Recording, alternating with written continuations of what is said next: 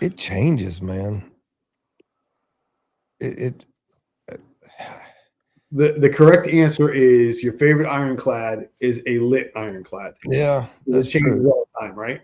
Yeah, it's I was asked that question about family by loyalty, and I said, listen, I said a lit one is my favorite one. It doesn't make a difference to me.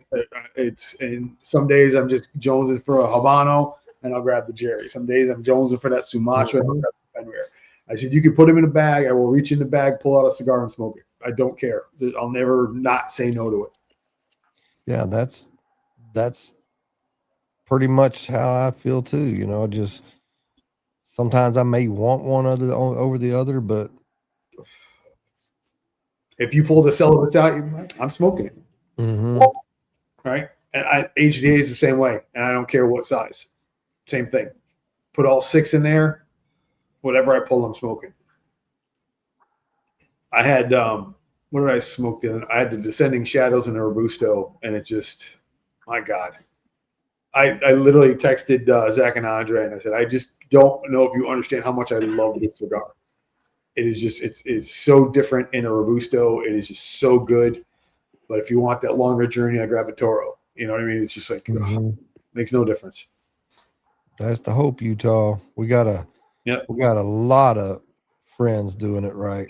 No, no, Randy is about the tits. He's good. Oh, I didn't even see that I posted that. It not. I didn't even realize I clicked on that. Oh man. The update, the caper is good. Did you get all the equipment back or just locate the truck? Nothing yet. Nothing. I don't have any further info yet, but That sucks. but At least it's still it's a work mhm. in progress. Yeah, I feel good about it. I feel really good about it, It's actually. a resume builder. Yep. Cheers. What are you smoking, Mason? A Rebellion Ace of Spades. Is that the Mexican rapper? Yes. That's the one I like. Did you What guys John That's the one said. did you catch uh oh my God, did I? I had only watched half of it. I I watched the whole thing. loved. Eddie Hall was and Mick texted Charles texted me afterwards. He goes, how was it? I said, man, I said, you made that guy. I said, you didn't treat him like a celebrity. You treated him like any other guest, Mhm. and he truly is a celebrity. And I said, but you really, you guys knocked him out of the park as far as the interview went. And it was, I didn't expect him to go an hour and a half with them, Right. but Eddie was just so natural and so good about it. And even with their hot box, Very, but very he humble. was all about, oh my God, yeah. Yep. What Yeah. Forgot podcast was this? Real Real Smoke smoke. did a special yesterday at 2 o'clock in the afternoon. They had Eddie Hall and Sean from Rebellion on, and Oh, okay.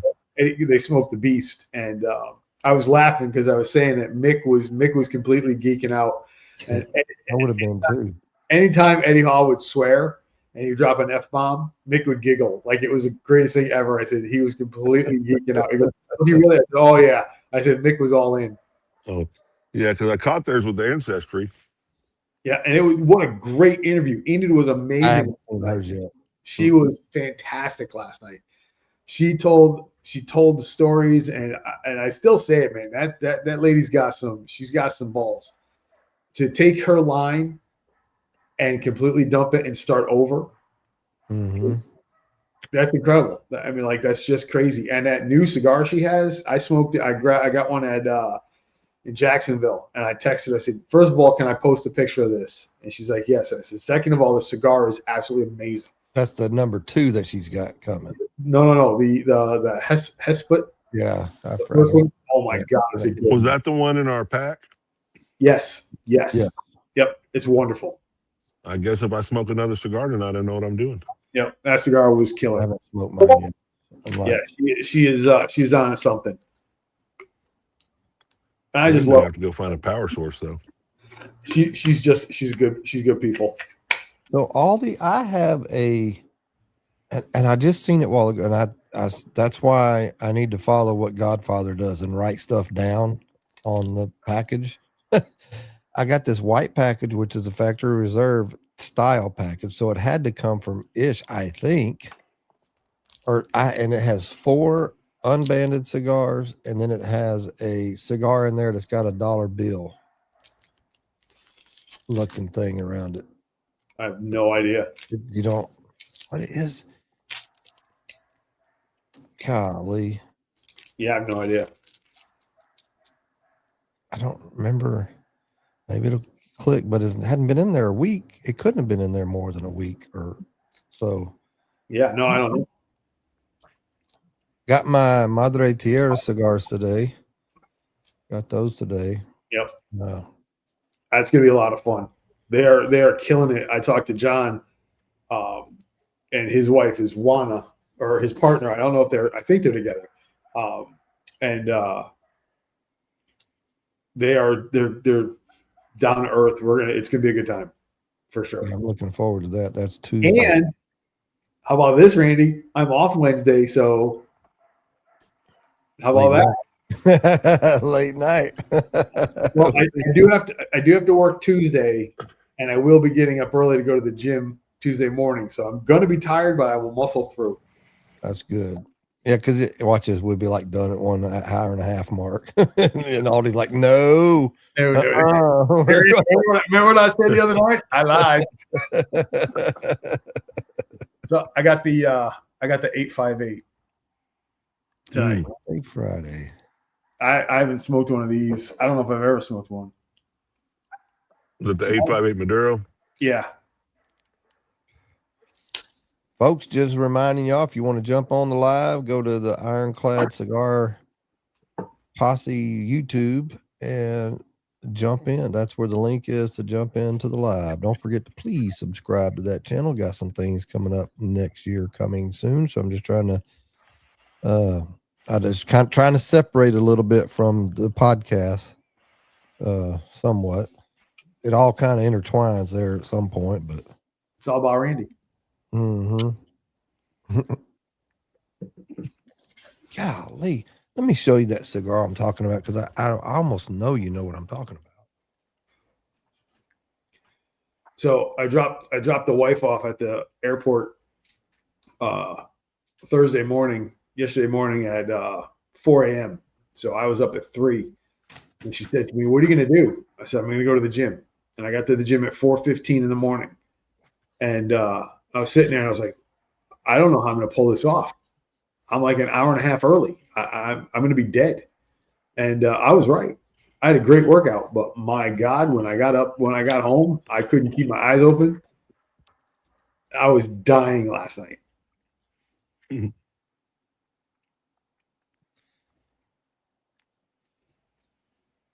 is this cigar? I have no idea. That looks like one of the what do they call it? The LCA cigars. Probably. From Pravada. Why do I have this cigar and 4 unbandeds? I don't understand. Who'd it come from? The Godfather. Could be anything. I can't remember. Was it the Godfather? It's in this package though, which is weird. It's in one of these.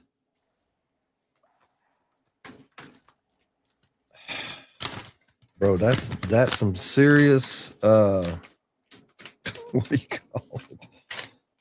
CRS disease right there. That is the AJ Fernandez blue cheese. Okay, blue cheese. Yep. Blue cheese. Now. Yep. Yeah. Oh. Yeah, the LCA. It's the LCA blue cheese cigar. Yeah. Okay. Now I just remembered what it is. Yep. As a Habano. Now I know what it is. Don gave it to me. Yep. Well. And the other, that's why, because he had when we went for Clint's party, Friday the 8th, I guess it was last Friday, or whenever it was, went to Clint's party, and so the other 4 are 4 leaf and ash cigars, Ooh. Yeah, so that's what he gave me for those. I was like, wow. Okay. I knew that cigar band because it was funny because we were sitting there talking about something and Clint goes, man, I gotta try that blue cheese. Da, da, da, yeah. And all of a sudden, boop, here you go. He had brought him one for his birthday, and then he brought that for me. And I didn't know that I won.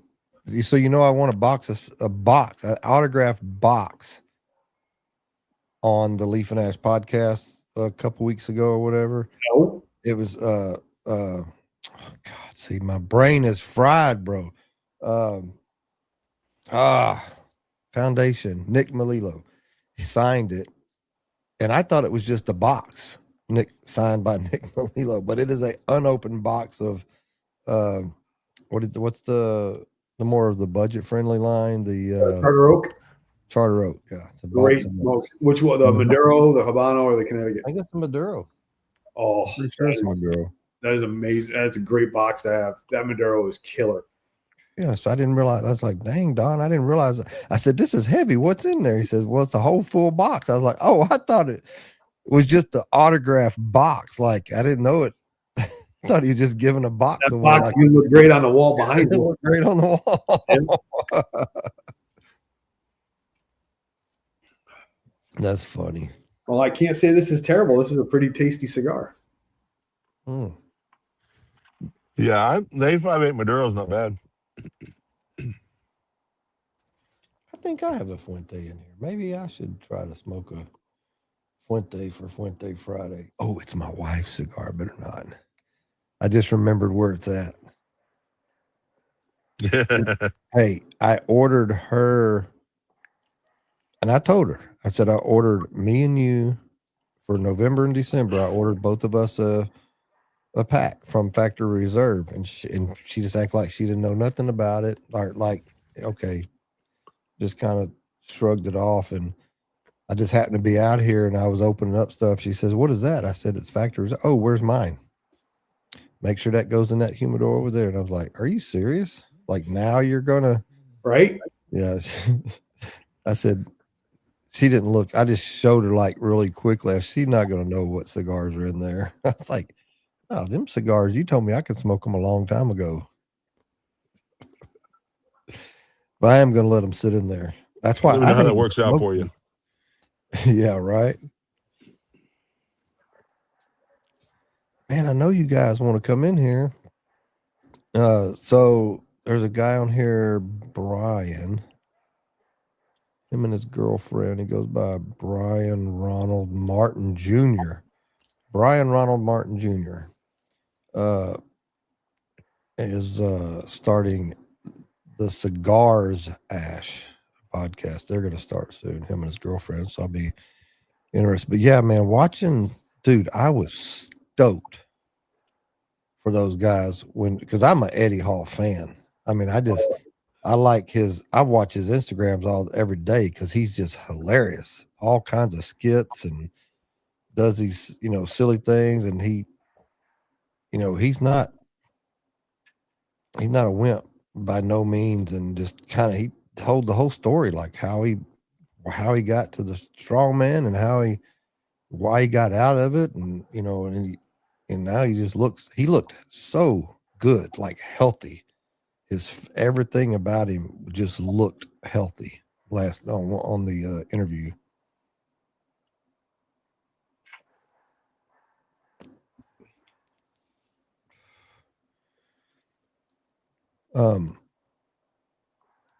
Let's see how many people are watching on that other one.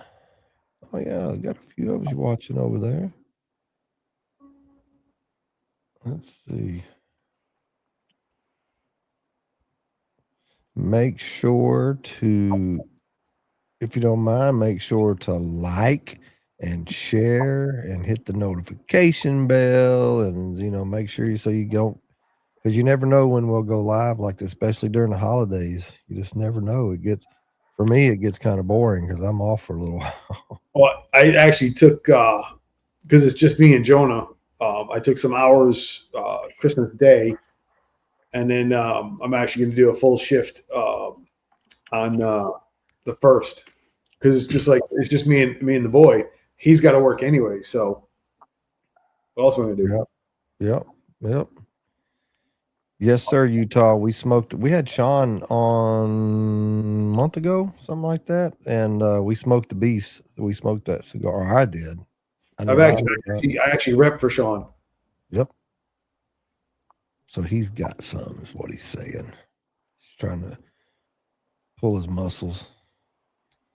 Look at Josephus on here. Right. He was saying that the other night, had me dying. So Brian, you're back over on Instagram. So there's no agenda. It's just open mic. We just talk about whatever, just hanging out, and it's I don't know how long we're gonna be on. You can pop in, you can pop out. It doesn't matter if that's what you're talking about. Just hang out in the chat. What's up, Kiki? I think that's Keeks. It says Keeks 2323. It kind of looks like Keeks. Is that Kiki? I haven't seen if she changed her name or not.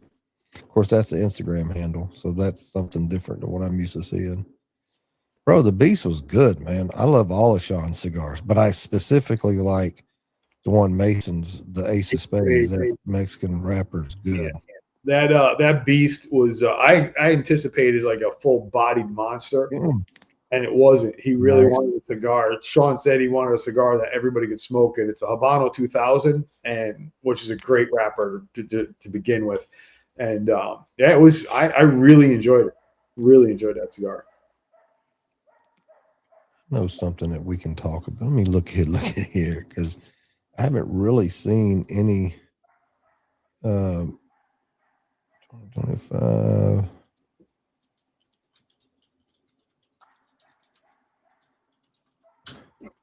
I'll pull that up. Have you looked at the list that was released yesterday of Cigar Aficionado? We were just talking about it earlier. To us. I was just thrilled to see Tatuaje so high up on the list. Right, number 3. Yep. I got to look at something else real quick too. Let me see. I've been looking for Peter's. Let's see if he posted it today, and if it's. So I went through, and I've been just kind of looking through everything that I've smoked over the year, and I actually came up with my list. And I tried to do a top 10, but it's really difficult. Mm-hmm. So I'm gonna have to do an honorable mention kind of thing that didn't make the top 10, but is right there. How long did you work on it? It didn't take very long at all, because my top cigars just stand out. Yeah, and you're ultimately going to, especially as many. Hell, you rep for how many? 6. And then all of the other cigars that you smoked, you're going to. It's just not gonna. You can't. I mean, like if you're doing 10, then you're just doing 10, right? Yep. That's what likes you. It's just like when Matty did his. I guess a year or two ago when he did his, and that was for him. That's what you like. That's all you're saying. Yeah. That's the ones that you like. Yep, that list is going to be completely subjective. Mm-hmm. I wouldn't even begin to, because as soon as I started, I'd be like, oh man, I forgot about this one. Or oh man, or somebody else says, well, I thought you liked this. Oh yeah, I didn't even think about that one. Well, I've got a very good record of it based on what I posted over the last year. And that's what I'll go through. And I mean, it's almost laughable when I looked at it, because I'm like, yeah, it makes sense. But because I know what I smoke a lot of, but there's certain cigars that just hit to another level for me, that it was just like, man, I don't want to smoke the rest of them because I can't get them anymore, or whatever, whatever it is. But there were some cigars on there that just are just fire. Josephus says, I sold my first 2 Joe made cigar utensils today to Ruin Val. That's cool. Yep. I saw his video making them cigar nubbers. So let folks know how to get that, Joe Cephas. He posts them up. Just hit him up right on IG. Okay. It was $16 shipped. Not bad. Dang. That ain't bad.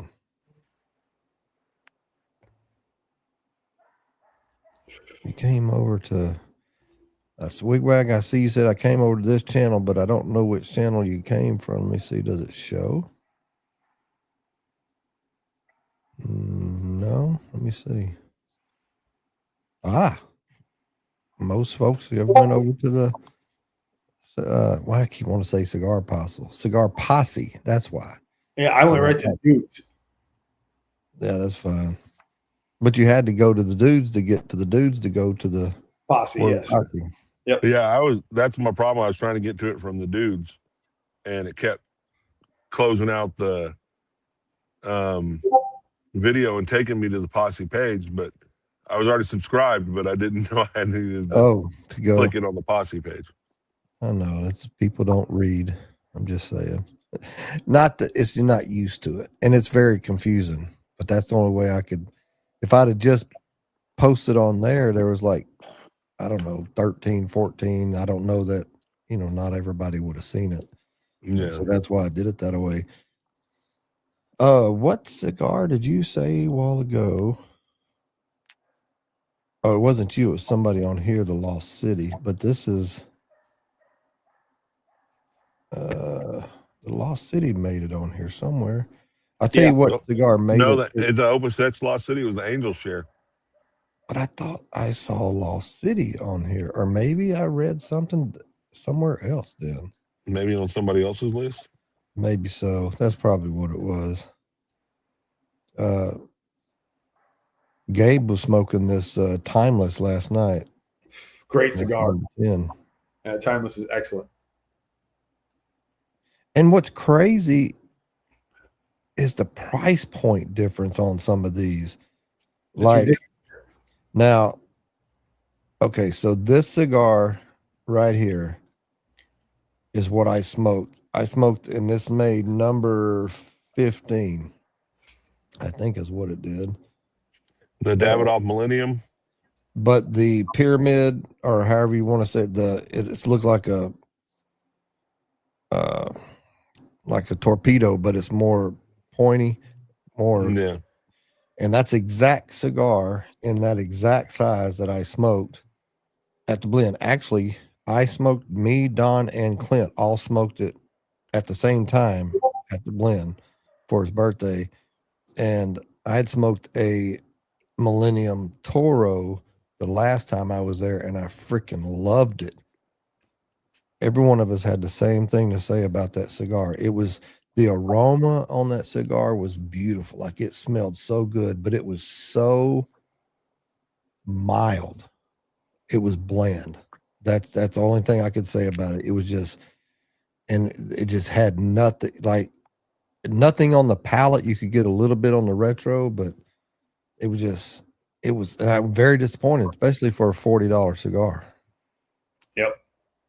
And, but the one I smoked before so it has to, I don't know, it has to be something with the blend. The same ring gauge. It's just, I don't understand the difference.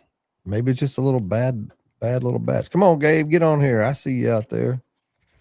It's funny too, because there's some cigars I've smoked that will probably not make it on the list.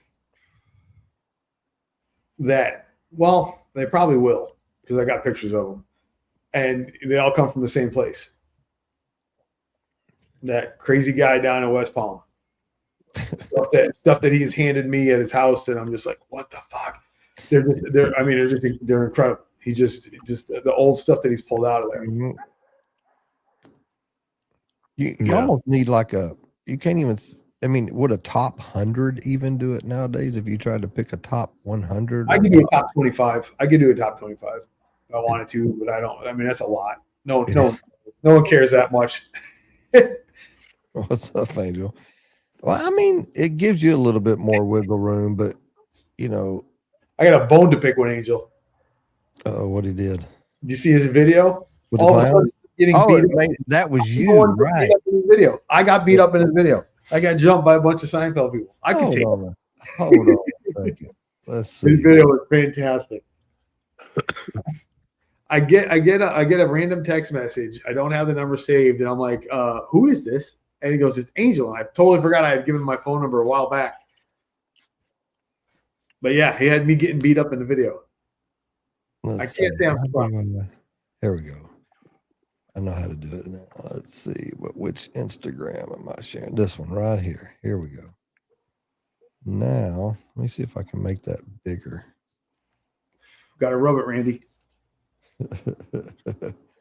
What just happened? Oh, here it is. You got it muted. There you go. People, and I'm burning up about it. I have to air out my grievances, but let's have a cigar first. Okay, now it's time for the feats of strength. Who wants to wrestle? I'll wrestle you. Oh, you want to wrestle Seinfeld? Wrestle him then. What did I do? Let's go, big boy. Isn't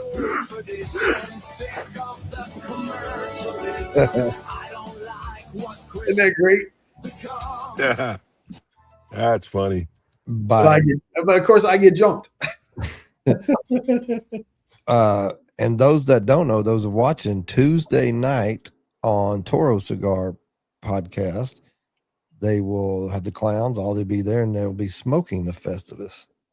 So make sure if you want to join. Have you had it yet, Randy? I have not, and I got on Toro, they're out, and I was going to order them yesterday. That was another one I was going to order. I'll order them tomorrow. What's the day? Friday? Yeah. Because I knew they weren't going to get here before. So I'm going to get a 5-pack from OGT. They're the only ones I've seen or somewhere had them. Mardo. I'll be right back. I got to go find a power source before my iPad dies. All right, Dan. That means it's kid. I say John still have a video saved for Tuesday.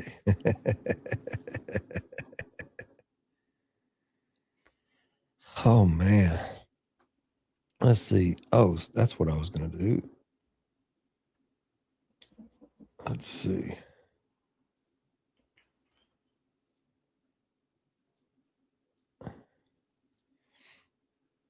Let's see. So that LaFleur chisel is like it's like a $40 cigar. The Emissary, I will agree with completely. That Emissary is fantastic from Macanudo. I really liked it. I think it was a $16 Macanudo was the normal price for it.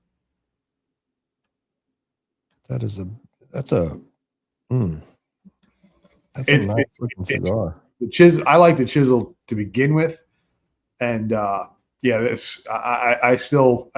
have them at my local, and they're in the special box and all that, and yeah, I'm not 6.5 by 58. Holy cow, that's huge. Yeah, sponsor.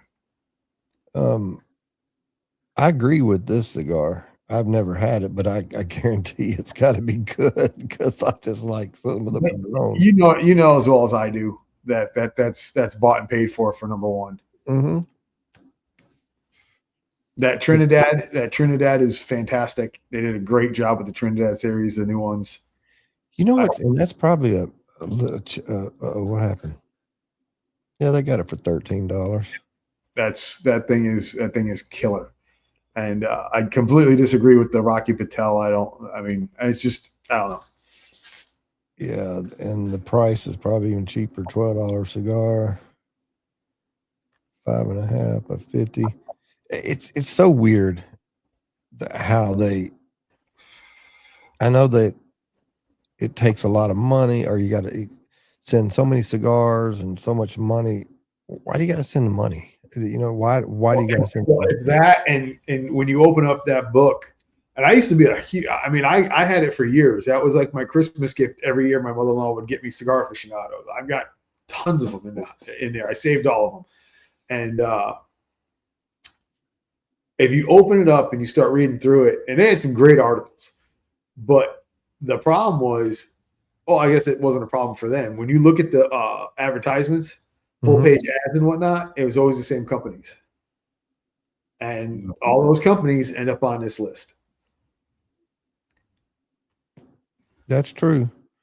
It, now, I, Like I, the I, CLE, I don't know. I had the CLE Habano, and it was not good. I thought it was terrible. I've So never even. because of that, I don't know if I'd even buy the Maduro. Like, is this a Cuban cigar? Yep. No. Yeah. Is it really? Cuba. That Yep. I thought it was like the New World Sancho Panza, but that is Cuba. Isn't it so wild how simple that band is? See, and I love what Booth did with the new Sancho Panza line. Love it. The double Maduro is delicious. This friggin' cigar right here is good. Yeah. I like it in the box press torpedo. Yep. That's what I have. I got one in there. Amor de Cuba. More La Roma de Cuba. The Yep. Olmec. I didn't even realize. I forgot it made it. Yep. Great cigar. That Olmec is so good. Man. Aurora. Just want to see what it costs. Oh. Yeah, man. There's.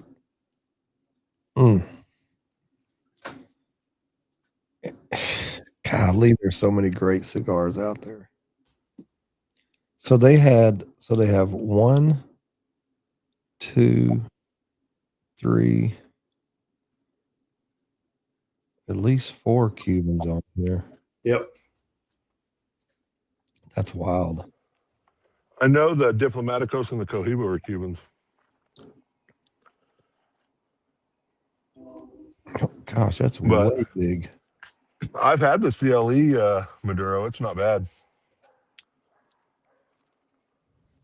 That's the one you got. That's one he said he did. That's the one you didn't like, John. I had the Maduro, the Habano, and I was not a fan. And my problem with most of the stuff on that list, minus the Tatuaje and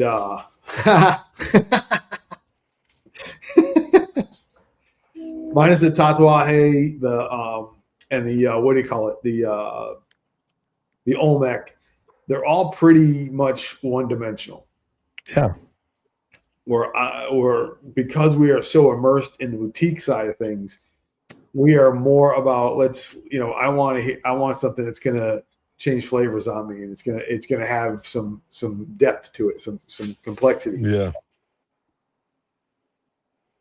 Yeah, that is definitely the issue for me, is all of that with the just linear or but like, which is crazy.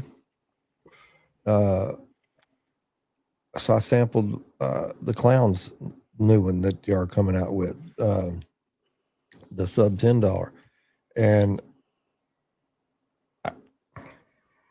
I thought it was like a $12 cigar. I mean, that to me, like $11 to $12. It for because it's mostly Nicaraguan, and I don't typically like Nicaraguan. I was telling Joe, I was like, bro, this is good. It's well balanced. I said, I like this cigar, and coming from me, I think that's good with being a Nicaraguan cigar, and it had some. It was fairly straightforward all the way through, but it smoked great. The ash was great. It smelled great, but I did get some little different stuff here and there. And when I found out, what happens is, so to get all those flavor changes, you're adding tobacco leaves, different tobacco leaves. So to keep it in that price point, you can't be as complex as a core line, and to get all those changes. So those are going to be, that's where you're getting your $12 to $13. When you're going to get that sub 10, we're going to shoot for, anybody who's going to shoot for a more consistent, great construction, but solid flavor throughout the cigar. So it's going to be, it might be 1 or 2 flavor changes in it, but to get a full complex cigar like the Geppetto, which is, I think, the most complex one we have, that's a lot of different tobaccos, you know, and where they're placed in there, it's much more money. Well, that's So- the thing, though. It's not a boring cigar at all. Right. That's amazing. That's It's amazing. way above its price point. I can say that for sure. We had that. So Alan comes up.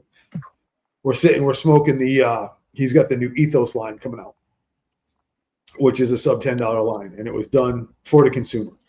And he's like, man, it just doesn't catch me like the other ones. And I'm like, bro, you can't, because now we're going to be back in that $12, $13 range.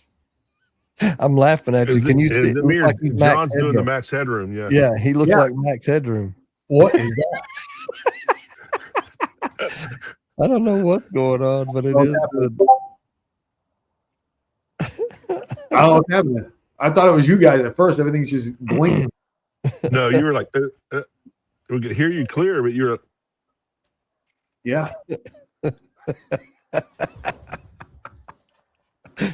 That is weird. I've never seen that do that. Yeah.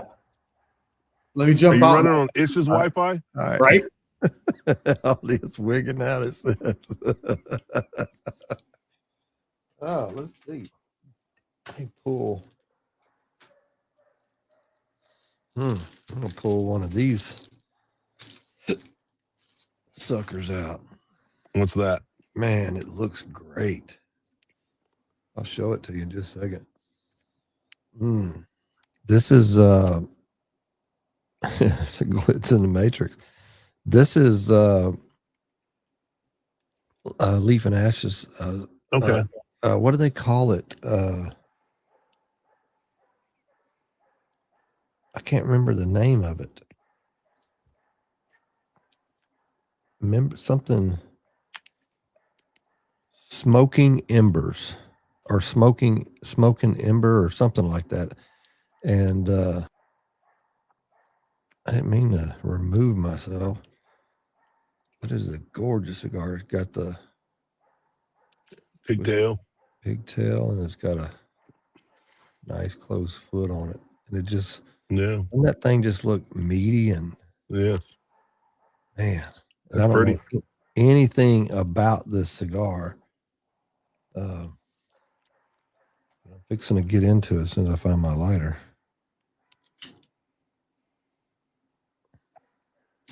And I think it's probably a looks like it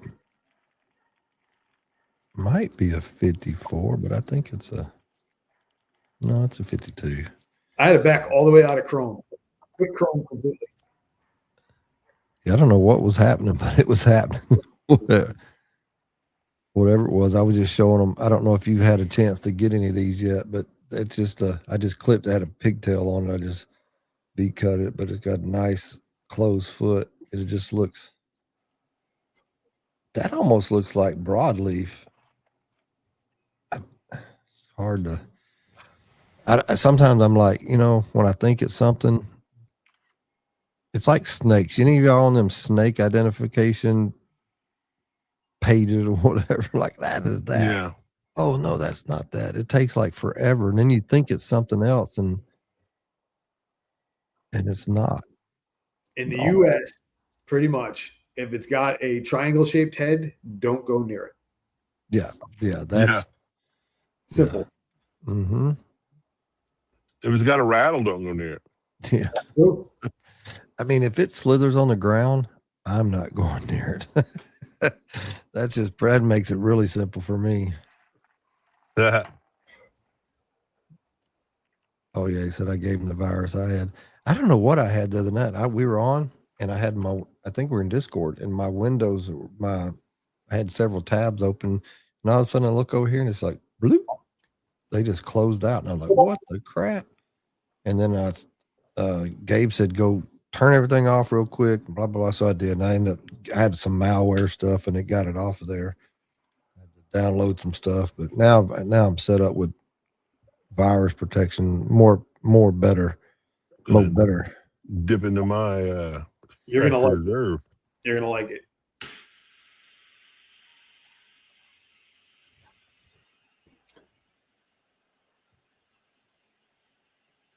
I can't say I hate it. The 858 Maduro is pretty good.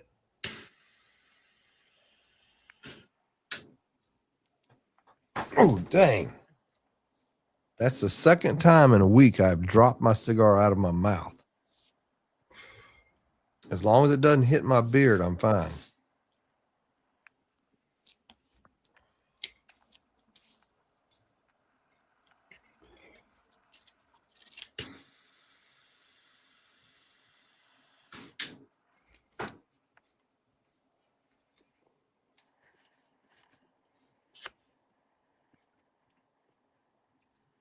Mm. Mm. Hmm. That's nice. Me too, Brent. Me too. Oh, let's see. That's who I forgot to text a while ago. That is good. Yeah, right off the first draw.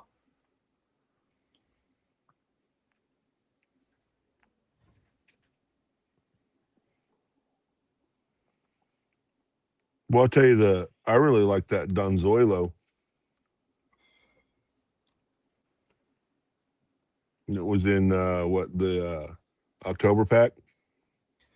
I went through that tonight. I went through October, November, December, and I had the canine out, and I was like, man, it's a Gordo. I'm like, I don't know, not if I'm putting down 3 cigars tonight. I just didn't do it, and that's why I went with what I did. Is that in the November pack? Now, the canine? No, that's in the December one, isn't it? yeah, I got the fights on right now. I'm hoping Jake Paul just gets his block knocked off. I can't. Who did he fight? I mean, who's he fighting? He's actually fighting an actual fighter. I can't tell you who it is. Talking about the podcast with Eddie Hall, he was talking. Somebody had said something about him fighting Jake Paul. Oh yeah, and he's like, "Yeah, I would." In his career, I would like that. Yep. Just to fight him, not to end his career, but oh,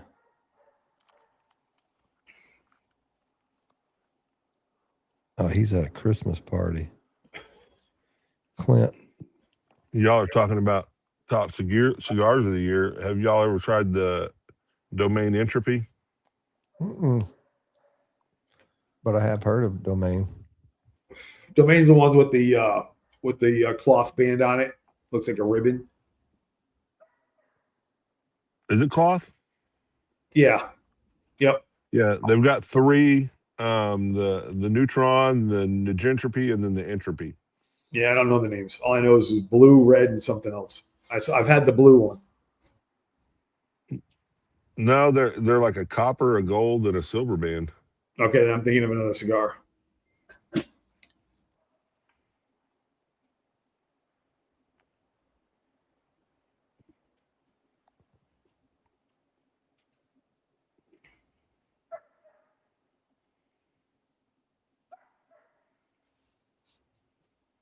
I'm texting again. Yeah, that's the. Oh yeah. Yep, I've had that. The Domaine Rouge. There's their. Yep, I've had the orange on the far left. I've had that one. Yeah, that's the Neutron. I believe that's the Neutron. Yep. And then Yep, the you gold are right. one. You are right. Definition. Definition with the ribbon band. Does Utah mean like the Jake Paul Tyson fight? Oh, that was ridiculous. That was awful. Like everybody else did, stayed up, planned it all, had an outside TV, sit outside, and like For that mess. what? Mikey made him a payday though. Mm-hmm.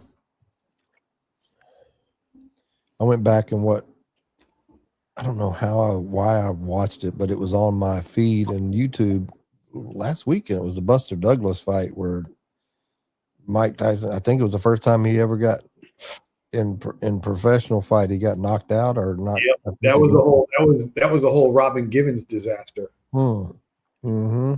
She ruined that guy. Between her and Don King and her mother, oh my God, what a mess. Is Don King still alive? I don't know. I think so. I don't know. Oh, we have this handy dandy little thing in our hands. Was his name Don, or did he say Don King like Mr. King? I wonder. Now that I know what Don means. Never thought about that.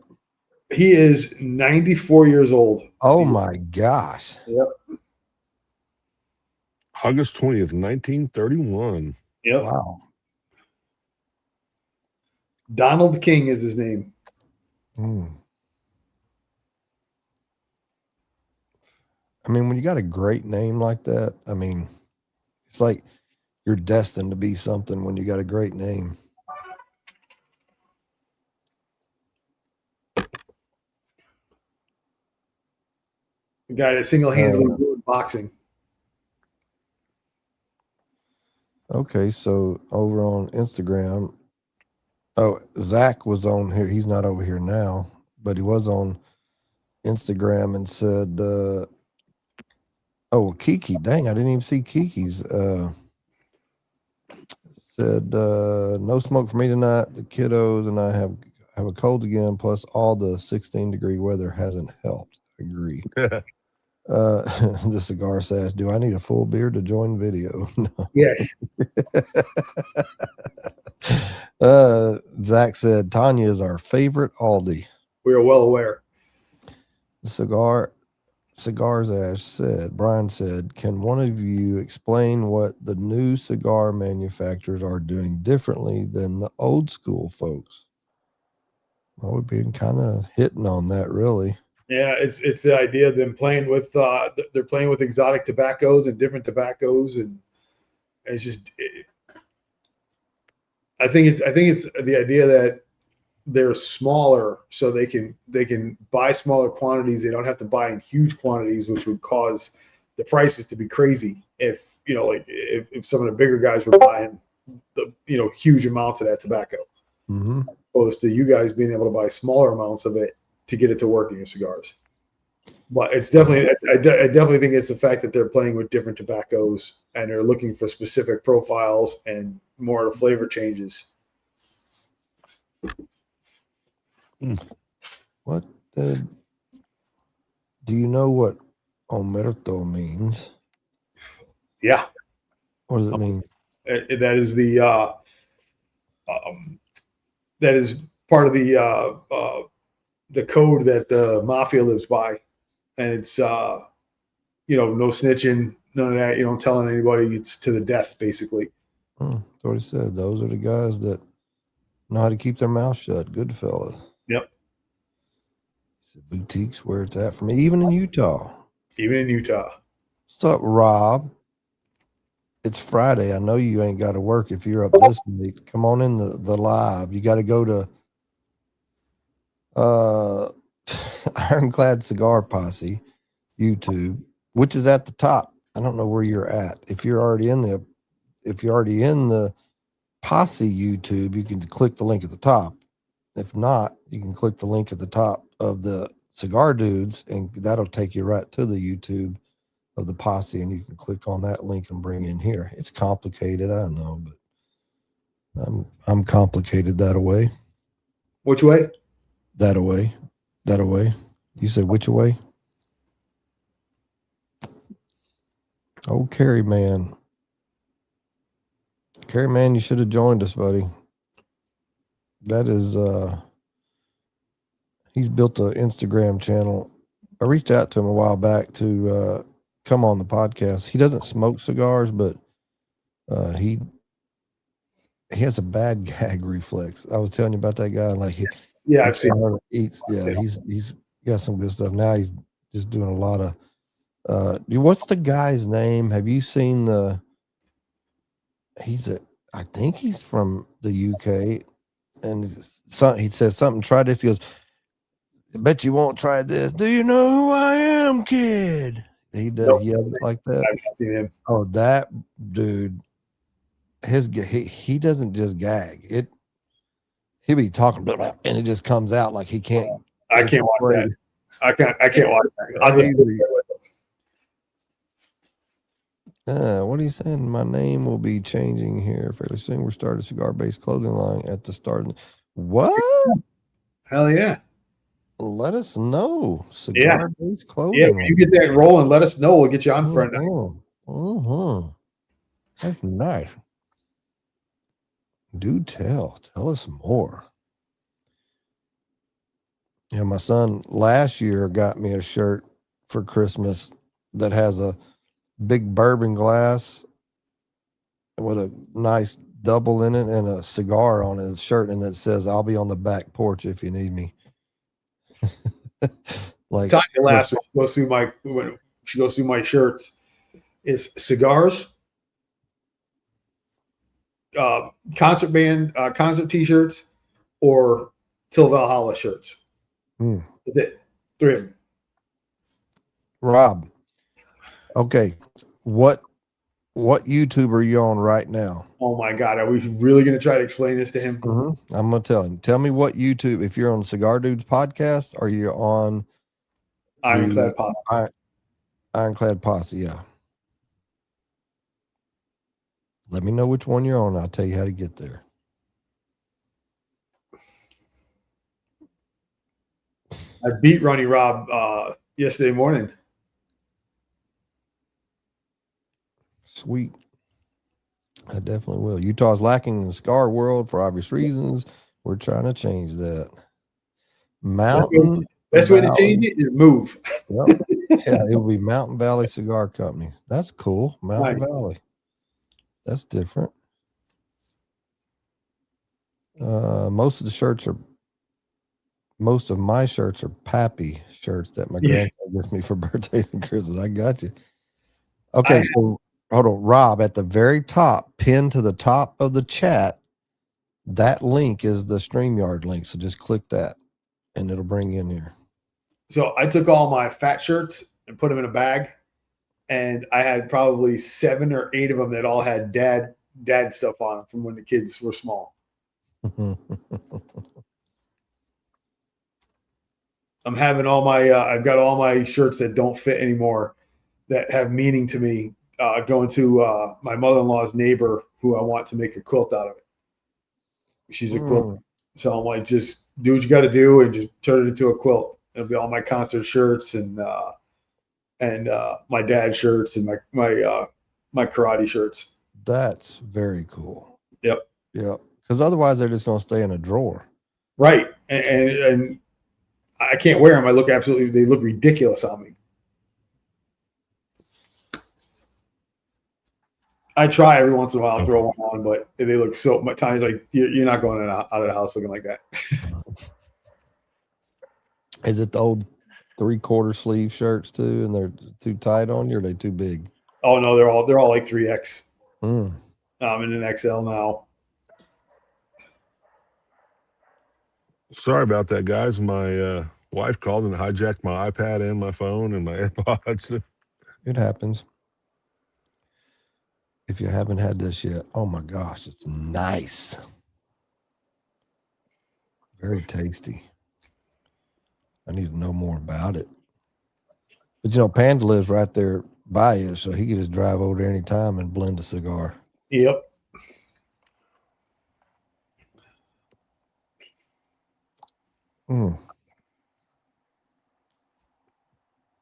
That's nice. This La Princess is pretty good too. Surprisingly rich, right? Yeah.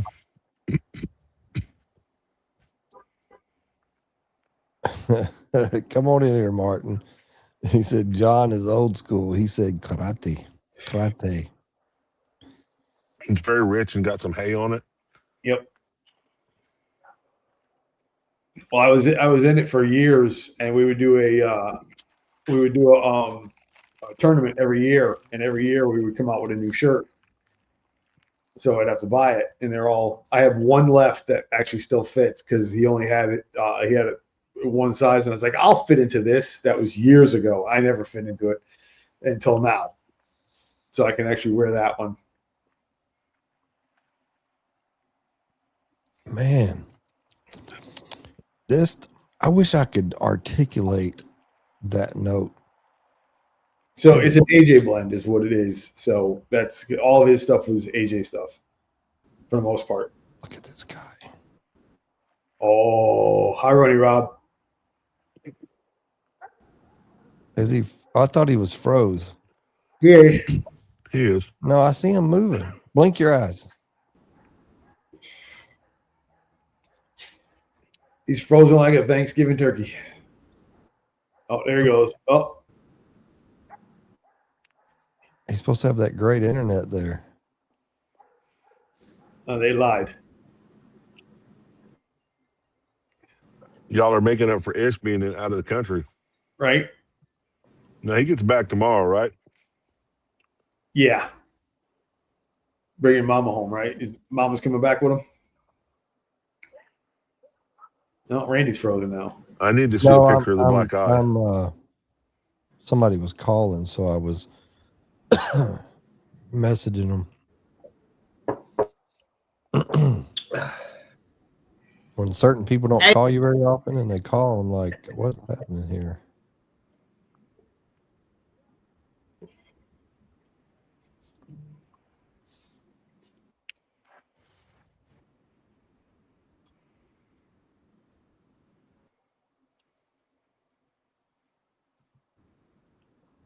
Huh. Are you there, Rob? Earth to Rob.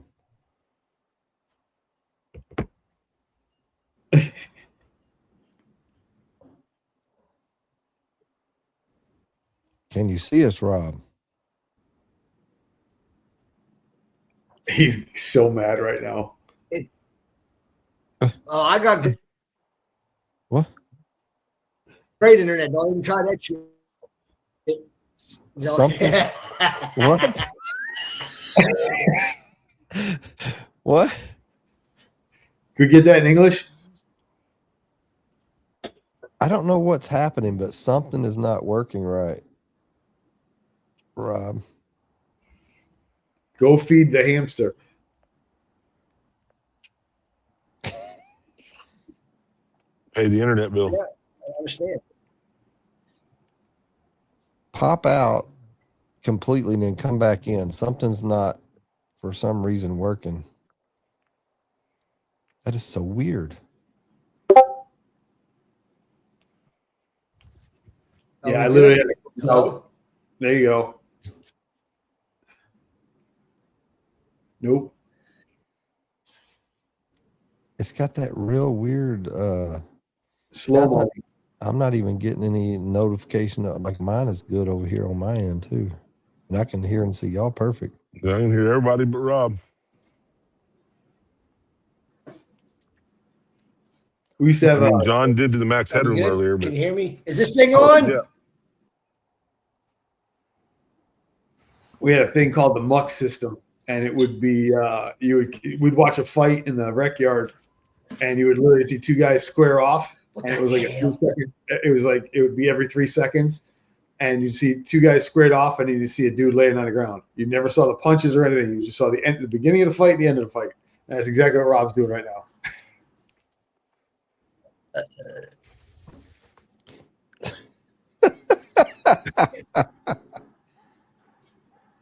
Rob, can you This hear is us? the best Can you hear me? entertainment I've had all Hello? week. Right? We can, it's very, very delayed. Choppy. If you can hear us, pop out I don't know why. completely. I don't either. Just get out. Are you on your computer?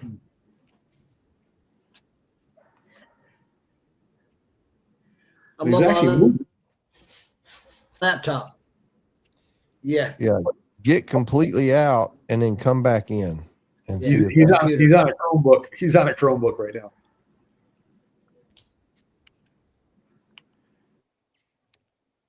it should work fine. It's just something's Is that a flip phone Wi-Fi? Dang, man. He's got so many nicknames. Flip phone Rob was my favorite. That's when he got. That's when he got. That's when he got lost going to West Palm to the Polo Grounds. He ended up in Orlando at one point. Yep. Oh my gosh. In Orlando, like 2 hours away from West Palm. Oh yeah. Oh, we're yeah. Not kidding. We're not kidding. And all he had to do is take a right and go down the street, and it was right there from the hotel. It was Yeah. what, 5 went- minutes away? Yeah, 'Cause yeah. He went left, got on the highway, and just started driving. And then finally, I'm called. looking at going to do a conference in Orlando in August, and I'm like, the first thing I did was map how far it was from West Palm. Let me tell you something about August. Whew, you are not going to want to leave the air conditioning. Let me tell you. I live in Oklahoma, And it's 80% humidity and 100 degrees in August here. No, it's different. So there's. So I think here the sun shining down in Texas for some reason, in Oklahoma feels different, but the heat, as hot and humid as it is where we are, Mason, that feels different over there for some reason. Like that, it's just ungodly. Like I thought it was. I don't know. I thought I we could. were there in July. In one afternoon, not even an afternoon, in the morning, Ish and I got there at 10 o'clock to set up the tables and get everything ready. And we sweat through 2 shirts while we were there and a 3rd shirt at the event. And I had to get a shirt from Ish to wear on the plane because I stunk. I was like, I can't do that to the person sitting next to me. All right, now let's see if he's working better. Let me see if he got his camera on. I'll bring him on. Let's see. Are you there? I'm here. Are you there? We can hear you. It's still a little laggy. Laggy Rob. Can you That hear was the me? name. Yeah, we can hear you. What the fuck? I don't know, Rob. Restart. Did you restart your computer? Like just completely restart your computer and come back? We'll be done by then. Nah, come on. He's not driving. So it's just, yeah, I don't know what it is. But he's froze up. I restarted the computer and everything. Huh. And you're on. I don't know. I What restarted the web computer and browser everything. are you on? I don't know. What web browser are you using? Are you using Google? Using Chrome or Firefox. When you open up your web browser, what is it? Router? Your web Opera. browser. I don't know if you can hear me or not. Yeah. I went to your Iron Clad Cigar Posse. Went to the comments, double clicked it. But did you do it? What web browser? Are you using Google Chrome or Explorer? Safari.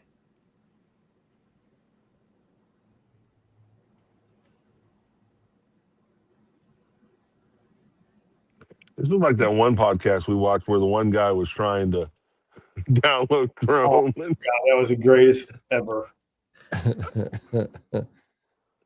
Everyone can see and hear you. Yeah. Obviously, you can't. We can see.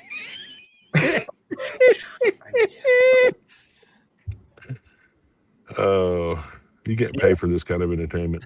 This is as good as Pugs.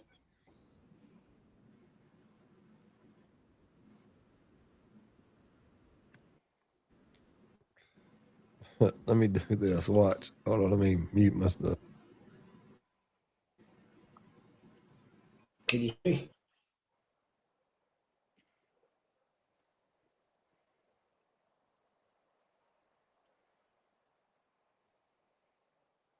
Trying to get him lined out.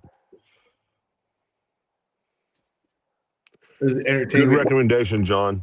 Good Yeah. recommendation. Yeah, it just kind of when I was looking through the cigars, I'm like, all right, this is the one. It's a Robusto. It's perfect size. Yeah. Yeah, because I've already had a Sulu and that Rebellion. And the only Fuente I got is that a big old one of the bigger Añejos, a Shark that I'm not smoking tonight, and Yeah. then those two Don Carlos 90s that I'm saving for a buddy and me.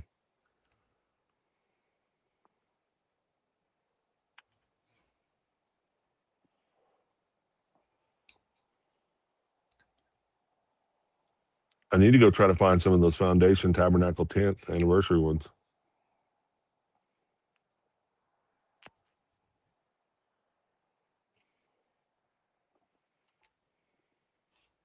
Try BL Luxuries. I believe he has them. Okay. I don't know. I've heard nothing but great things about that one. I'll find out how nice Santa is to me, and if he's really nice, I'll Right. do that. That Tabernacle is just one of those. That's a comfort cigar, man. I just absolutely Yeah. love the cigar. I don't know if I've ever had anything from Foundation I didn't really just love. The very first time I had the Tabernacle, not the Havana seed one, but the broadleaf one, I didn't really like it, and then I gave it a try later and love it now. I'm a big fan of broadleaf, Connecticut broadleaf, Pennsylvania broadleaf. I like them a lot. Oh, we're gonna try. Hi, Gabe. What's up, guys? Is that working better? I don't know. Can you hear me? Yeah, we can hear you. Your video sucks. That's so weird. What's happening, Gabe? Why is it doing that? I call you. So we have something to laugh about. What about now? I No. have no idea. Am I good It's now like or what? it's like it's a Chinese movie that's dubbed, like one of those It's kung fu better, movies. but I don't know. Maybe it'll work. So, wanna fight now? You come here now.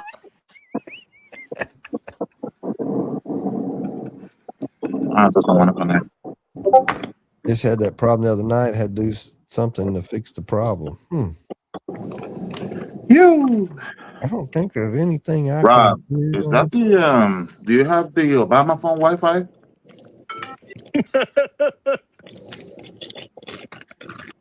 Okay, what was it something he had to do? You got to use that little dial and turn the antenna. It's You have almost to like turn it. maybe Right. you're not even on the right Wi-Fi or something. Get some tinfoil. You got rabbit ears on the computer. Well, Bernie's not going to be happy.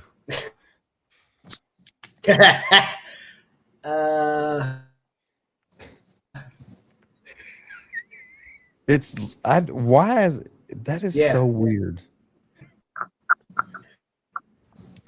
Oh yeah. Speaking my language over there. You know it.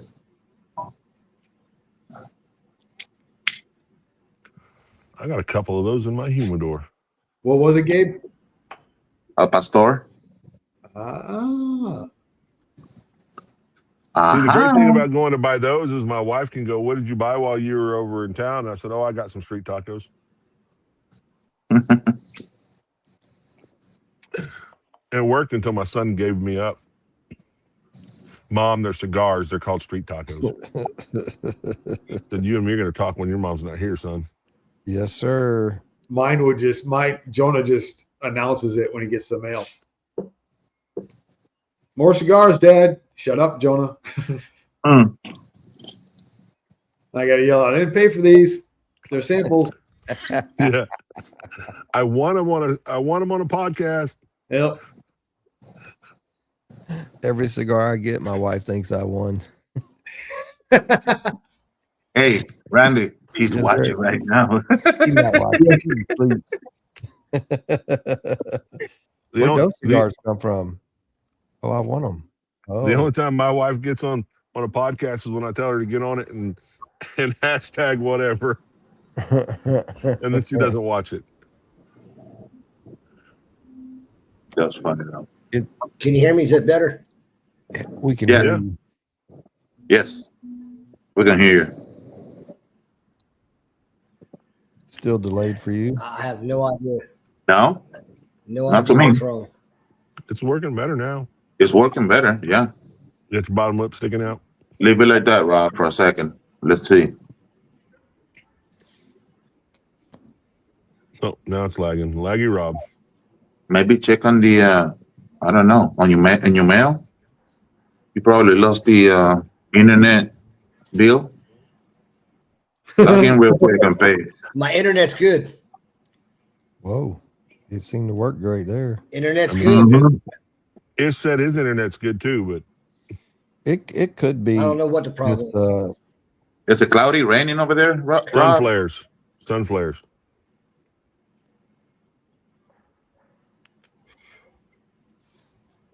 Is it's kinda Mercury in in and out. retrograde? It like works and then it doesn't work. Mhm. It's like right now. Damn Georgia air. It's a damn Georgia air is what it is. Mm-hmm. What are you smoking? Hurry up and tell us. Well, it's still working. A honeybee factory cigar. Okay. Factory cigar. All right. I still haven't had any of her cigars yet. Me neither. I just got home from a basketball game. Josefa says close all those naughty tabs like Grinder.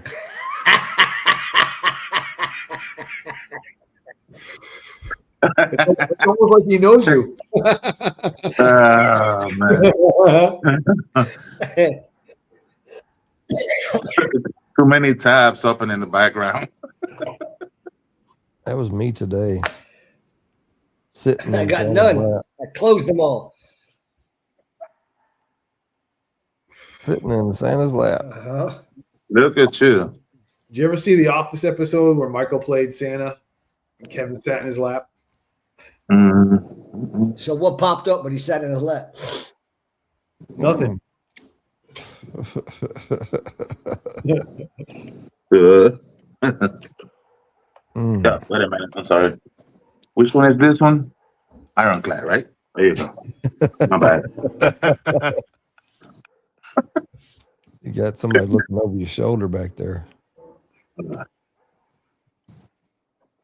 you design your new one yet? New one. I knew he couldn't stand How's it going? it. What's up? Angel, Man? what's up, man? What's up? Hey, Angel, John's got a bone to pick with you. I told him already. What? I mean, getting jumped in the video. Getting him beat up by the Steinfeld crew. There's And another really, one. looking at the video, I thought you got in on the beat down too. No, I was helping.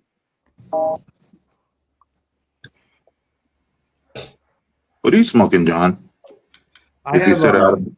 2858 Maduro. Ooh, I like that. If went to what? 858. Oh, okay. The 858. Florfina 858. Yeah. Maduro. It is Mamma mia. toothy, to say the least. Yeah, it's good. Yeah. Yeah, it's good. Yeah, it's. I think it might be the first one I've ever smoked. I'm not a big Really? Fuente.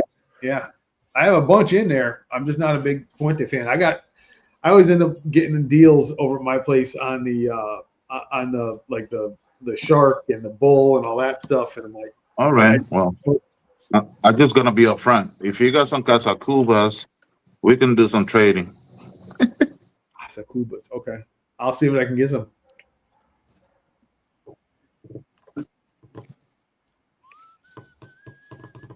Yeah. I wasn't going to Facebook or X, but I posted that up, so we'll see what happens. What are you I smoking? was just gonna keep going. I had to serve this in a cup because I was going like this. Mhm. So What am I smoking? That's not a good example.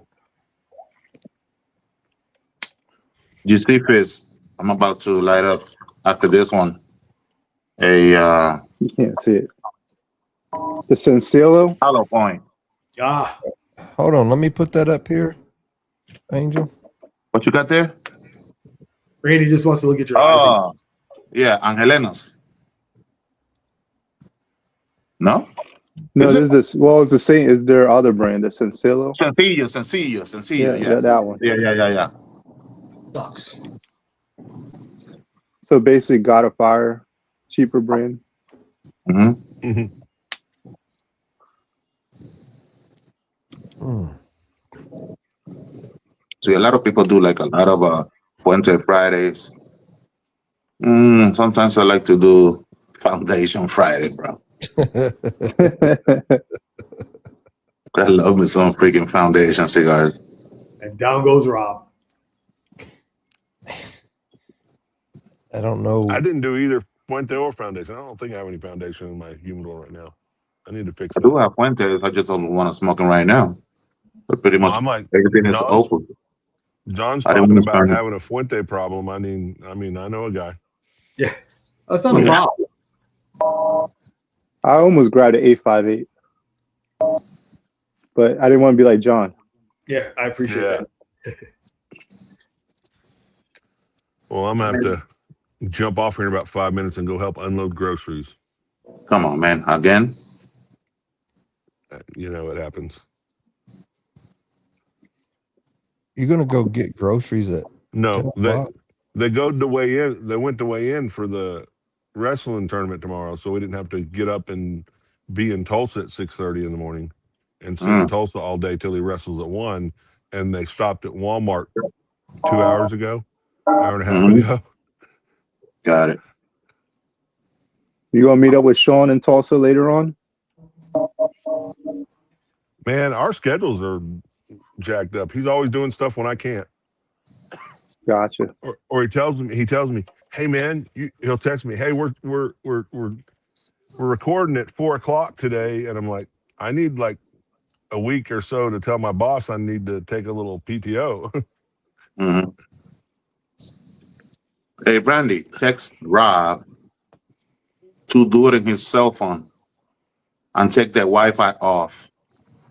Yeah, And that flip phone ain't got no Wi-Fi. but yeah, I love Sean. He's great. Him and Justin are great people. Oh yeah, definitely.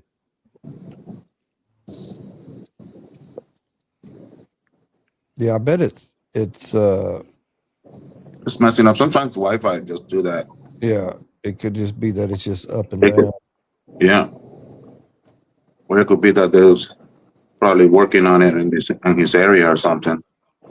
I need to finish this. I gotta finish this. Hmm. Well, you don't have to. You want to. Yeah, you want There's only a to. little bit You left. don't have to. Yeah, just a little bit left. Stick a straw in it. Just drink it. Hey Rob, from on your computer, just go to your search tab and 2 words, speed test. Click enter.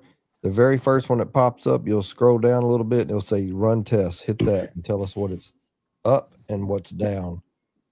I bet there's an issue there. Yeah.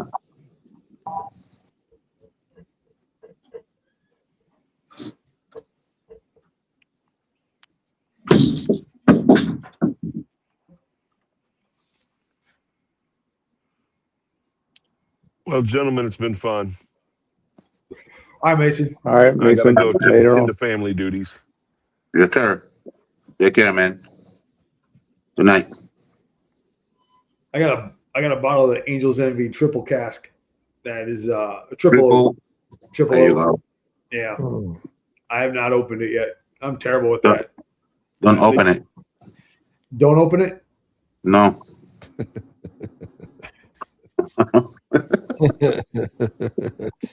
What happens when you open it, Gabe? You finish it. It loses value. What? That one soon enough is gonna be like at $500, and everybody's gonna be like, "What? That's I drank crazy. like 10 of those." The Angel Envy Triple Oak is people. I don't care if people say good things about it, bad things about it. That son of a gun is so smooth. It's dangerous, and the nuances, you know, the flavors and everything. It's like it's good. I gotta make a phone call and find out what to pair it with. Mm. Hold on a second. Let me see. I tried it with like I tried it with like 10 different cigars. I mean, how do you drink it? You drink it neat with ice? One cube. Neat is better. Okay. Any cigar. Well, any cigar is good. I remember vividly. It was really good with a freaking La Gloria Cubana Series R. I'll tell you this much. Something That with was some good. Yeah, man. And let's see. I don't remember if it was a Banda. I don't have any of those. I know I did it one. You know what? I did it one time. Actually, I did it December last year with the Clowns Festivals 2024. Whew. Oh yeah, But that was a monster. That cigar was a monster. yeah, excellent.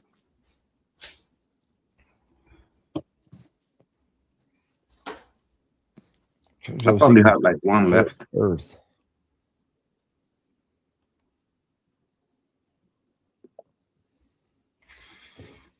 Cataclysm Robusto. What's the strongest cigar that HDA has? Descending Shadows. Because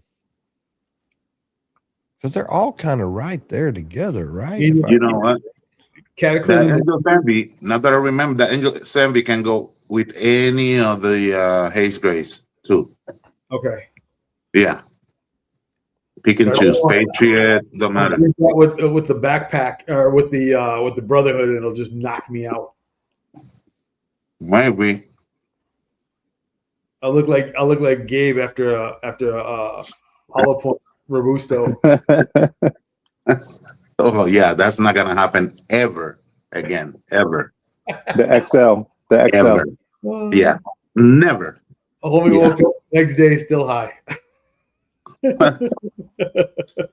I woke up twice and I was so mad. I was like, man, I was like going to the bathroom like, man, I don't want to feel like this anymore.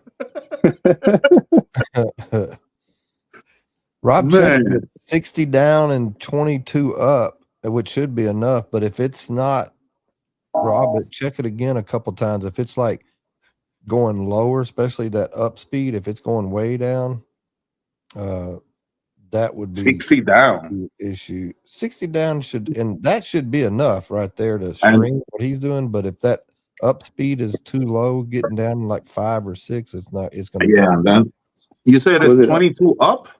No, up, down, down, left, right. So no, I don't get it. But if it's changing as he he has to check it like a couple of times to see how consistent is the reading. Yeah. By the time he figures it out, we'll be signing. Yeah. By the time he finishes the test, I'll probably be eating breakfast. He did it pretty quick. But he can do it in his cell phone. If he has problem with Wi-Fi, just join with the cell phone and keep it at the provider. He should have no problem. Yeah, because he's always had really good internet where he's at. Boy, I can't wait till January 2nd. I'm gonna have a gig up and down. I am so happy. That's what you get in the fiber wire. Finally, are they gonna hardwire it? Yeah, it'll run from the road to here. Now, he's getting the. Are you gonna hardwire it to your computer? He getting fiber optic. Yeah, but you can get fiber optic, which is great, but it's even better if it's hooked directly to the computer. What's going on, gentlemen? Hi, buddy. How's it going? What's up, Jack? I've got a pretty good bridge system right now. It runs almost as fast in here as it does in the house, like almost as fast. and I'm 200 feet from my router, but I bought these nice little bridge that shoots it over here and then grabs it, and then I'm hardwired from where it connects all the way around here between Gotcha. the bridge. But it's still, it should be pretty good. It works. It'll handle the speed for sure. So we'll see what happens. Anything better than what I got is. Hey, Right? guess what, Randy? You remember when I told you the other day I got the box for some reason? I found the freaking box of the Herrera Salino Norteño for 95. Mhm. The box of 25. Well, then Lefty sent me a text. He's like, fuck. He sent me the freaking a screenshot of another place. The whole box for $75. And we already pulled the trigger the day before. Damn. Dang. Still I know. worth it to get another one of them though. For me, I mean that's my favorite, man. No, I know. I was with Brandon at the Panda's Nice. birthday party. Yeah. I went to his lounge and we were talking about them. And he was, man, I'm gonna grab some because I know Jack, blah blah blah. So we just like went there in that corner. I load up on the stove. Yeah. Yeah. I can't get enough of that cigar. It's freaking amazing. Mm-hmm. That was probably one of my favorite pairings. I had a Norteño with the Mexican blend of drifting drams. Oh yeah. Oh, I told you, man, that thing was Yeah, freaking incredible, bro. Yeah, I love their Norteño. coffee, but that particular pairing is something else. Yep. Mm-hmm. Aldi's got a bottle of Angel's triple oak. What's a great cigar to pair with that? Triple oak, and so the Goldie. This is going to be my phone call too, by the way, just so you know. The Goldie. Oh yeah, that's another one. The Goldie. Yeah. So Habano, Yeah, but a lighter. Yeah. lighter Habano. Okay. Yeah. Try to get on with your phone then, Rob. If it's that should be fine. Rob, just go to your neighbor's house, Sit in their porch.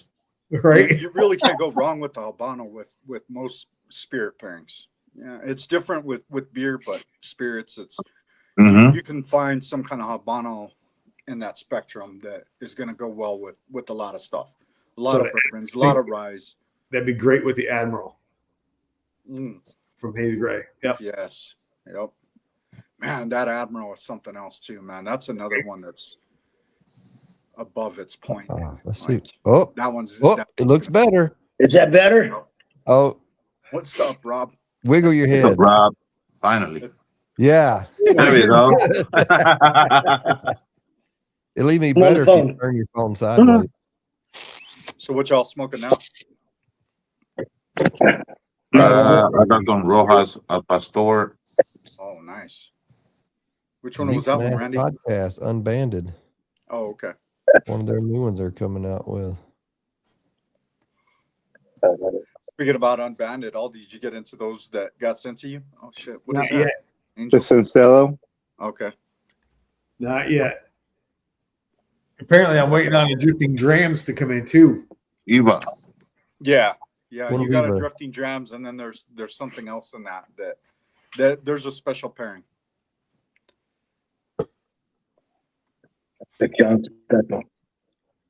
What Oliva is It's the Oliva and Montecillo. The Monticello, right? Yeah. Rob, look at that finger. He's drinking All that right. finger. Fancy. That's I saw that. Cheers, guys. Yeah, that's Italian. Salute. You don't know about that. Forget about it. Right? It's because your hand can't fit in there, right?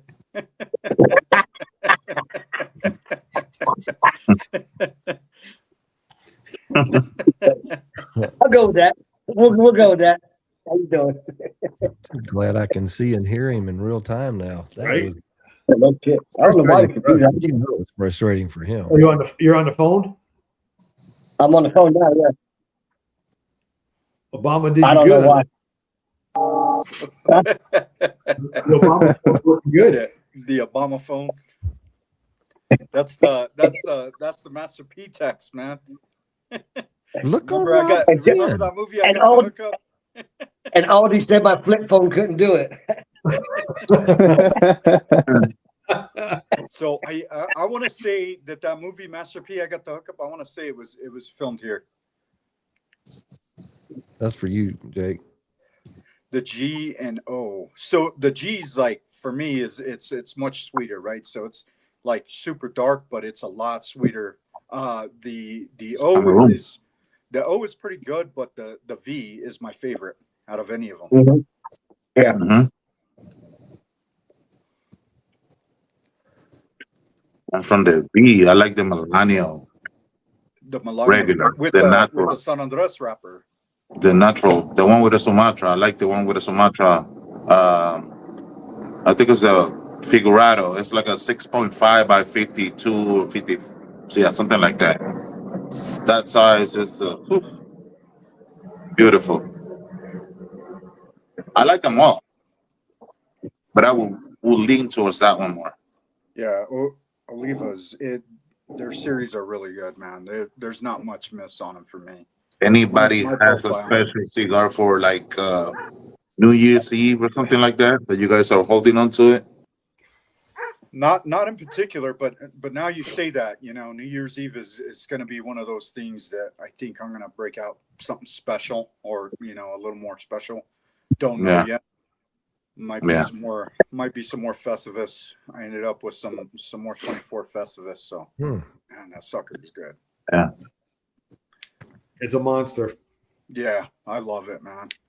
Yeah, I think that day I'm gonna be. What about y'all? I'm gonna be smoking bangers all day long. Aldi, are you smoking a I'm gonna have cigar an right Opus now? in there. Huh? Are you smoking a cigar right now? Yeah, I still got the 858 going. Oh, so you're We'll going to probably have a Festivus the Angels? that day. Yeah, probably gonna have the Opus X. I don't know if they're 20 years. Gabe's here by himself apparently. I don't know. Cool. Why? He's telling us what he's going to smoke on New Year's. Yeah. Yeah. He was going through it. He asked a question. Yeah. You guys not paying attention. Disrespectful. I'm paying attention. I'm paying attention. And Jack. Just call me Maddie. Nah. Are you going to pull out your Angels, your triple oak, and pull out a Goldie and smoke it For what? For New Year's? Tonight. Oh, no, man, it's 11 o'clock. You out your mind? I was gonna say I didn't expect Aldi to be on any time at this point right now. He's watching the fights. That's what it is. Oh, okay. It doesn't work out. He's bacheloring it. What's the best time to do it? Sleep takes over, bro. I'm tired. So you guys were snuggling up in your covers, and I was at the gym this morning, so I don't want to hear nothing. I understand. That's fucking true. Well, usually like on the drone, but yeah, same thing. I was at work at 3:30 this morning. See, Angel gets it. Angels like Ish are probably worse than Ish. Angel napped. There's no question. Angel napped. Angel lives off of 2 or 3 hours of sleep. Yeah, those days are long gone. I couldn't do it when I was a teenager. I was doing it, but I couldn't do it. You know what I mean? Like it was rough. I had to put out an APB on Randy this morning. I texted everybody. I texted it. Just do a welfare check. Yeah. I was like 4:06. I texted. What's up, Gary? Ish finally hit us up. What's up, Urban Engineer? And then it was noon, somewhere around there, and Randy still hadn't hit us up. I was like, all right, APB on Roscoe. That's shit. It was funny because Aldi text me, right? I didn't pay attention to the phone till like 11 o'clock. When I look on shit, I had to reply. When I was about to reply, the day before, I was in bed, and I meant to text him right there, but I never hit send. Mm-hmm. So it was already there. When I texted you, I'm like, God damn. Man, I was tired as hell. We always wait because Ish will come back with good afternoon or good evening, Randy. Well, I'm surprised he's not awake right now because it's what 6:50 5 in the morning, I guess. There maybe. He's on vacation. He's drinking his ass He's off. coming back tomorrow. Other So YouTube. what time Oh yeah, that's true. or today? So he's for drinking him? his ass off. Yeah. He still has a bag of peas on his eye. Yeah. No, it's a steak. It's A steak. That's the- Did he piss Marlon off if you give him a black eye? That's what I told him. I said, you can tell us all day your story, but my story I'm telling is Mama fuck whooped your ass. Uncle Yeah. Paulie says, He I don't pissed know off what the- you were talking the about. wrong Uncle Paulie giant. says on Instagram, Barrier 1492 black. Say that again. Say that again. Bariay. Barrier 1492 black. I don't know if that's a Mm-mm. cigar or whiskey. I never. And then Can you show it on here so I can see it? I'm gonna look it up. Let's see. BAR. What I say it? Is it Pariah? 1492.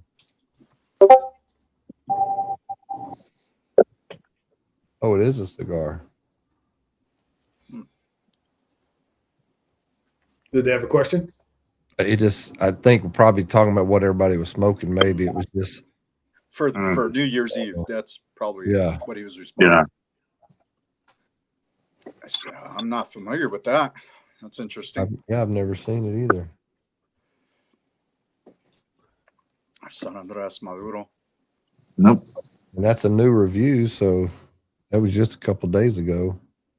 Yeah, interesting. Yeah. Hmm. Yep. Never heard of it before. I neither. Interesting. Isn't that crazy? How much different stuff? Oh man, it's So much.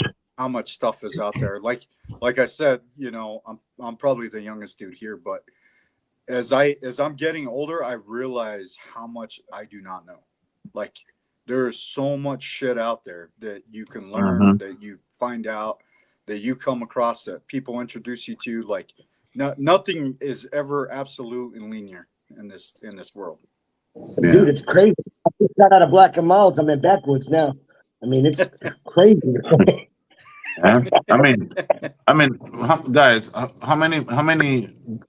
Each one day said something about I don't know how many thousand cigar brands are registered or out there. I know it's in the tens of thousands. I don't know if it was like 40,000 or 30,000. I know it's a lot of them.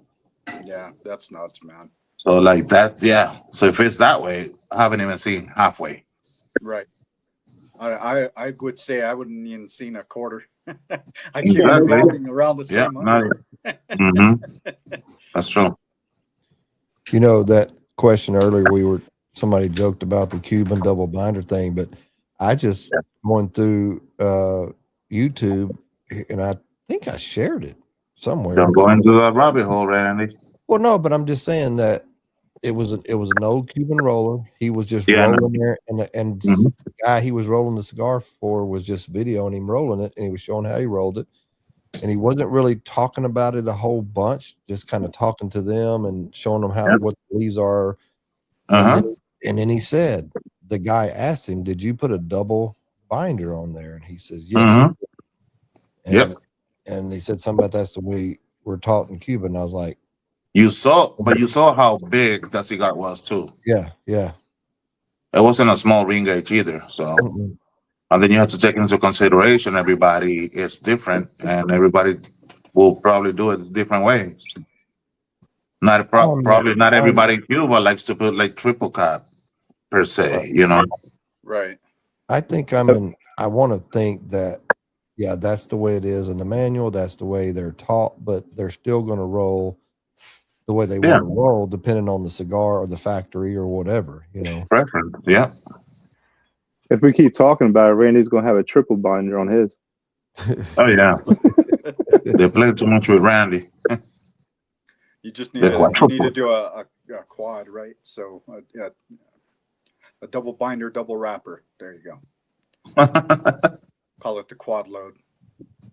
It is crazy though to think there is a reason the cigar is designed and made exactly like we smoke them today. I mean, a double binder, it's thin leaf, or if it's a thinner leaf, as long as it's burning right or whatever.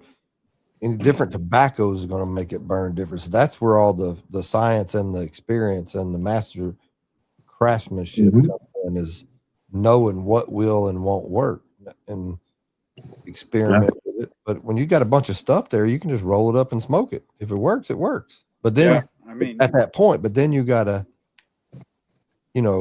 go through a little aging or something and test them. That takes time to know for sure how much time it will and, really and work. just the trials, right? Because you got to get that in that time frame. You got to hit the right spots. Mhm. And that's what like a lot of master blenders and master distillers do, right? So they have to project in their tasting what that thing is going to do at that 5, 10, 15-year mark, and you got to test throughout that time period to see, is this right? Is this the same profile? Do I want the same profile? Do I want something different? What changed on this the last 3 months? Mhm. That's a whole lot of damn trial. I can tell you that much. I was never really a cocktail guy until past couple months. I'm working on some personal projects, kind of swayed a different way, and there are so many things that you can change with it that will alter something completely. I mean, just a minutia, by a few milliliters, and the entire profile's changed. So Yeah. And I can't imagine what these guys do with these master blenders do with tobacco. Mhm. so like when you first, when you roll a fresh cigar, that's the best it's ever going to taste. Like the extreme, like everything's going to be very pronounced. And like you said, you got to project over time. What are you going to lose, if any? How is that going to change for the better, not for the worst? I think my experience so far with a cigar blend, I haven't had something change for the worst with flavor. Things will, matter of fact, uh, the box press is something I'm stepping away from my Banda, and I may have said this to you before, but Mhm. because I want to go into it more in depth, like I'm holding production basically on the box press. Right.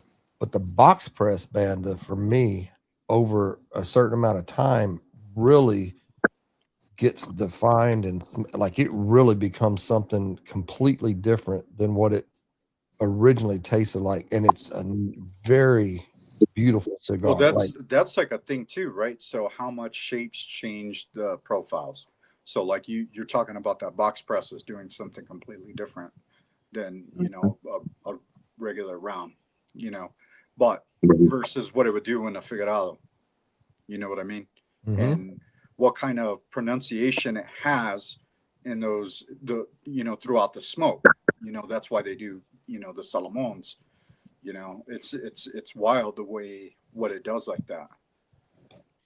Yeah, it's a really cool thing to see how it Yeah. all comes together, and where aging can come in. Because Mhm.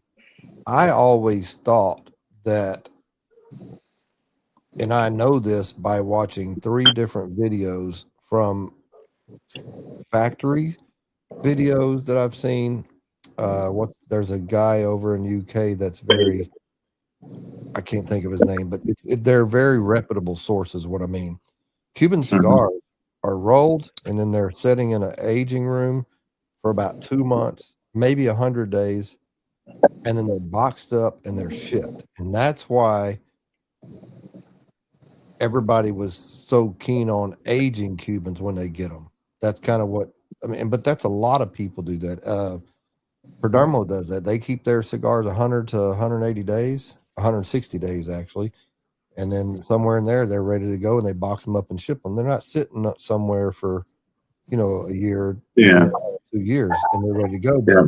But he's at the point that he can afford it. You know what I mean? You got the pocket. If you have the pockets to do that and keep the production rolling every day as normal, It has a lot to do. It's just like, like if you get let's say Cuban cigars and you have them, but then you put them to age and you have a box in there, but you're running low. So you're going to keep buying cigars or buying any, in the affordable line, waiting on those just to try them. It's almost like you got to buy 2 boxes, one to smoke It's and one like, to yeah, it's like depending on what cigar it is. And that's hard to do. I mean, it's Yeah. a lot of people aren't buying boxes anymore. They're buying 3-packs and 5-packs. And Yeah. Well, and there's so many things out there that people want to explore, and There's so many brands out there. You want to try all of them. So you try like 5-pack here or 10-pack and jump to the other one. If you like that one, then you buy the box. So that's me. I try the 5-pack. If I like it, I'm going for it. Yeah, big that's time. typically And I'll right. be in 'Cause probably on the need at bench. least 3 to kind of get where you're at. Yeah. And if I like the cigar a lot, I binge smoke. That's when I'm a gun until it's out of my system. That's like there's that one cigar, right? Going back to the Norteño, I will always buy a fucking box of them. Always. Like, I know what it is. It's going to do the same thing for me. Yeah. The different shapes that they bring them in, the different, the different lengths, the different ring gauges, and it all works for me. But a lot of the new stuff, I want to try a 3-pack. I want to try a 5-pack. If it's good, I'm buying a box. There's some brands right now, that I go through now, and I'm like, I know what that profile is going to be, so I'm gonna buy a box of them.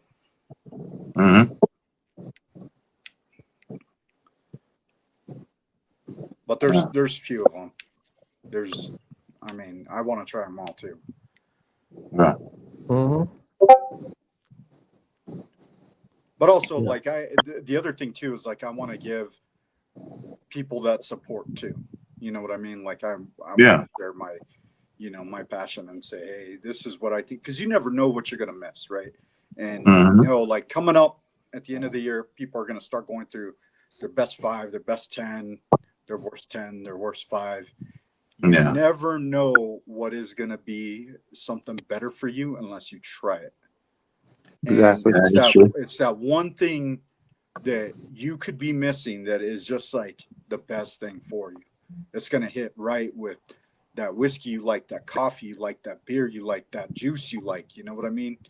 Yeah. Or it's going to be that one thing that just goes perfect with everything.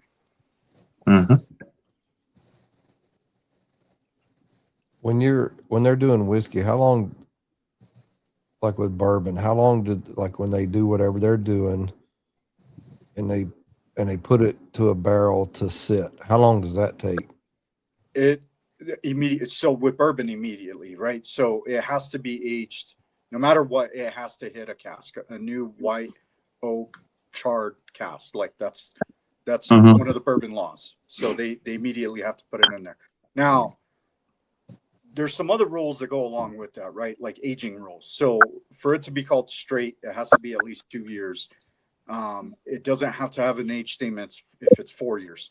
Under 4 years, they have to say how many years it's been there, or months. You know what I mean? So, and it just depends. And there's different spirits, right? There's different heritage brands that they kind of know when their whiskey does at what age, because they've been doing it so long. So, like, a couple of examples. So, like Jim Beam. Jim Beam does, like, Knob Creek. It does Booker's. It does Little Book. Little Book's more their experimental line. But they know, like, 6 to 8 years, they're coming out with the Bookers, which is their premium on the, like, top tier shelf that hit. And they know in that 6 to 8 range, it's going to be the best.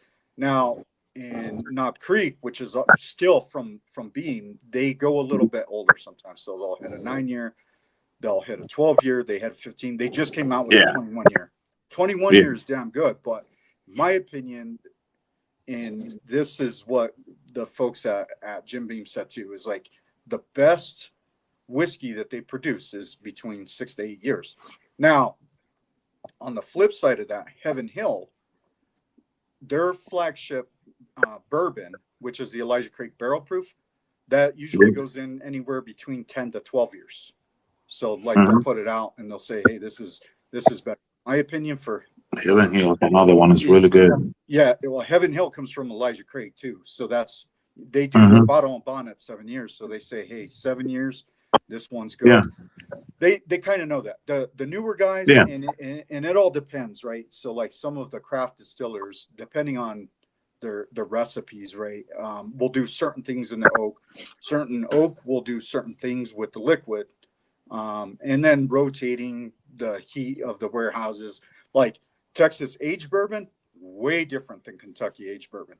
It ages so much quicker down in Texas. What you get in something that takes 6 to 8 years in Kentucky, you can get in 3 to 4 years in Texas. Because of humidity and Because stuff? the humidity, the heat, the elevation is different. Yeah, like the Russell's 10, that's wild turkey juice, and I mean that's pretty damn good at that 10-year mark. I mean, these guys kind of know, but there's a brand out of Nevada, out of Las Vegas, Nevada, Smoke Wagon. I'm sure you guys have seen. Yes. So they get their base whiskey. They get it from Ross and Squibb, which is out in Indiana. Used to be MGP. So they buy it young and they age it in Las Vegas. Theirs ages a lot more quickly than it does even in Texas. So in about 2 years, they could lose about 15% of the barrel, which in Texas would, in that same amount of time, would lose maybe 8%. And Nevada only 4%? They only lose 4%? No, like 14%. That's just an Oh, example. 14, like they'll 14. lose Okay, my bad. 14%. Okay. Because it's so In the dry. same amount of time, Yeah. Texas would lose 8%. Yeah. I mean, I don't know the exact numbers, but there's some ratios there. Yeah. That's wild, though. Like, when- say 300 years ago, when you got, I don't know, maybe even 200 years ago, when folks, or less, when, say in the 1800s, so there people are, brewing whiskey or whatever, they're making, I mean, maybe that's why moonshine was popular, I guess, because you could just spit it out and it's ready, right? Well, that was the thing why they came out with the Bottle and Bond Act, right? So they said minimum age 4 years, minimum 100 proof, and it had to be in a government bond and warehouse because people were putting out wild shit that you didn't know what you were getting in your whiskey. So the government would go in and they would say, yeah, we determined that this is like FDA compliant, which there was no FDA back then, but this was like one of the first things in the food market, right? With the beverage market was the Bottle and Bond Act. And that's why a lot of people were getting in trouble and getting sick from moonshine because they weren't clearing hearts and tells right. They're adding shit. They're adding. What would they add that would make you sick? Turpentine. They would add like the leftover tobacco juice, from like the Kentucky Fire Cured tobacco stuff. It was wild what they would add in it. Just anything to ferment it or get the stuff Anything going. to get it darker because they knew like if it was aged that it would taste better, right? So they would just add stuff like they come out right out the still. And don't get me wrong, some of that stuff there's some merit to what people have as what they declare white dog, right? Over here they call it farmer's keep, but white dog moonshine, it's all about the same thing. There's some merit to it, which you can tell how good a whiskey is by its white dog and what it's going to do later. The aging is what gives it its color and gives it its sweetness. Sometimes you can taste the sweetness on the grain, but it's a little different. And it's a little bit more raw, right? So it tastes a little more grainy, a little more vegetal, almost like a vodka. Vodka's Nutri-Grain spirits distilled 150 times. It's supposed to strip all that flavor out so you don't get it. But sometimes you can taste that grain on it. But there's no aging to it. There's no that's where that science comes in, right? Yeah. That passion, you can, that art form. And like I said, it's like music. Nothing is linear. Nothing is, straight across. Like I was saying, with certain whiskeys, I think do better at certain ages than others do. And these guys who have been doing it for 250 years, they know that. I would imagine something that's fresh off that still like that would be harsh and stout. You would be surprised. So one of the best white dogs I ever tried, commercial white dogs, was out of Lux Row, and it's distilled out there in Bardstown, Kentucky. And they used to get stuff from Heaven Hill, but they started making their own. That was the best white dog I ever had commercially. They when I took the tour, they let us get some right out the still, like when it was flowing to the casking. And that's where they test it. That's where the master distillers and the master blenders, they taste it from there, make sure it's good. So it's wild what it'll do. What cultures refine that? Like what cultures, is it American? Started with the started with the. Well, I know they got Scotland with Scotch. So Scotland and Ireland, they were doing it for some time before the U.S. res, right? But the lore, the whole whiskey lore, right, is saying that bourbon actually came from France, from Bourbon, France. Is because they kind of took it over to Louisiana. Sazerac House is pretty popular. But if you look at the distillation processes in France, they have two different types, which one comes out of Cognac, France, and one comes out of Armagnac, France, which that's where brandy comes from, those particular brandies, right? Cognac brandy and Armagnac brandy. If you look at Armagnac brandy is distilled in a column still, just like bourbon is. And so it has a little more viscous taste. Irish whiskey is generally, not all the time, but generally pot distilled like cognac, and it usually comes out a little thinner, and you get different notes out of it. But the lore is that's where bourbon came from originally, was from France. And if you ask me, it's a little closer to Armagnac than it is cognac in that distillate, just because of the distillation process. And that's why we need Jake more often in this podcast. Hey, don't ever take anything I say to gospel, because it's only what I've read off of Google.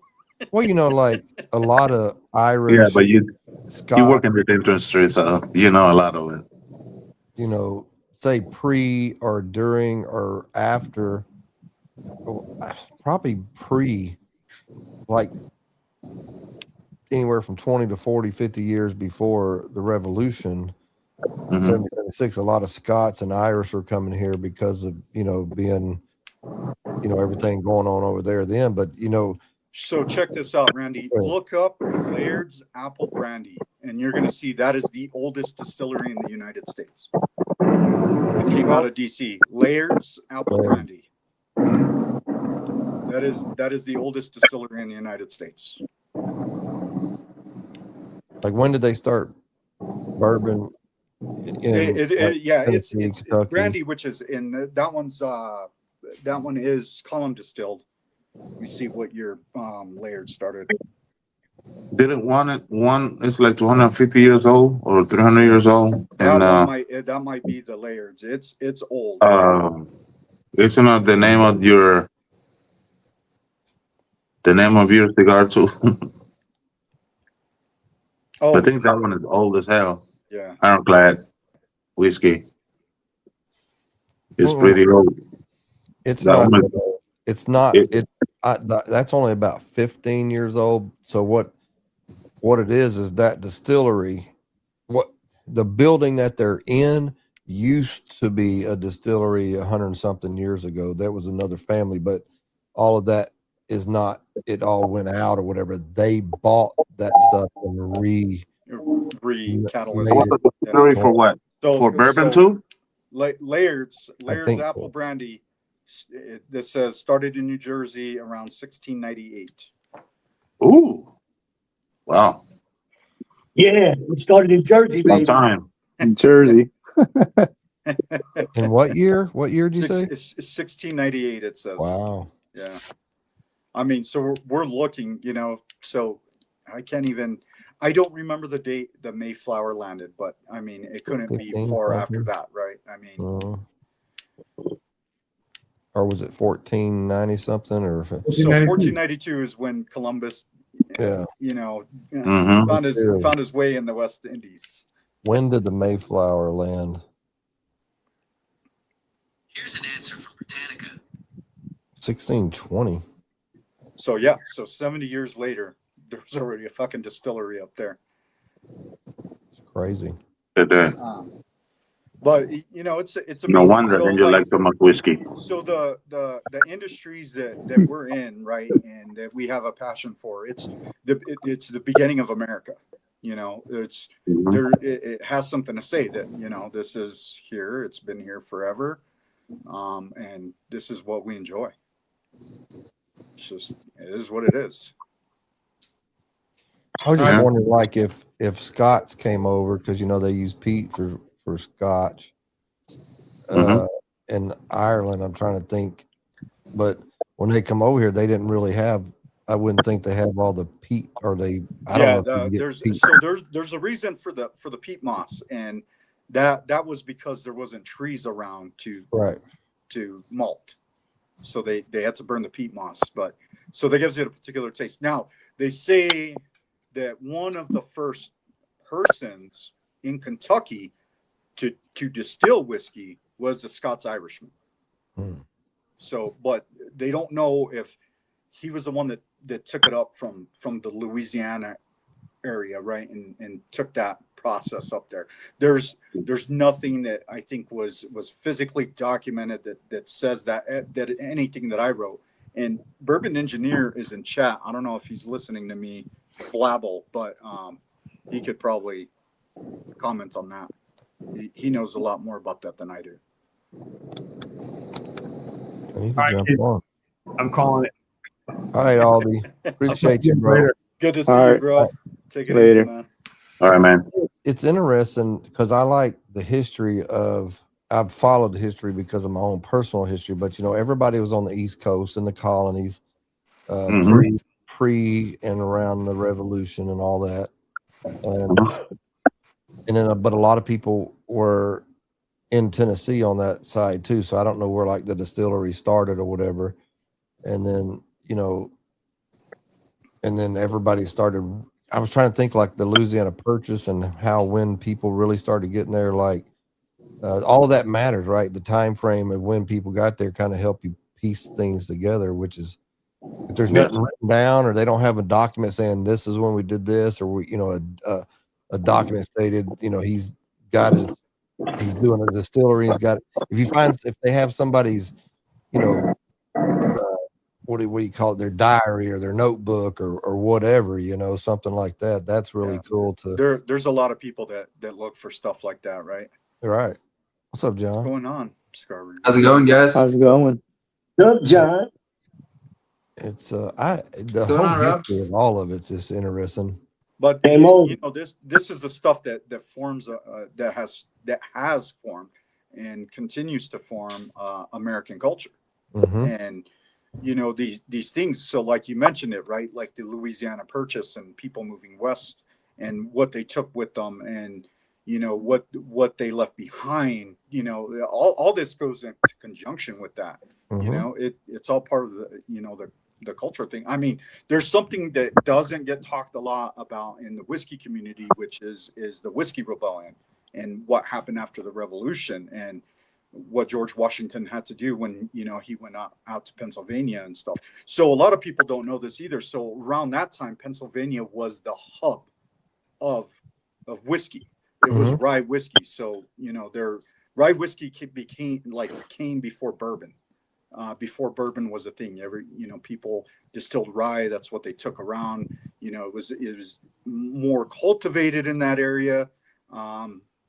So that's what they produce. A lot of the big name whiskeys came from Pennsylvania, were rye distilleries.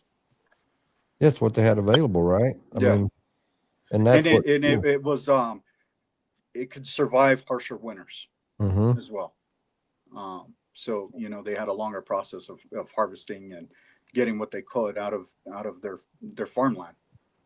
Think about the knowledge base, bro, of people 250 years ago, 300 years ago that they had, that was handed down because that's what they did every day. Well, it was all survival, right? Yeah. And it was all out of necessity.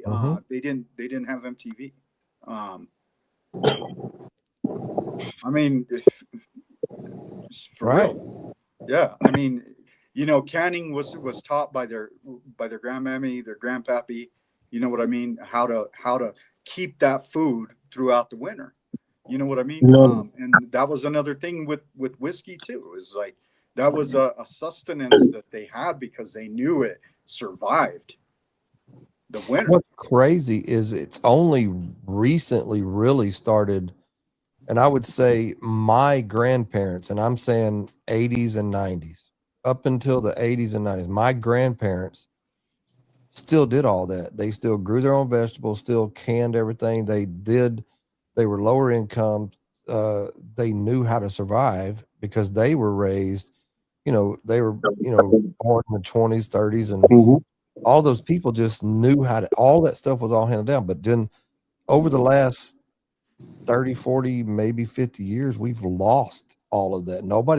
Hardly anybody today knows how to do any of that. Yeah, I Mhm. did I was doing canning up till maybe about 4 years ago, but kind of same thing, right? So I got comfortable with where I was at and the things that I have today. You know, I live in first world problems, no doubt about it. I think most of us do.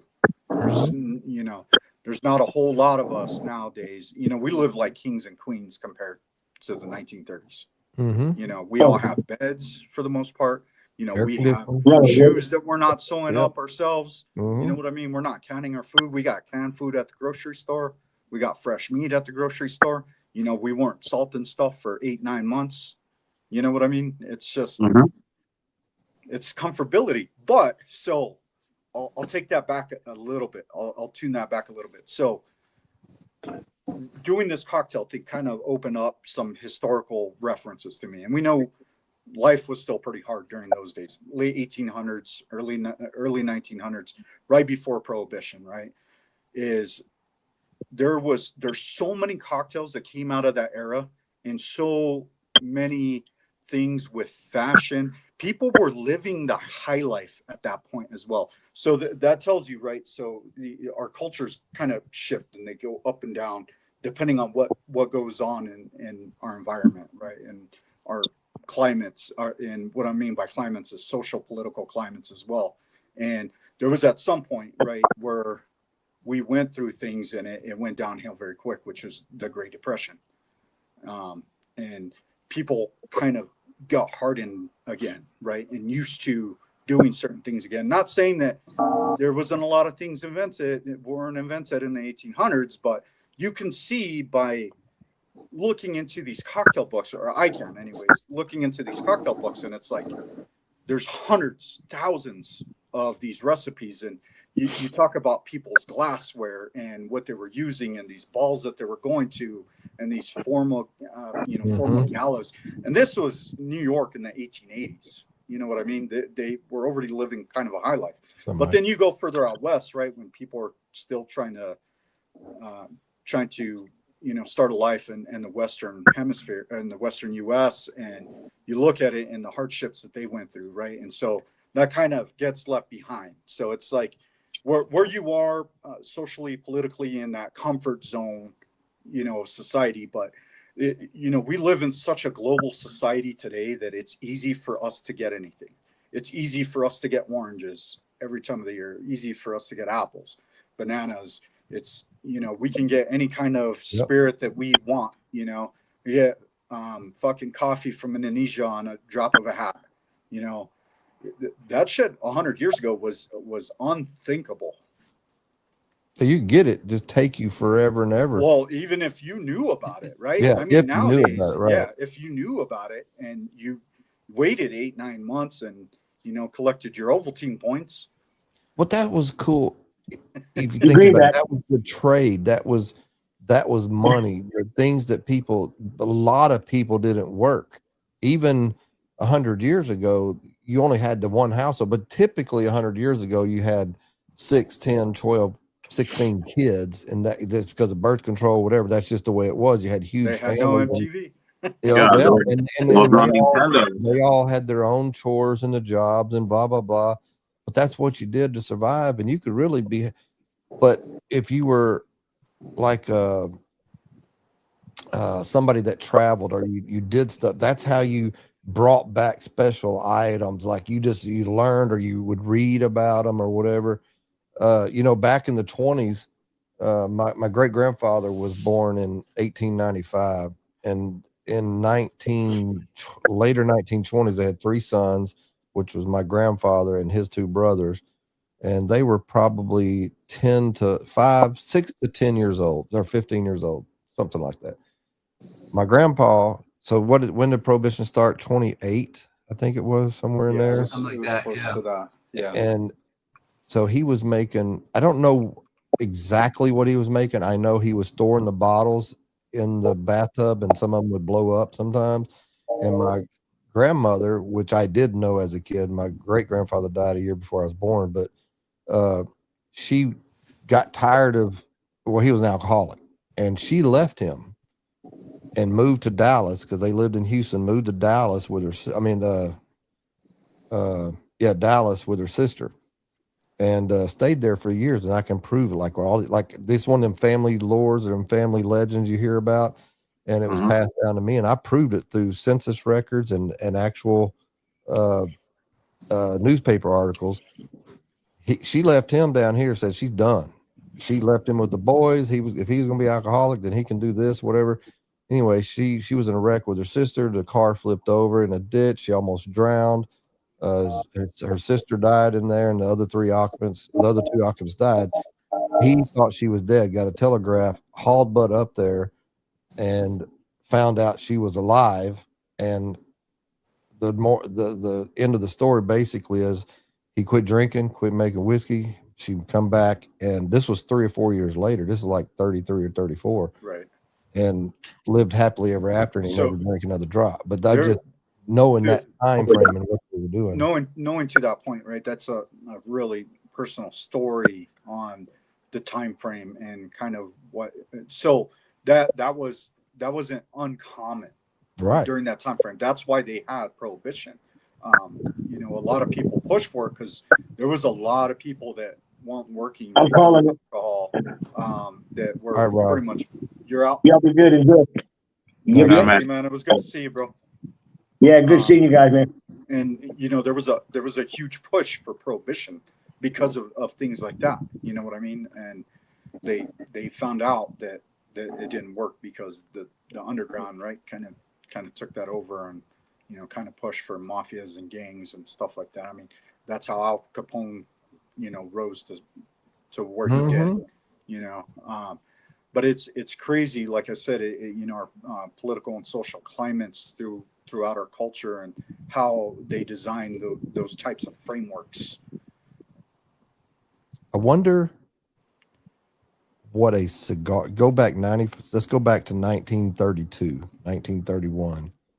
I wonder what whiskey and a cigar would have tasted like, and how much that would have been such, you know, status type of symbol. You know what I mean? Right. Like a So I Yeah. think at the same time, right, it was hard to get, but at the same time, it was a lot more common because there wasn't restrictions like there are now, right? So there wasn't, you know, there wasn't like, oh, you could buy this limit. There was nighttime restrictions on when you could buy alcohol, and we know for a fact, you know, how much fucking restrictions there are for tobacco nowadays, you know, and they kind of lump them all together. Going to that, there's a company, I think you guys interviewed them, Randy, was Lovely Cigars. Oh, I love their cigars too. So they're good. So they started in Green Bay, right? So they were manufacturing cigars in Green Bay, you know, back in the early 1900s. So you can imagine, right, that commerce that was there, and kind of takes you back, and that's like a huge thing. Like I said, culturally, this is American culture, whiskey and cigars. It's a huge part of it. And you look at companies like that, right, like Lovely, that take you back in their history, and you find out what they were doing, right? Because a lot of this isn't common knowledge anymore. It's not. They don't talk about what's made for those factory workers, those dock workers, and what everybody was doing at the time, right? It's not common knowledge like it used to be. It's interesting, man. I love history.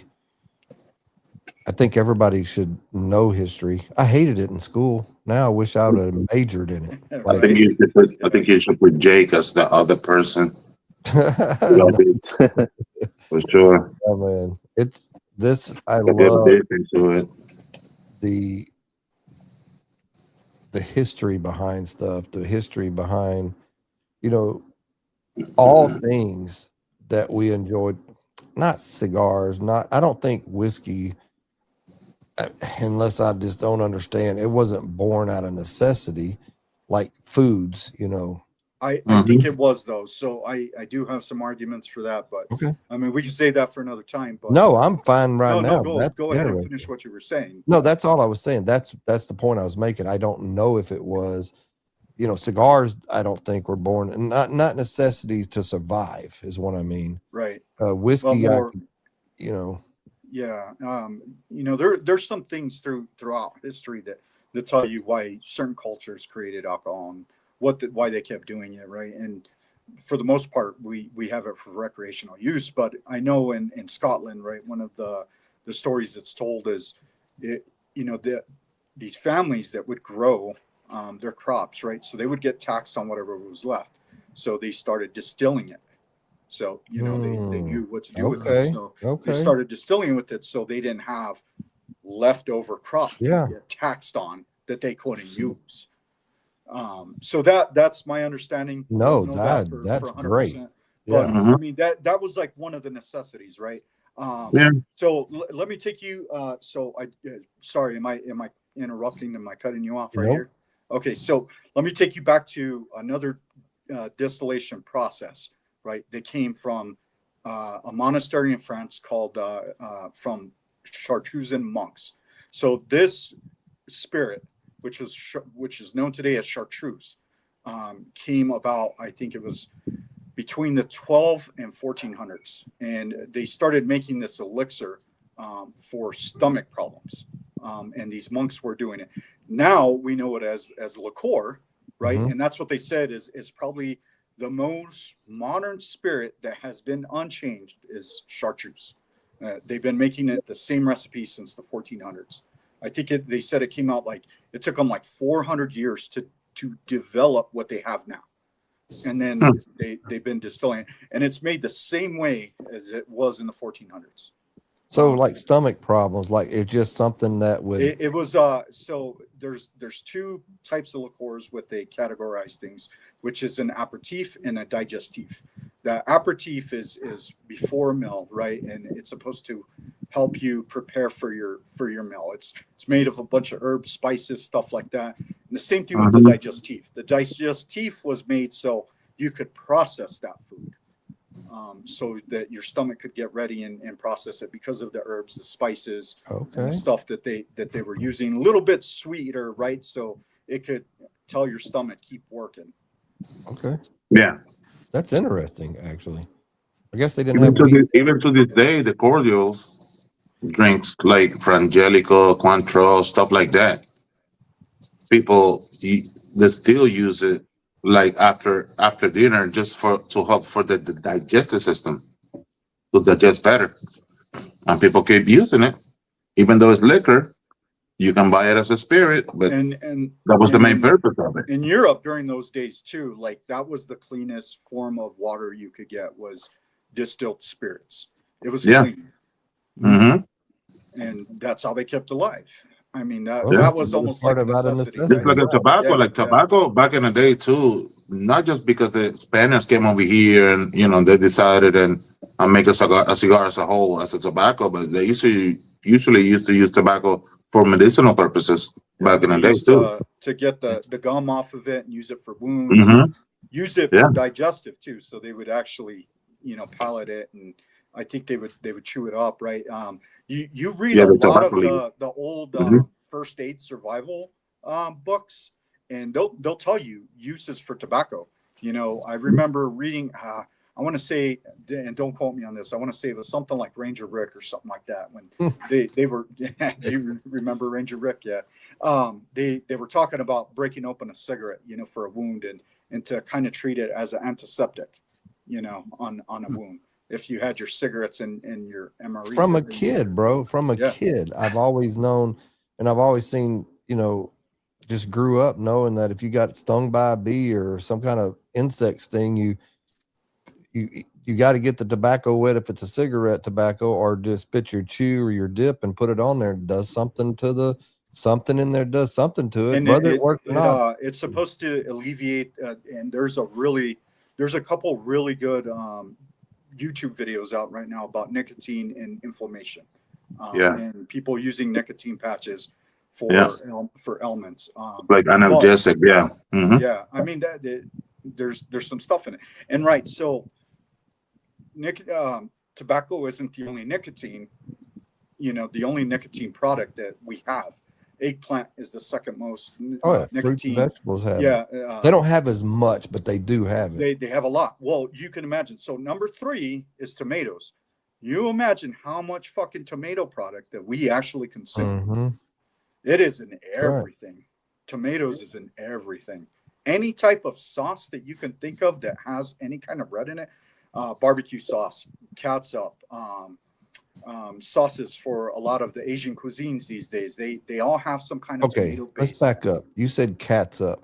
Do you know, since you said catsup, do you know why it's catsup? So I've always heard it as catsup. And what I originally know was one of the original brands that had come to the US. So it was just called catsup as a brand name. Yeah, catsup. That's what I know it as. And I think it was Heinz or one of the other ones. They changed it to ketchup, and that's how they marketed theirs. That's how you could tell the difference, that it was Heinz or one of those other products, because they called it ketchup. Talking about fermenting things, or necessities, or kind of where I was going earlier about foods and stuff, like, why do you eat chitlins, or why are you eating, like, nobody in their right mind would say, I wonder what them intestines would taste like if we just rinsed them out. Right. They had to eat it. They had to use everything. Yeah, I mean, you used every part of the animal that you could, right? I mean, that was a necessity thing. To this day, one of my favorite parts of an animal to eat is the face meat. All my red meat animals, elk, cow, deer. My favorite is the face meat, man. It's so tender, has such a different flavor. It's not used much, right? They're not making a whole bunch of facial. You come from a Hispanic culture? Not yes and no. Like more modern American than anything. Spanish aside of that, New Mexico kind of has its own culture, just like Texas does. Right. Yeah, but I mean, that's where you see it a lot from, right? You see it from a lot of these Hispanic cultures, because that's the way they were taught too. They were taught to use. I got some friends that get mad if you kill a hog and you gut it and quarter it and just keep all the the quarters and the back strap and the rib and all, and you throw the head away. They're like, bro, bring it to me. Oh yeah, exactly. There's a lot of meat and a lot of stuff. You were taught to use everything, right? It's just like menudo and people using that, the stomach lining, and it's a delicacy.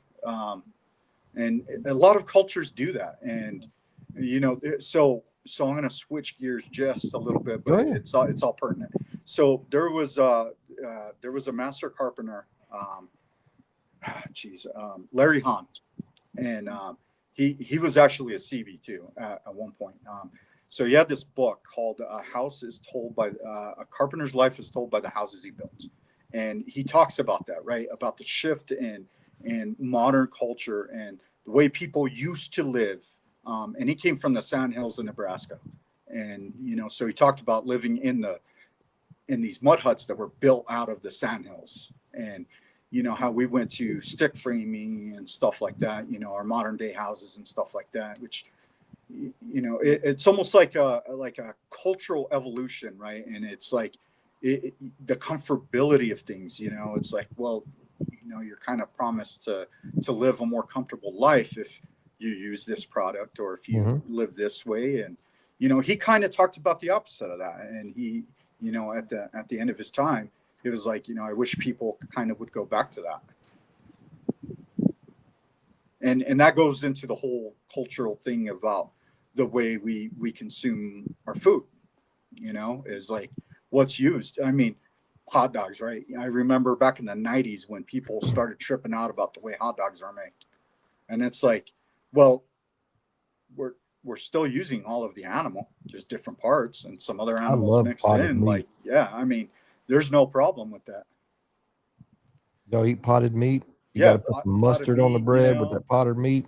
Potted meat. You just grew up eating it, didn't even know it was in it. And when you know, there's so many foods that I can't watch it, or I wouldn't be able to clean the animal and prepare it, or I can't watch it being prepared, but I'll eat it if you bring it to me. Yeah. Don't tell me Well, what's it's in it, because or you can it's tell me after. processed, right? And it's Right. it's in a different form. It's a little bit, but you have kind of and so me and my buddy, we talked about it before, is doing things out of necessity or because you want to do it.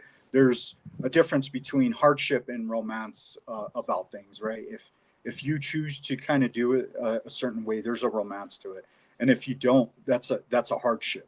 You know what I mean? And depending on your outlook on things, you know, that's always the glass halfway or half full. But whether or not it's your glass, you drink it how you want it. Talking about, so what is vodka? Is that potatoes? It Potato. could be any kind of grain. Potatoes is the most famous one, which a lot of people say that's the way vodka should be made. Poland still makes a lot of potato vodka. Probably came from the famine, right? I'm trying to remember the time frame, but potatoes is what everybody was able to survive on for a long time. That, and I don't know much of the history on vodka. I don't like it. They distill it so much, they strip everything out of it, and then they don't. Some of it, yeah. Yeah, it's really meant to be a neutral grain spirit. It's meant for it to take on the flavor of anything that's mixed with it. And I'm not a huge fan of that. But I get it. People like it, and they like it for that reason. A lot of people don't like bourbon because it tastes like the fucking wood. What's up, Chief? I mean, it's just it. Yeah. Yeah, man. Dude, this is interesting. Let's keep going. I'll ask questions. This is fun. You're like an encyclopedia. Bro, like I know enough to be annoying, but not enough to make a lot of money. It's not annoying. Pedro, come on in, brother. That was funny though. I gotta say, I'm not a vodka guy either, but probably a decade ago, I went to a place here in LA that was like a vodka bar, and my buddy, my wife, and I the manager really liked us and just started pouring us extra shots of stuff. And I got to say, some like the higher end, like again, not that I would go for it, but I can certainly appreciate it. Yeah, there's some merit to certain things.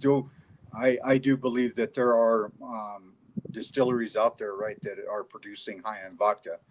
Now, is it merited $300 a bottle versus $20 bottle of vodka? I don't know, but that $70 and $20 one, there's a difference. Sometimes you get them $10 that are like, I should have never drank that one. I don't want to mention any name, but there's some of them that are like, woo. Yeah.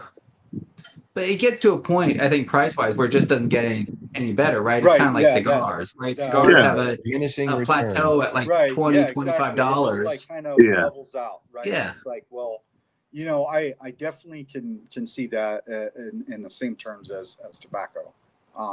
I've had some $100, $200 cigars, and I'm like, man, these are worthless. Like, what, I'd rather have a $12, $15 cigar. I'm always say, like, there's no way, there's no tobacco leaves in the world that cost even $500 for a cigar, $700 for one cigar. You know what I'm saying? Well, and that's the thing. Being in the industry, what it can cost to get it landed over here. But however, you're going to have even if you put some different tobaccos, it's still never going to get to that price point. Like, you're talking about this tobacco is a weed. It's a weed and it grow fast. Basically, no maintenance on it. But you just fucking let it dry and do the whole process that you learn through the years, and you're willing to sit on it to see how it tastes like Demand, 2 to right? 3 years later on. It depends on the demand of that particular tobacco, where it's grown, Yeah. Mm-hmm. and over what do you call it?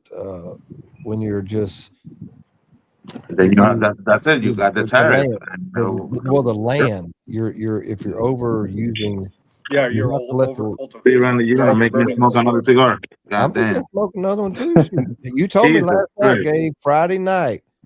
Oh We up. man. It's a thing. Be up. We on tonight. I just lit another one.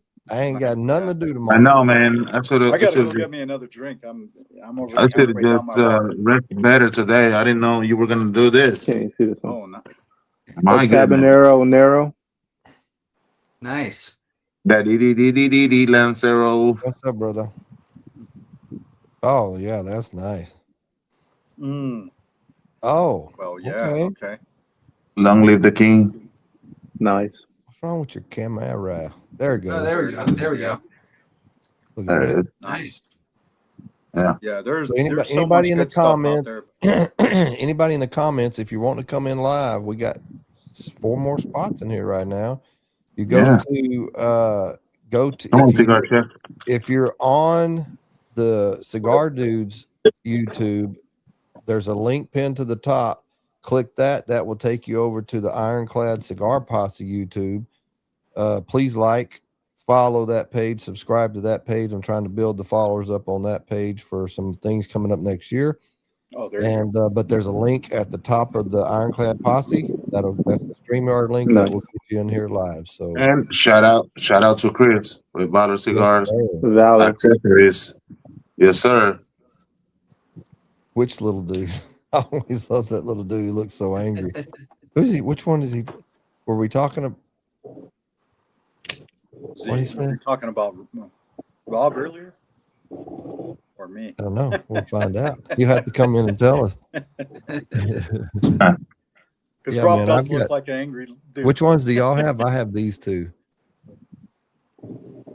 So I do have both of them I have too. the Old Glory. I don't have it with me right Oh, now. you got both of them, huh? You got the Lone Star. But Nice. as soon, Oh, you got the V cutter? Oh yeah, the Lone Star. Yeah, I like that one. Yeah, that's. But I you have see the- what's in the middle? Wow. I have the Lone Star. Nice. Is that the one in gray with I the love that. Iron Clad? Yeah, see that? Mhm. Yeah. Lovely. It's cool. Matter of fact, what do See, I here's my Old Glory one. Yeah, there we go. There you go. Yeah. Same as here. Yeah.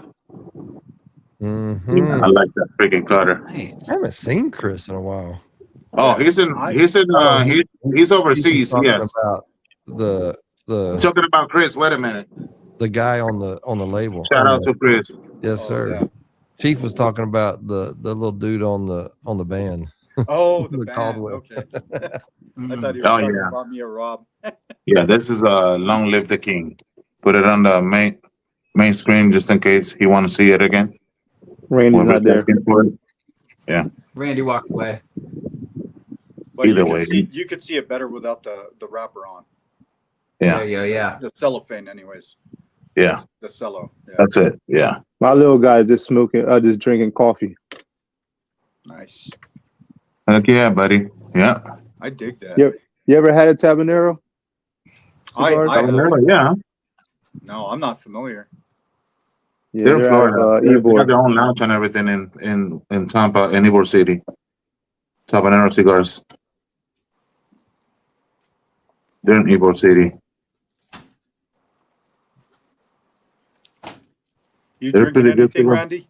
Or Say again? you dry tonight? You What is drinking it? anything or you dry? Rum for me. I'm What actually kind of rum do you drinking have? Which one are you doing? Zacapa? the Kappa. Oh, okay. Okay. My colleague, he's from Guatemala, and he knows a lot of those dudes from that distillery, and so he was talking to me about them. Really interesting. I'm not a huge rum guy. He just recently started getting into rum, probably a few months ago when I, started trying a bunch of these different cocktails and stuff, and. Man, I'm really turned on to some Jamaican rum right now. Hamden Estate. Gosh, man, that stuff is insanely good. Yeah, Jamaican rum is really good. Yeah. Oh, My seriously, wife different. brought me some. So they just went on a cruise, and it's the only place I can't find it online. So she just gets it when they go to Cozumel or Costa Maya, and it's Ron Caribe, but it's a nice Yucatan. I've heard of that one before. It is too, nice. Yeah. I got this one from O-Line Spirits. O-Line Spirits, they source some rum from some different places. I got this one from the DR, and I want to say it was 8 years aged in the DR. They took it up to Maryland because I think they're out of Maryland, and they aged it 2 years in an American single malt cask. That they bottled that at 60 ABV, 120 proof, and it tastes like you're drinking birthday cake. It's Wow. wild. It is wild, man. Dangerous. Yeah, very dangerous. Dangerous. That sounds Do you know what dangerous. brand it was? What's that? Do you know what brand that was or what rum it it was? was? From O-Line Spirits. They O-Line. sourced it Okay. from the DR. That sounds good. Yeah, 18. they have some really good Brotan whiskey 18. and Yeah. spirit. Yeah. Or is it Brotan or bottom? Brotan, I think. Brotan. Well, that is a Spanish word, so I'm pretty sure it's Brotan. Brotan. This is the one I chose. Have you smoked? Isn't this a Turkish one? Ooh, No, I don't make things. Oh, Was that the one that was in? you know, there is one like that is like a barber pole, like you not barber pole, like the barbed wire, but with that band. He doesn't want to freaking tell me.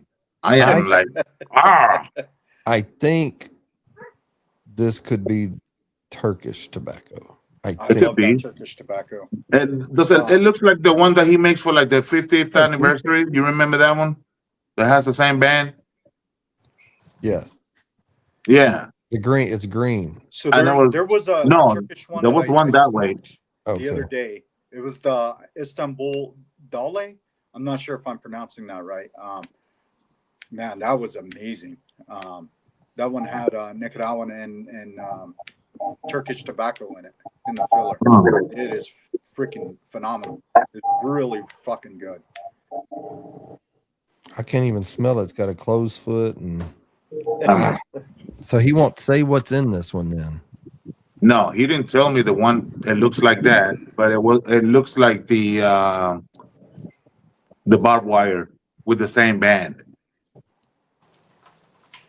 I gotta see it. I don't mean to change Dave, that's subject, the one but that was Jake in Paul the- just got knocked out.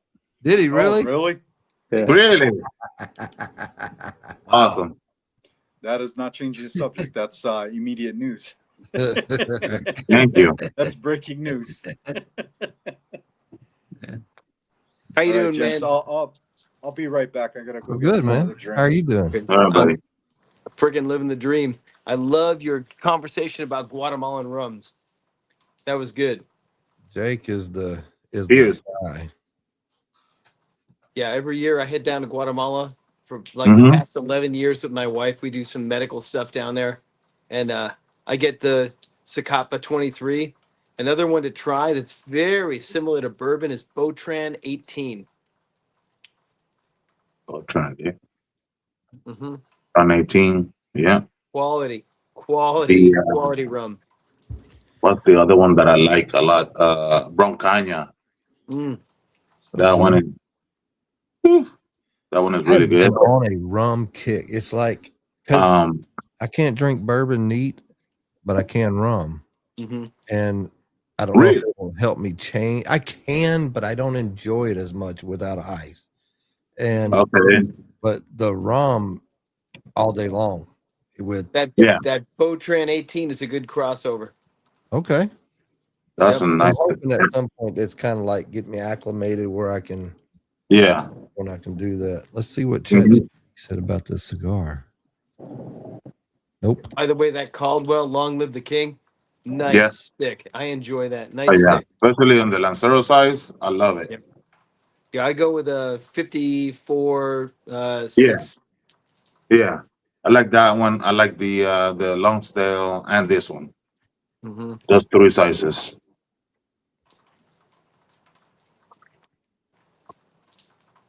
Yeah, such a good flavor. It's ridiculous. Yeah, it's good. It's kind of right up there with a Julius Caesar.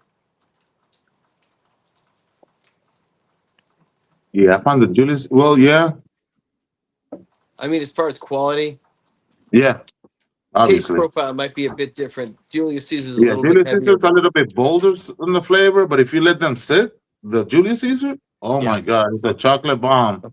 I've Like, let but mine. one Mine have time rested by an in my. accident, by an accident.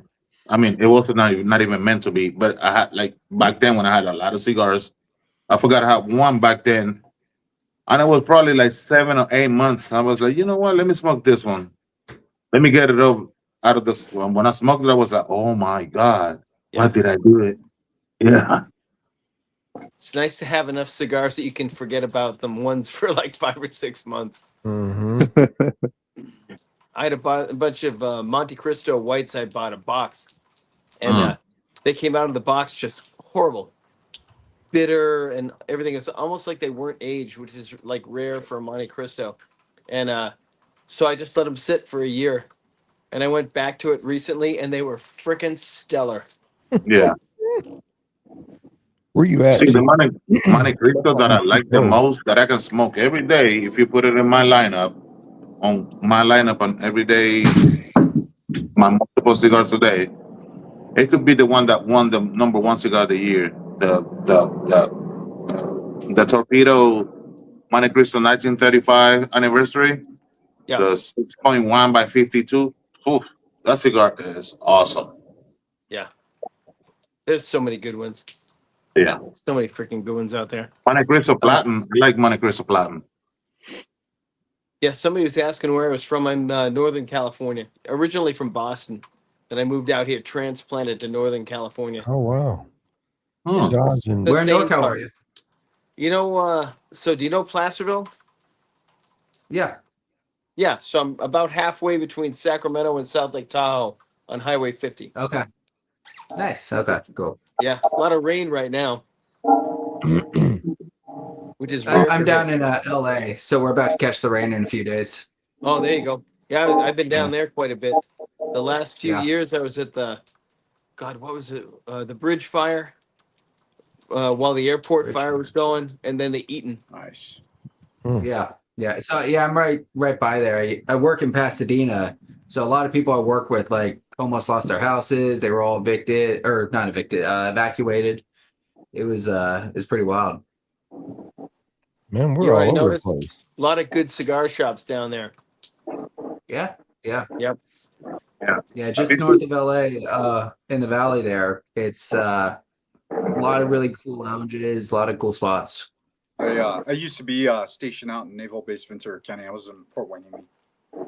I love that area. It's freaking awesome. Firefighter? Which one? Naval Base Ventura County Nice, out at yeah. Port Hueneme. There you go. Yeah. Nice. Well, I'm sure you're sick of hearing this by now, but honest to God, thanks for your service. Mm-hmm. No, thank you. Gave this cigar. There's a lot more people that did a lot more than I did, but yeah, appreciate y'all.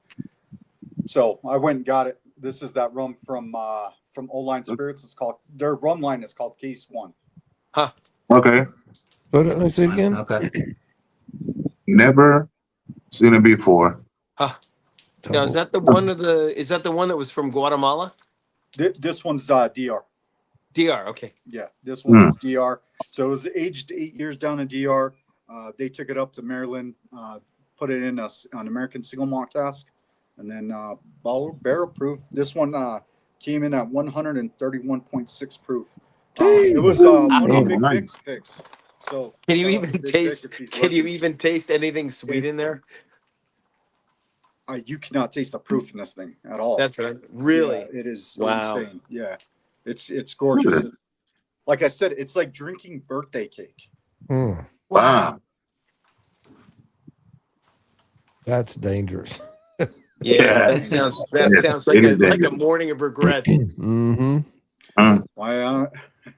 So I only do 2 ounces at a time. I don't blame you though. This one's got some kick to it, Gabe. It is good. And which one is that one? The one you said he won't tell you when to put it. Yeah, I bet it is. Yeah. Oh man. Is that a Toro or is that a Robusto or? You know, it's like a fat. It's probably a 5.5. 5.5. Okay. It almost Probably looks about 5.5 by 54, maybe. Yeah, that's Yeah. what I think. Because it's a little fatter, but it is. That's a nice size. Yeah, you can't taste the heat off of this thing. That is good. Man, now I gotta see. Randy, is that the one that That's came like in the- the Factory Cigar Club pack? Yeah, but I don't know which Yeah. one. I just pulled it out. How about, I was just about to That was ask, on was it November. That's December or November. November? That's November. Yeah, that's November. I bought 3 of them. Okay. Bro, I cannot wait to get those in, dude. I got 2 Novembers and 1 December. That dude just does amazing shit. He's a wizard. Mhm. I know. It's ridiculous, yeah. And when you think that he already take it to the next level, he's surprised it was something new. Bro, yeah. I mean, there's so much shit that I almost gave away some shit, but there's just wild shit that he does out there. Like they're just like other people aren't doing. They're not thinking of it. You know, he does shit so outside the box, but so inside the box at the same time. Like it's hard to fucking explain. Yeah, he willing to try it out and gamble it and see what's coming up. Yeah. I don't know how to I describe can't this cigar. wait for. I know there's some stuff in the works, Spanish tobacco, and that shit it's wild, man. So the first time that I had like real Spanish tobacco was in it was called the España, which was by the not Monte Cristo. The Macanudo? Macanudo. Yep. The Yeah. emissary series. The emissary Macanudo Spain, emissary. Spain, yeah. Oh yeah. That cigar, I like that cigar. Yeah. That What's cigar is the growing area in Spain? I think it's southwest Spain, right? So it's by the I want to say Jaca. Is that what it is? I'm not sure. He told us the other day. I don't remember. One of his I don't know that. tobacco comes from There's the different regions. There's island. different regions in Spain that you can grow tobacco. I did not know that. Huh. So there's a tobacco from Belgium that I fucking really love, and it's mainly in a pipe tobacco, and it's called Semois. It's from the Semois Valley. Okay. There's Vincent de Menil he's the grower and producer of that tobacco, and there's these little pipe things that he has called levuchons, and it's like these little weird tobacco bulbs that I'm gonna turn my camera like this for a second, Randy. I don't want to say it's rolled like a cigar, but it's rolled like a cigar, and you put it in a pipe. But they're shaped like light bulbs, essentially. No shit. That tobacco it's fucking wild. I didn't even know tobacco grew in that region. And they have there's a lot of places he's brought up that I was surprised by. He Okay. said there's places in Egypt they grow tobacco. Oh, yeah. Right? Yeah. Sorry about Here's a that. question for you guys. Let me ask you real quick. So Guatemala, right? It's between Honduras and Mexico, right? Exactly, as well as a few other countries, El Salvador.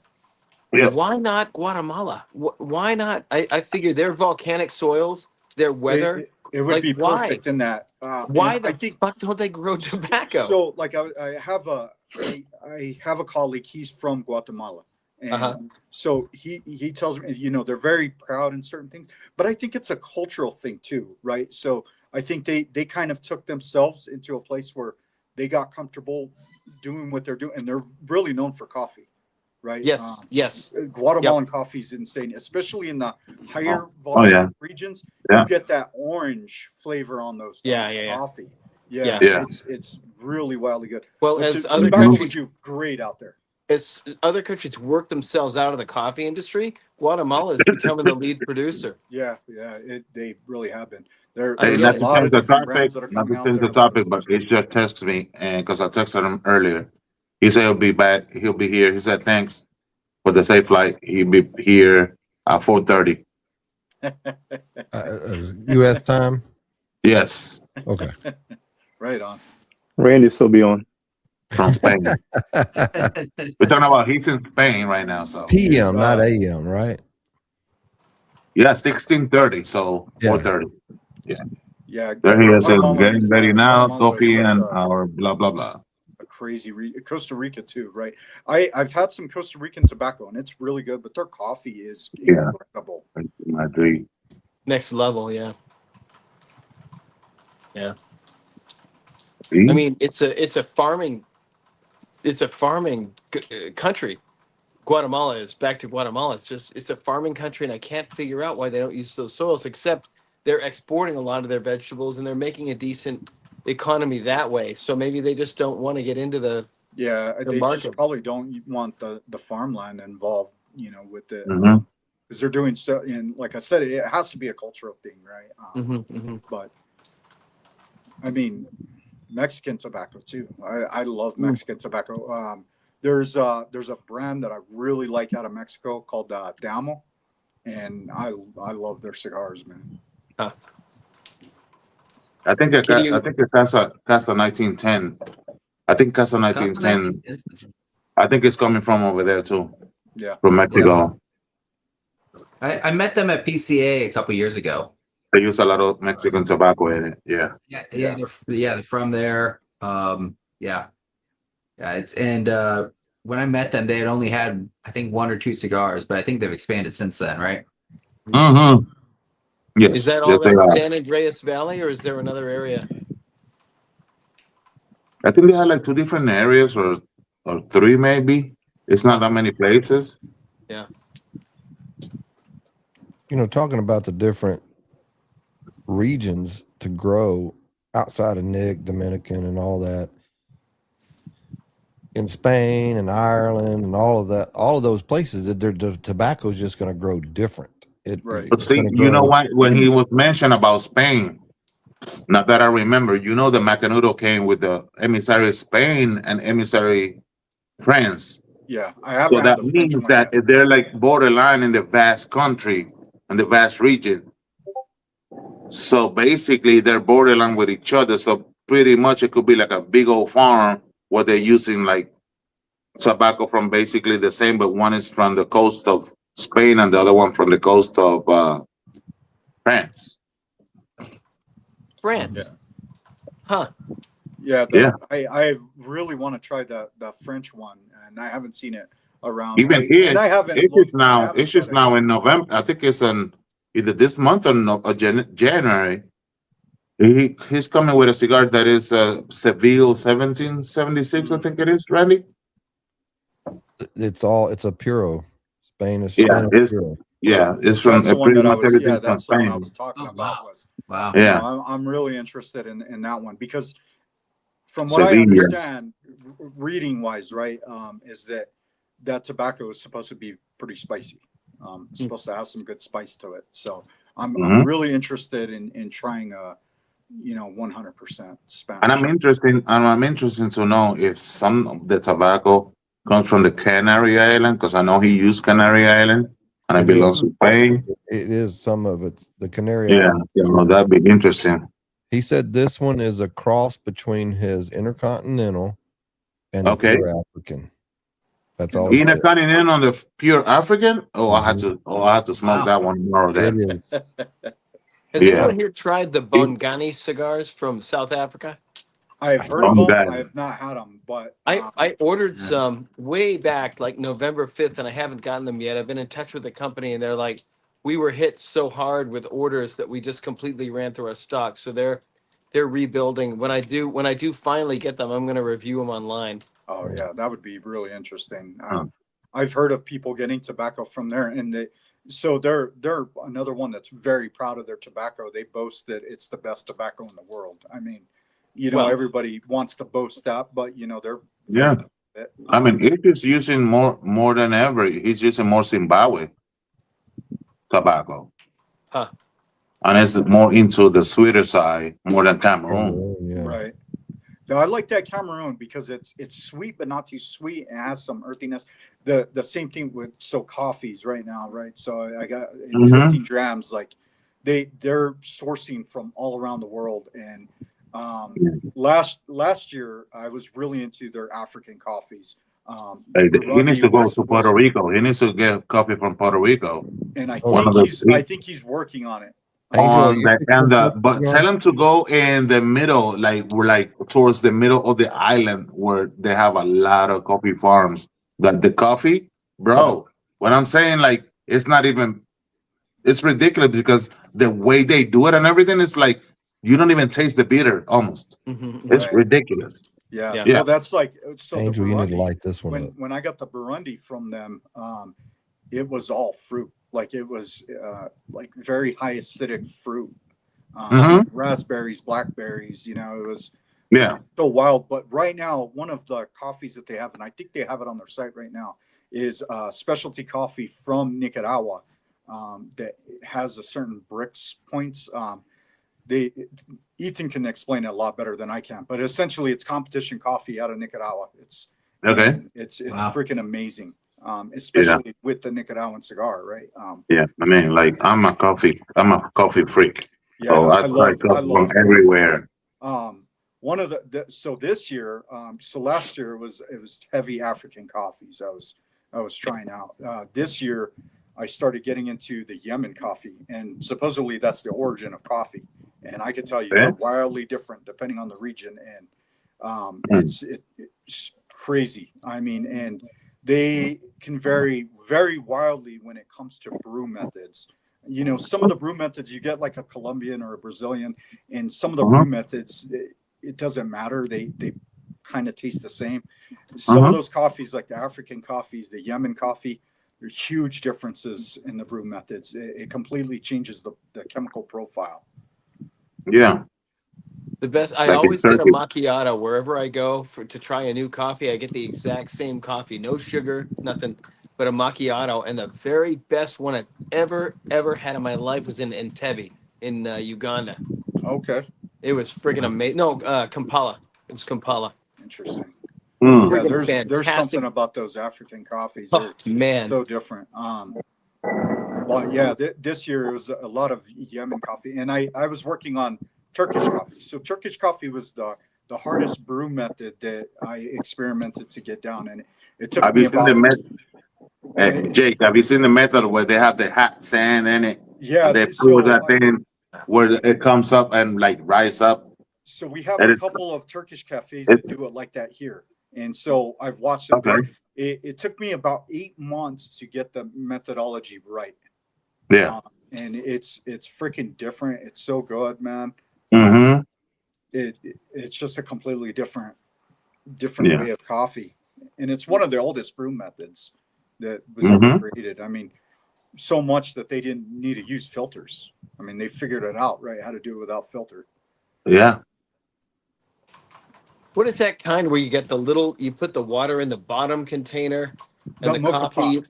What's that? Mocha pot.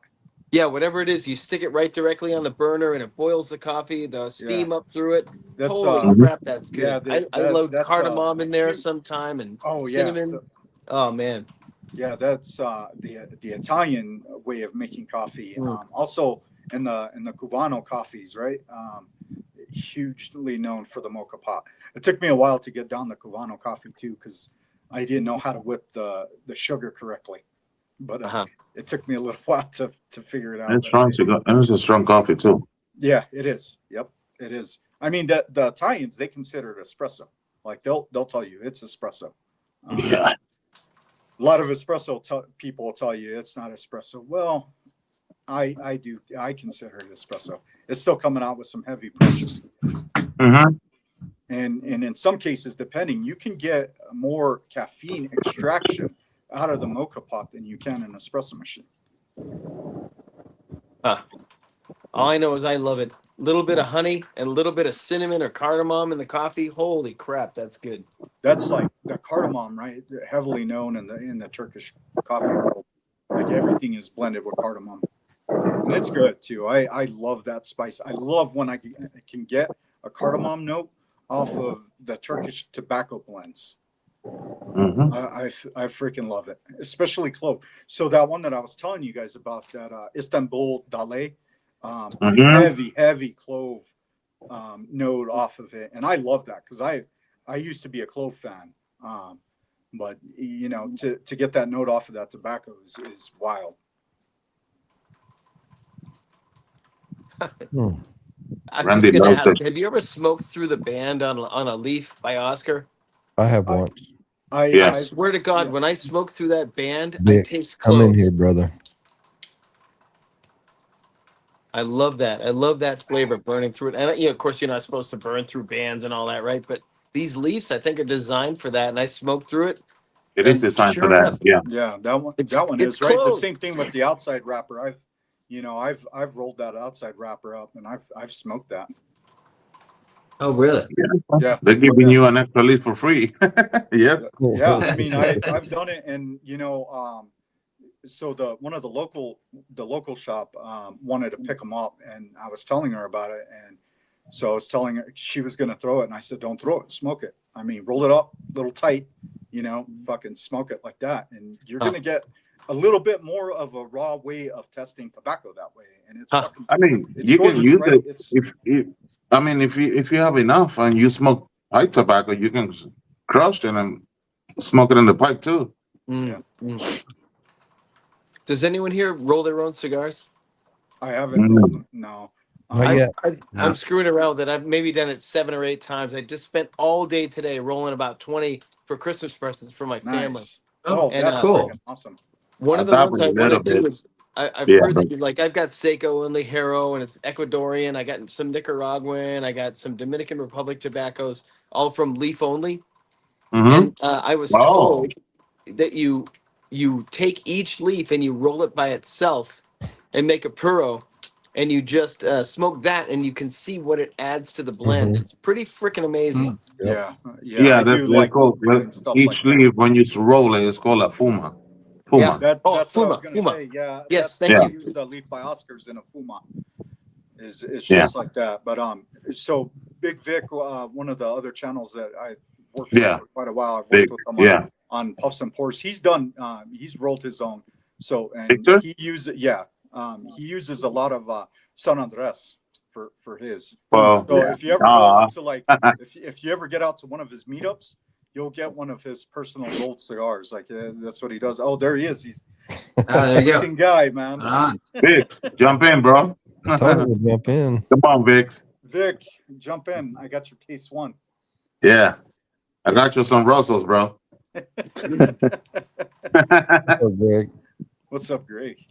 bro, this thing is smoking beautifully. Yeah, look at that. That looks This amazing. smoke is This so one too. I good. broke the because I didn't want it to be on top of my lap, but it's been burning even all the time. No touch ups. Nice.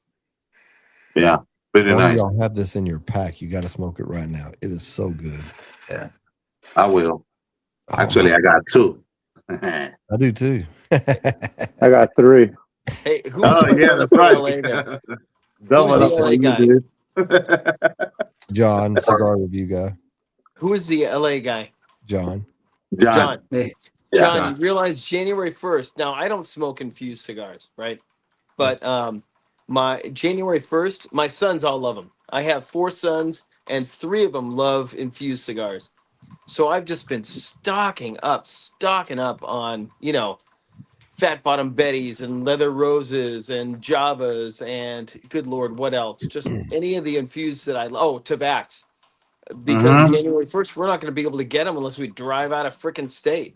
So the other thing that I heard along with that too, right, is that supposedly any online retailer is supposed to charge the California tax as well, going into Cali as well, right?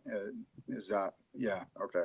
Yep. I'm sorry for you Is guys. that like because I know a lot of companies in the industry were trying to pull out of California because of that. Is that making like an impact that you guys can see from California?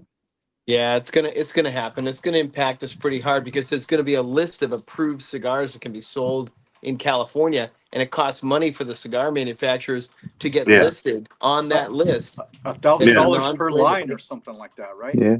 It's per line and per vitola. Okay. Yeah. So it's like, come on, dude. So one of They the pay ones for that I every read SKU. that was going to pull out was Perdomo. Yeah. I heard that they were not going, but I don't know for sure. I So don't know isn't if this there's any lawsuit reps still or- going on? Yeah. What's that, Randy? So very good. There's supposed to be a lawsuit with like Patron and all Oh, those yeah. bigger guys. Yeah, CCR is fighting um, it. CCR and PCA are fighting it, and we're gonna see what happens with it. It's so far though the level of court that it's gone to has upheld the California law. Hmm. But what we're gonna require is those brothers who live outside of California and are willing to order for us and then Yep. mail to us. What Mhm. 100%, right? Test. Mhm. You guys got to do There's a lot of always a way testing. around everything. That's just the way it is. It's Yep. part of the industry. So let me say, Luckily- so like even if you order for like, for example, Cigars International, they're still gonna tax you from, like California taxes. Yes. is that it? Okay. And I wouldn't even mind that as long as I mean I hate it, but as long as I can actually get them. My sons and Yeah. I, we sit around and we actually have cigar time. We talk Mhm. about life and relationship issues and all the stuff you do as fathers and sons. And Yeah. so to take that away, so I mean, I'm not kidding you. I stocked in I'm not kidding you, like probably 60 tobacs, the Negros and the cafe, what is it? Cafe lattes. Those are good. And I got Javas and a bunch of stuff, and I just stocked in. So we're gonna be okay for probably about the next 5 years, but still. Right. Awesome. Right. Yeah. Yeah. And I'll drive to Nevada if I have to, because there's some good cigar lounges right on the border on state line. And you said you're what, 2 hours from there? Not even from. It's about maybe an hour. An hour? Okay, nice. Yeah. Nice. They're saying that infused cigars are going to encourage young children to get into tobacco, and I I get know. that with vaping, and I get that with that kind of stuff. But holy Yeah, crap, have you cigars, I ever don't seen see a it. freaking 12-year-old smoking a premium cigar? Nope. Right. No, Yeah. I I don't was see gonna it. say that doesn't happen. It's No. even rare for a young guy at age to get into cigars. Yeah, friggin' $12 a cigar. It's like, Yeah. come on, man. What Yeah. kid is going to want to do that? It's Mhm. like sweetened alcohol. Then are they going to get rid of that too now? Like if you have a sweet drink, like a screwdriver or something like that, are they going to Right. get But rid of buzz all of ball, those as well? better start Exactly. charging more for those buzz balls. Because they And just they don't fireballs. understand it. They don't care to understand it. The people that are in legislation or whatever, they just don't care.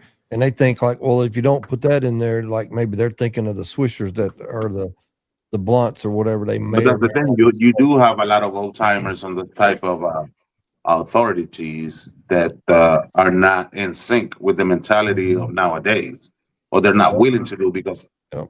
I'm not saying all of them, but the majority are. Although those are all the guys that did freaking acid in the 60s. So Well, they They probably need to think they need to think retire of to be, in the my gas opinion. station cigars, Awesome. which are flavored, Swisher Sweets and things like. They're not premium like these. yeah, They're Exactly. lumping Yes. all of it in together, Mhm. and they We're don't. talking about hand-rolled premium Mhm. cigars, right? Mhm. Yeah. Like Drew Estates is one that comes to mind real easy, and they're going to stop selling those in California. It just doesn't make sense. They're too And that's expensive for kids to And that's buy. interesting. Interesting considering that Swisher Sweets owns Drew Estates, Mhm. and they have a lot of pull in the tobacco industry, just like any cigarette company out there.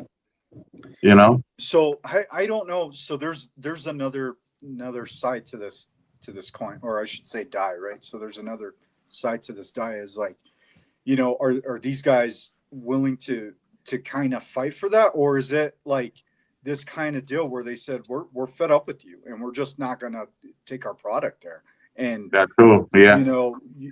we're just gonna boycott your state altogether. Like, you want us out of here, good. We don't want to be there. Or maybe they don't. Is there Yeah. any type of Sometimes That hasn't if they don't happened see in it worth it. Massachusetts, Yeah. though. Massachusetts, they still can. You can't buy infused cigars in Massachusetts either, but they didn't go so far as to establish a list. They just said that if your cigars are infused, you can't sell them here. So California's a little bit more strict than even Massachusetts is. right? Mhm. Well, they I don't want to get into more politics on that, but Yeah, hopefully I'm not trying to make it hopefully- political yeah, at No, all. no, no, no. It's not been But I about was gonna say- politics. I Yeah. was going to mention it was like some other things that they did a while back where they created lists like that, right? In another Yeah. industry, and I won't mention it, but yeah, it was in another industry when it happened, and they said, people said, "Oh, this will not happen in another industry," and guess what? It did. Yeah. Mhm. Yeah. It's like give an inch, you'll take a mile. It's like they're Yeah, trying to exactly. legislate taste. I They're mean, trying so to what's going to legislate. happen next, too, right? So, New York did that whole soda thing. Is California going to go after soda after they're done with tobacco? Oh, You I'm know not. what I mean? I'm not even going to guess on that. I wouldn't be surprised if they do. You know what I mean? I mean, where does it end? Where do the restrictions end? I mean, Yeah. it could be limitless. I mean, they could do the same thing with ham, right? Well, Mhm. you can't bring in your ham because it has honey on it. And Right. we don't like honey here, you know. Yeah. I mean, really. It's like I mean, living in some crazy freaking dream right now. yeah, Yeah. right. I mean, it's just like, we're like I said, where will it end? Yeah. And it's It is bullshit. getting So up there. it's like one or the other, right? So you fight to your end of what you can afford, or you just completely boycott them, right? And you just say, hey, we're not going to take this. Yeah. I mean, it's going to be one or the other fight, right? I mean, which is going to be more beneficial? Are you going to lose more sales that way, or if you completely boycott, or you're going to lose more money fighting it? Yeah. And there's a point where companies have to make that decision. Sure. Yeah. It's just California is a big market. I mean, there's no doubt about it. So it would be worth it probably for a few of the larger manufacturers at least. It's the third largest state in the country. I mean, Yeah. there's a ton of people there. I mean, Well, it's also the ninth largest economy in the world. If California was its own country, it would be the ninth largest economy in the entire world. I mean, there's a Mhm. reason to continue to want to sell here, but the truth is that those who actually give a damn need to fight it. A and B, we need to figure out a way to do a workaround because there's just no way that the government should be able to get in there and tell you that you can't smoke this cigars that your takes sons you all the like way with your back sons. to a tea company. You know what I mean? Like, it's like, I mean, I don't know. You mean like 300 years There's ago? also Yeah, exactly, Randy. I What mean, happens, man? it's to that point, right, where it's like, Mhm. how much fucking representation am I getting? How much are you restricting out of my freedom, out of my life? And if they're willing to do that with these things, and they said like, oh, well, we're only going to do it with this one industry, and then it rolled over into another industry. Mhm. And guess what? Now you're reading that book, 1984, and it's like, Mhm. how much further are they going to go until somebody Like draws a line? the Stamp Act, when the Tea Party basically came because of that, the Stamp Act, and man, so let's have a cigar party. Right. That's it. And it's just it's so wild that, like, but it shows you what the impact of this community has done, right? This culture is, we think of it as being so small, but yet there are these government entities that are going out of their way to stop it. Yeah. Well, I think there's, it's I just- mean, that I hate to say it, but I don't want to sound like a victim, but cigarism is a not even just cigarism, tobaccoism, smokerism is a real issue. Like there are actually people that don't feel that smokers have the same rights as everyone else. It's Right. like, Yeah. Well, that's what I'm saying. But and we're kind of talking about through some history of the culture and stuff, right? And it's that whole thing. It's like that whole prohibition thing. You know what I mean? It's coming back. yeah, Except that Mhm. it's this industry. It's the tobacco industry. It's not the alcohol industry. Well, people look at this and they think just like it's a cigarette, and cigarettes Right. are cigarettes for good reason are, in my opinion, And I have getting- some quarrel about that too, right? Because cigarettes weren't what they are now. Right. The Right. government made them put certain shit in it that made it bad. yeah, And that was Mhm. like a whole other thing. It's like, you want to ban this thing because you told us to put this in here and you figured out it wasn't good for us because you wanted to retard the fire on it. You wanted to put this chemical so it didn't age, so it just didn't do this, so it would stay good in a pack. And these are government standards that they put on the fucking tobacco. They made it the Yeah. way it is. That's why it's all fucked up. And money. People. Yes. with Yeah, they're a big lobbyist in there in the government. So I mean, they perverted them is the word that I'm trying to say, right? So cigarettes 100, 200 years ago, they're not what they are. Just fucking rolled now. up. Yeah. Same thing, just rolled up. Yeah, in just a- in a- rolled in a up paper or tobacco in whatever. another fucking leaf. I mean, but they have so much chemical bullshit. They have these filters that are made with fiberglass. You know, the government told us to put that shit on there. Yeah, if there's you a look lot at of the cigarette, carcinogenic. you'll see the rings Yeah, a around lot of carcinogenics things in the in the chemical compounds that they put in the Exactly. cigarettes as yeah, And to make them last longer. And they made us put them in there. 70 years ago, they had stuff where they had advertisement with a pregnant woman taking a break, Well, smoking a cigarette. because remember, like cigars back then was like God. Back then, everything was cigar, and the cigar industry got a big setback when the cigarette came out. Yeah, And that's when they started so, like one of promoting a lot of so cigarettes. And I watched yeah. a documentary about that, right? And it's like it all was about factory workers, right? And taking breaks. And so that was like the one thing, right? Was you only got so much of a break, factory workers. So they came out with the cigarettes and easier to sell, easier to smoke, quicker to smoke. And cheaper. Essentially, at the Especially- time, they were Yeah. cigarillos, right? They weren't cigarettes, what we know now, right? So they're, the little, almost like fumas, essentially, short Yeah. trimmings, everything left over, piled up, rolled up together. I mean, that's all, and that's all they were. That's it. I wonder if they inhaled those. I think that the Back then? inhaling came out of Good the question. filter, because when you smoke with the filter, you're not getting the direct nicotine, right? But So, it was a lot of cigarettes back then. There were no filters in it. yeah. Back then, there was a lot of cigarettes that were no filters. Well, I used to, Oh. even when I was younger. So Yeah. I smoked a lot, like for a long time. When I quit cigarettes, I was up to 2 packs a day. And, I smoked a lot of Camel non-filters. That's what I smoked. But I mean, Damn. I didn't need I to wonder smoke a what lot back- of them to get the same effect Yeah. that I needed to out of my Marlboro 27s that, I had to smoke 2 packs a day to get the same effect. You know what I What's mean? he saying, Gabe? What's he saying? Salute. Greetings from Miami Lakes. He always smoke what? Siempre puros. Yeah. Forever Pure. I don't know if Siempre Puros is a brand, or maybe Always Puros. Yeah. Yeah, he always smoke Always Puros. That's what it is. If that's what he meant. Greetings Hey guys, from I'm Miami. gonna call it a night. Yeah. All right, John. Gents, I'm gonna cut out myself. It was a great Yes, one Jake. tonight, Randy. Nice talk. Hologram, Gabe, Angel.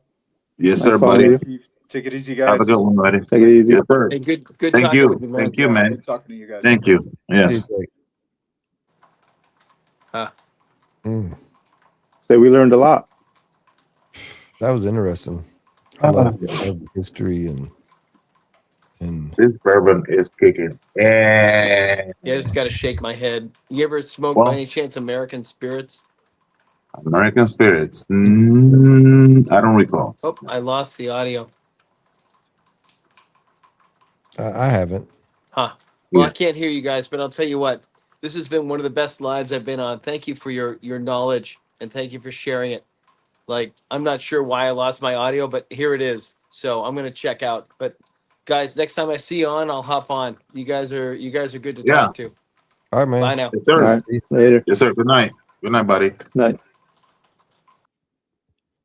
But yeah, man. I mean, interesting night. Love it. Let me find the bed. There we go. You have all three of us side to side. You liked it better that way? I mean, it looks more intimidating. There we go. There you go. See? A lot of See? weight. Now we look like we're gonna whoop somebody's ass. Man, this thing is delicious. Oh, this one too, brother. This one too. Damn. I want to smoke that tomorrow. I would say And this one burns so freaking slow, bro. Yeah, you've been smoking that a while. Yeah, I'm like, goddamn. Hurry up and this one.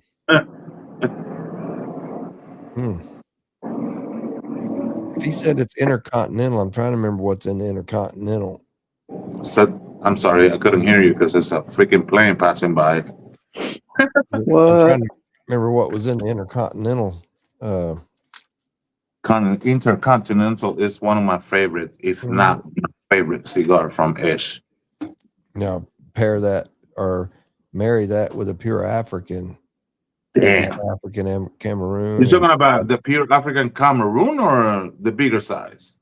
Let me see what he said. Because I know this, because it's two of them. One is the pure African and the He one just said that pure African. that's the bigger size.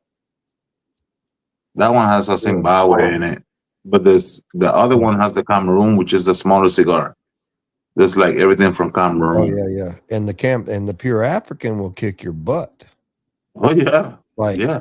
You better not stand up too fast. Yeah. That's the one with the green and red band, right? Or no? No, that's the Cameroon. Cameroon. The one with the foot band. Yeah, that's the Cameroon. Yeah. Yeah, he texted me a couple of minutes, like 15 minutes ago. He was drinking some coffee and ready to drive to Madrid to the airport. So probably like 3.5 hours and blah, blah, blah. Yep. He'll gain about 6 or 7 hours coming back, which is about the flight, right? He'll gain time coming back. He'll gain 6 hours, but by the time he leaves, it'll be 4:30. Then he's going to be all jacked up because he's up at 11 o'clock tonight getting home. Well, maybe he'll sleep on the plane. Maybe they'll get some sleep on the plane. I think it will be easier for him to get rid of that jet lag when he gets here than when he went over there. Yeah, get here about 4 o'clock. It's horrible when you got over there. You don't have to stay up too late. And my first time flying from the States to Europe, it was horrible, bro. Horrible. I slept for 1 day. I swear to God. Trying to acclimate. I couldn't handle it. Yeah. That was horrible. Man. I don't know where everybody's at. Maybe they're doing Christmas shopping. Well, Randy, you have to remember, in the East Coast, it's almost 1 o'clock in the morning. Right. What? You work tomorrow? You got a West Tampa shirt on. I mean, hoodie on. I just saw that. West Tampa. Look at you. Do you work tomorrow? No. Oh, look at that. He's willing to stay here till 4 o'clock. Nah. Only been up for what, 22 hours?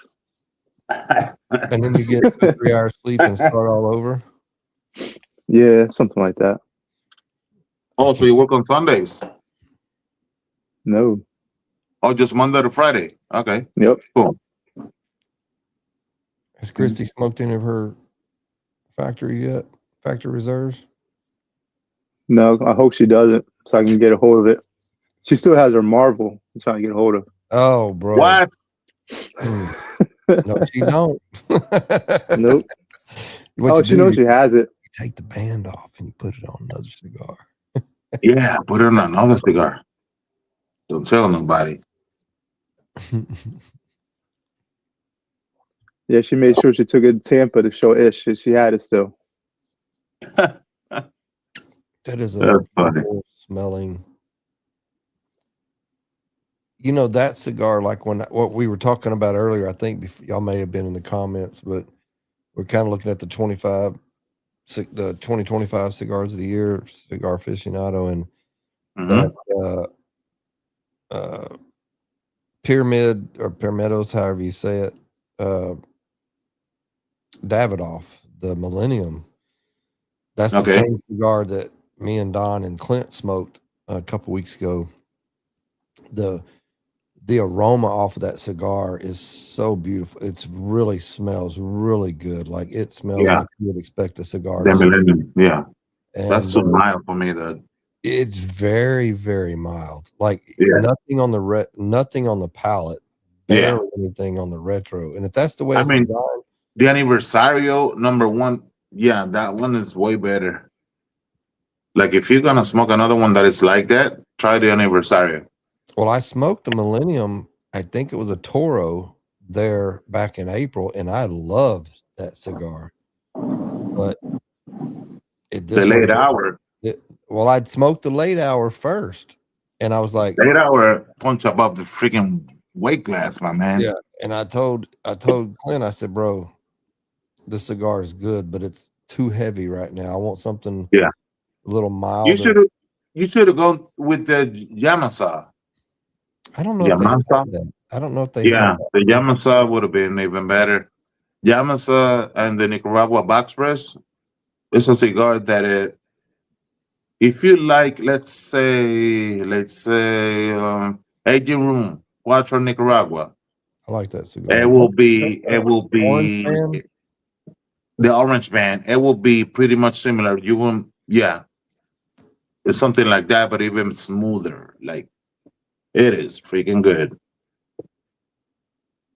I love when Yeah. a cigar has a great aroma and you just enjoy that cigar, smelling it. And then when it has good on the palate and then on the retro, like you get all three.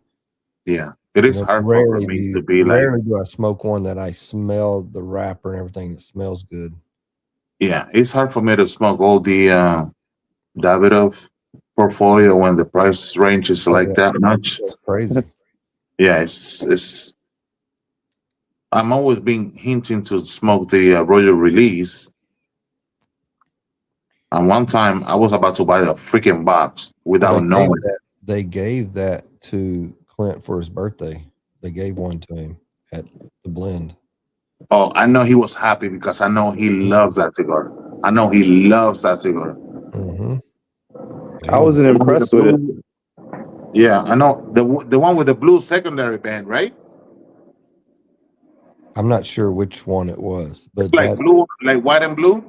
I know it was called the Royal something. Yeah, that cigar is freaking amazing. I heard, but I want to smoke it. I don't want to be the judge of that. I smoked it on New Year's one year, and I was like, it was just all right for me. There you go. Was it just mild or too mild? It's about medium. Okay. Yeah, I'm probably gonna regret it, but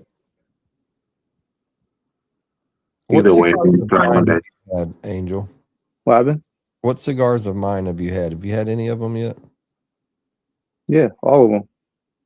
Do you remember smoking the Celibus? Do you remember smoking it, or was it just you just smoked it? No, I like the Celibus, and I like the Banda a lot. I remember the Celibus was good. Because I probably smoked like 15 of those fuckers. So which one? I remember the Celibus on the Zulu. I smoked a whole bunch of them. What's wild though is I don't understand how that's a Connecticut, and it's not a strong cigar, but you can smoke 4 or 5 cigars. It is a sleeper though. It is a sleeper. Smoke that if you cigar, smoke it slow, it is a sleeper though. How can I taste this cigar after smoking all these strong cigars? Yo, when I tried the cigar and I smoked it slow and I was holding the smoke in my mouth, that cigar can punch harder than a mile. Yeah. It seems mild, but the flavors are full and the strength, I would say mild to medium, but that medium is like punching medium plus. Because I was holding the smoke. I was trying to get all the nuances, so I was getting more nicotine content into my system. So, come on over here, girl. How's it going? I didn't get to see your podcast yet. I was going to watch it last night, but it got too late. Oh, I watched it. It was good. Aldi watched it. He said today. He said you did a outstanding Oh, job. you're talking about Ancestry. Yeah. Mhm. Yeah. On the Real Smoke. Yeah. It's like midnight for her in Chicago. What you still Yeah. doing up, girl? Hmm. You get your sample pack for Tuesday, Who, me? Randy, for your No. guest on Tuesday. Oh yeah. I got them today actually. What did Wait. you get? Was that from Toro? The three, no, Madre Tierra. Madre Tierra. Oh, okay. I'll show you. I got them over here. He lives in my town, actually. Yeah.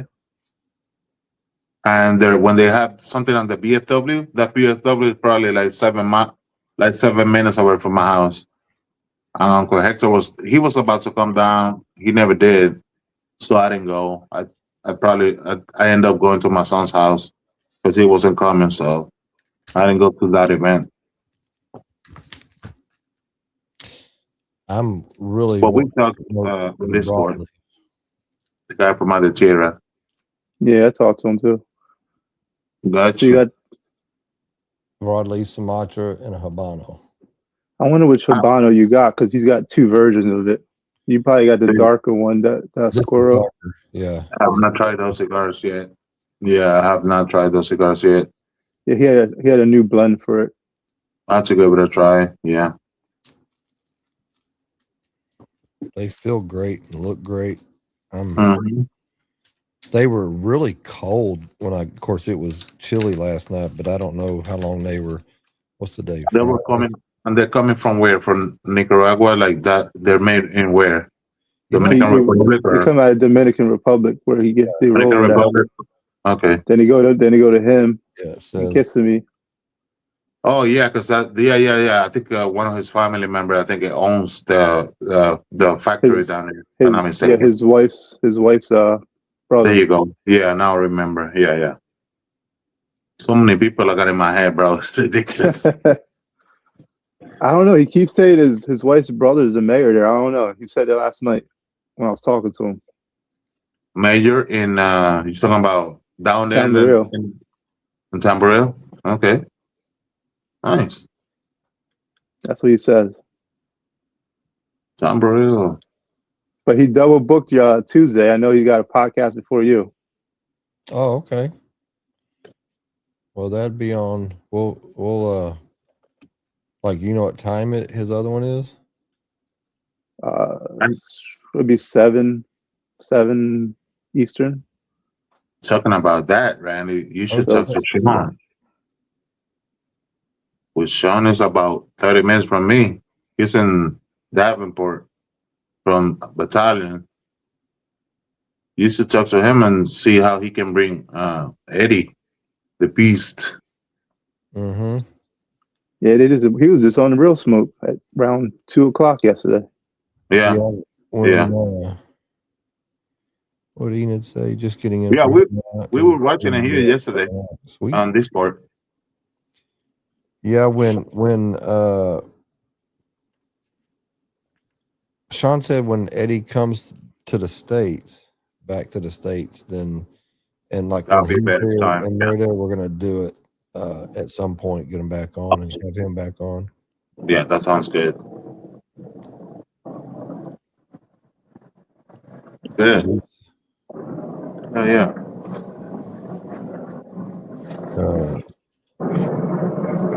It was an interesting topic today.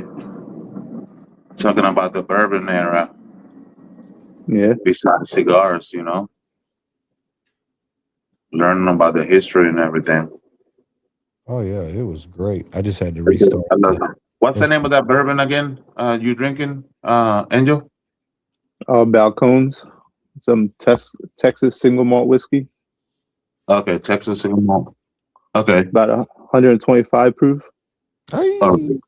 Ooh, nice. It paired very well with that first cigar I did, that Cincillo. Mhm. Paired very well, very good with that. Good strong bourbon or good rum goes good with this one too. Golly. When you smoke this one, let me know what you think. Dude, I have Let me know noticed. what that I, note I is. have noticed, like the rums pairs with any Maduro or Habano cigars. I don't care. I Rum's have good. tried them. Rum is like, yeah. Bourbon, you have to pick and choose between. There's some of them that are like stronger than others because of the proof, but the rum, dude, I don't know what it is with it. Yeah. I I had thought that tequilas. I was sipping on tequilas that smoke with some cigars that go well with it. But rum, I think it's like top one. yeah, I would love to find a tequila, a sipping tequila that would go because if it has the tequila taste, it depends on the cigar. That's very specific. But the rum just has that, it just has Yep. its stuff. Where bourbon still has it, but not as punchy. Yeah. Rum, even like Florida Cognac or something like that, where it just has that little bit of sweet, and you're getting a little bit of sweet out of like this cigar or something. It just But Yeah. I thought I was being like wimpy, right? Like because I'm liking rum so much versus bourbon, but I like it because I can have a little pour like this and just sip, and it's very tasty. I enjoy it where I have to force myself with rum sometimes, depending. I do like, with bourbon, I do like bourbons. There are some that I do like, which ones I like, I really like, but they taste better to me with just either a splash of Coke or on ice. Or Yeah, you're not there yet, like to drink it. Like yeah. You don't feel safe yet drinking it. Yeah. Not like me. I had to try it. Everything on my point. I'm on a point that I had to try it neat first to get the essence of it, to then see the difference between drinking it with ice. Because sometimes for me, it doesn't make it. It just like either it's too airy and it just changes the molecule of how it tastes like. You know what I'm saying? Yeah, some people say like a little splash of water is better than ice, like it just opens it up a little bit more. Yeah, I can see that. Like, yeah, like Perrier water and stuff like that. Like, yeah, I don't like to use that either. So, oh my gosh, bro, that cigar is it's so different. That's the thing. Like, you can't compare this cigar to anything. There's nothing to compare it to. I couldn't say. remind Well, me what you're smoking again. That Don Olivan. Oh, there you go. Yeah. That one right there. Mm-hmm. And it's got to be one that. See, I've seen that band, that color. I want to say on his 50th anniversary cigars that he made.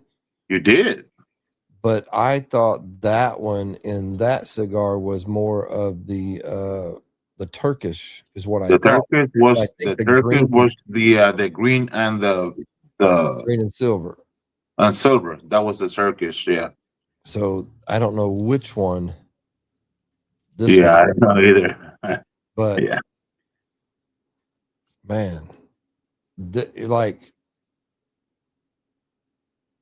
this cigar to me is so different. It's like saying, I don't even know how to even say. It's like saying it's a Cuban cigar versus a New World cigar. This is a new Old World cigar, I guess you could say, because it's the older tobacco. It's the tobaccos from the Old World that's new, mixed with the New World. Yeah. Mm-hmm.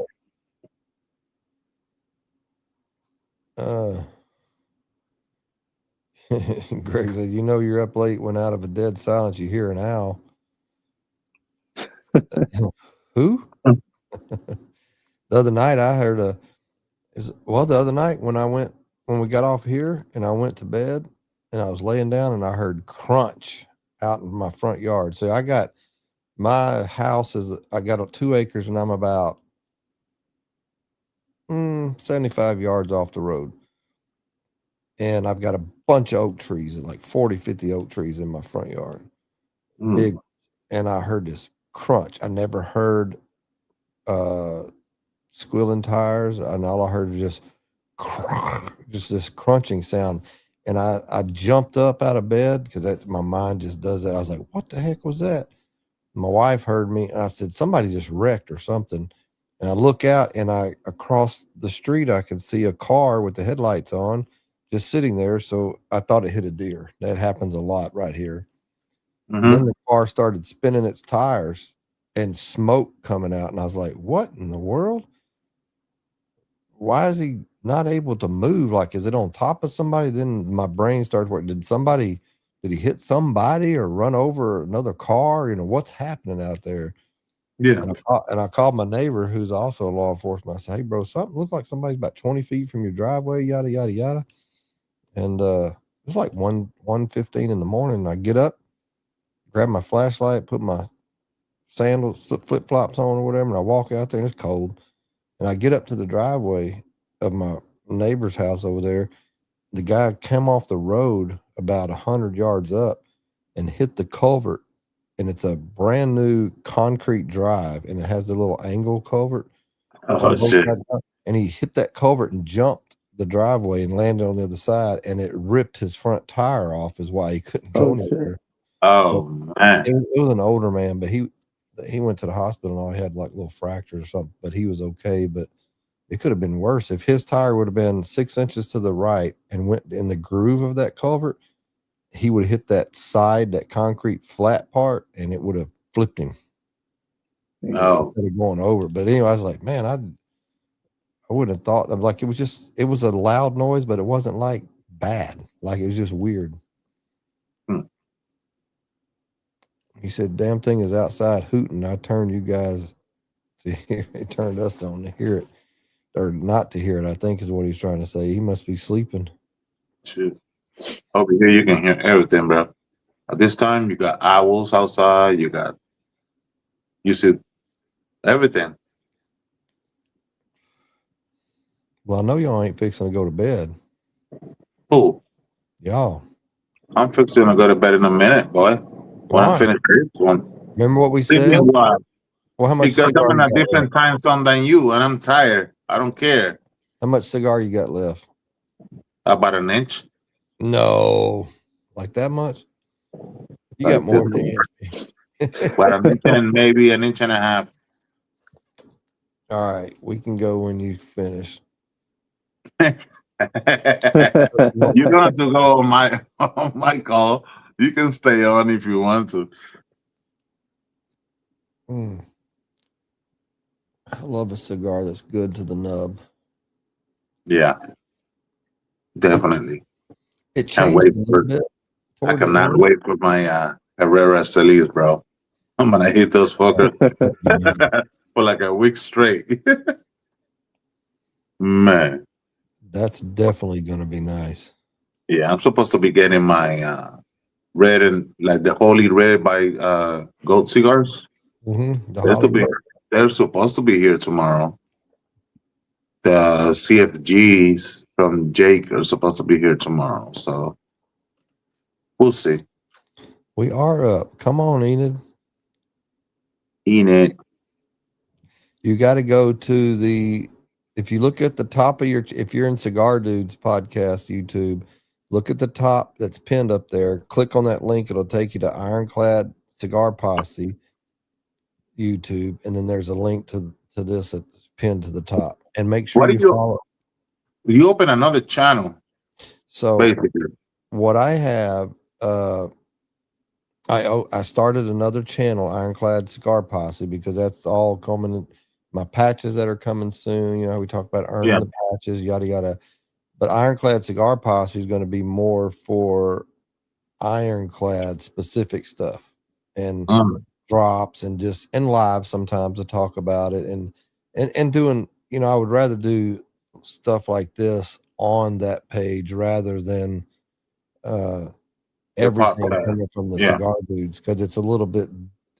I would like to keep Cigar Dudes, you know, more for our guests and stuff like that. Look at that. Yeah, the posse will be more for like only Cigar Dudes.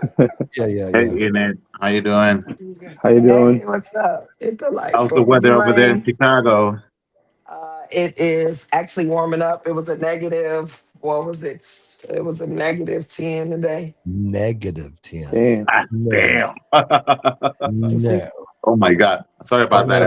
Ready. But tomorrow it's gonna be later on today it's gonna be 40-some degrees.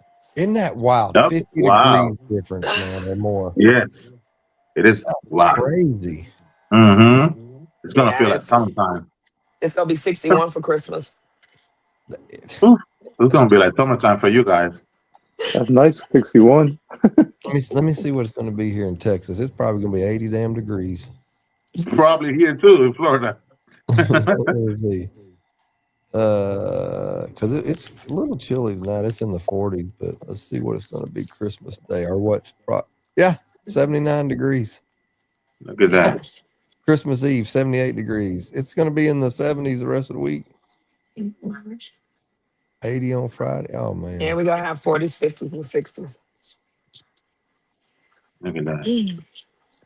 So do y'all have snow on the ground or is it all melted? It's all gone. How often do y'all have white Christmases? A lot, I would assume. No. Really? The past, what's it been, 5 years? The past 5 years, it has been, we've had warm Christmases. And actually, my birthday in February, the highest it's been like 67, 68. That is crazy. Yeah. January, February here is when it's really cold here. That's typically when we're going to get the worst weather. But I'll be here too. Yeah. Yeah, it's cold. It was cold today because I actually yesterday got up to 51. And then I went out this morning. It got up to And 51 and then got down to -10. Mhm. That's It's insane, man. That is wow. Yeah, it's crazy. The weather up here is crazy, but you got to understand it's the first year we had snow this early, and it's all gone. It's nothing left. It is nothing left.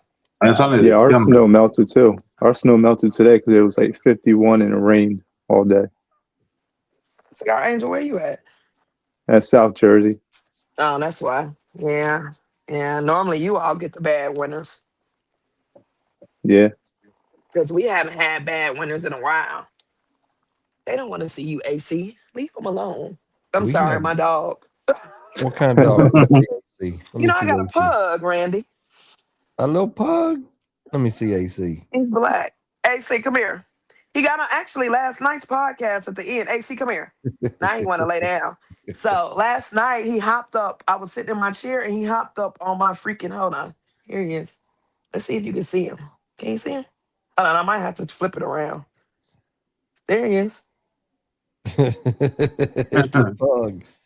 So last night when I was doing the live, when it got to the end, he hopped up so they could see him. And it was so funny. I'm like, they don't want to interview you. Probably the dog gets on there and all the views. That's how it is with animals, man. Everybody loves animals more than people. Seems like. Well, you know, he's my service dog, so he's really like. How long you had him? I've had him before in March. So I've Okay. had him almost 4 years. So I think I'm gonna get him a wife next year. Uh-oh. Yeah, I think so. It's time. Yeah, it's time. Let him play. He humps everything because I haven't gotten him fixed. Because you know, with pugs, they have to do special anesthesia. So I didn't get him fixed. So I think he's ready. How come? I mean, like, why? Why do they do I didn't special? want- because their nose. So he snores like a grown ass man. Yeah. Like literally, oh my Mhm. God, it's so bad that Reginald puts him out the room because he has his little bed in our room and everything like that. And Reginald be like, no, go to the living room. You're too freaking loud. I mean, like you'll come in our house and you'll think it's a grown ass man and it's not, it's the dog. And so we have another friend that has a black pug and he paid the $4,000 to get the pug's nose fixed. Mhm. But I ain't paying no $4,000. That is a lot of money. Yeah, that's a lot of money. I've got a toy schnauzer and 2 miniature schnauzers. My boy he's got to be 11, and then we got the toys a couple about 2.5, and then we got one that's the other miniature. She's probably about 1.5 years. But the smaller ones, the 2 youngest, they're both girls, and oh my God, they are so jealous of each other. Like it's terrible. it's bad, and they'll fight if one of them's in my lap or my wife's lap or something, and they're getting all the attention, and as soon as you let them down, the other one will fight her because like she's mad, and they both do the same thing. They don't bite each other. No, they just it's all bark or all growl. But dang it, man, I ain't never seen nothing like that. Like you can't. If this one's here, the other one's got to be here. I mean, just get off of me because it's bad. But it's crazy how jealous they are. I've never seen them act like a bunch of kids. They're just Well, guess what, Randy? In it, just tag team me, so I'm out. Nope, you're not finished. I'm still smoking this. I know you ain't I finished. don't care. I'm here and I'm putting it down. Finish I'm this done. cigar. You got Yeah, you're I'm not done. done with that cigar. You need a male poker to finish that. That's not Oh good enough. my God. You lucky I like this cigar. Hold on a second. Let me put the Which freaking cigar is that, Oh McGay? man, Long live the how's it king, going? Lancero. Oh, yeah, that's a good one. Yeah. So I got one of your cigars, Enid, or your cigar in the factory reserve pack, and I've got it sitting there. I was gonna smoke it today. You know, our Actually, pack is so I'm not cool. beautiful, isn't it, Randy? Your what? Our pack is so beautiful, isn't it? Oh yes, it's nice. Somebody asked me about that, and they were like, "How do you deal with all the guys that Ish works with?" I said they treat me actually like I'm their little sister. I said, so when we're actually together, I'm like, you got to be very careful the shit you say to me because they carry big guns. Yeah. Like they carry big guns, so you never know. That's great, man. When is your other one coming out? The one. I'm thinking about releasing it on my birthday in February. Okay. I'll actually be in Florida in February. February what? 13. So my birthday is February 13th, so I'm thinking about flying down to Florida February 11th and staying there until probably the 16th or the 17th. Mine's the second. Baby, Aquarius is we fucking rule, don't we? Yeah. We're the best. Yes. We're the best. Groundhog Day. We're the best ever. No, that means our parents were doing it when it was Mother's Day. When it was Mother's Day? Is that it? I guess that is it. So it's funny when I tell a story. So my mom, God rest her soul, she was born May 7th. And so their Mother's Day. And I was like, Mom, did you get pregnant on your birthday? I used to always ask her that. Or was it Mother's Day? She was like, I don't know. I just know I was drunk.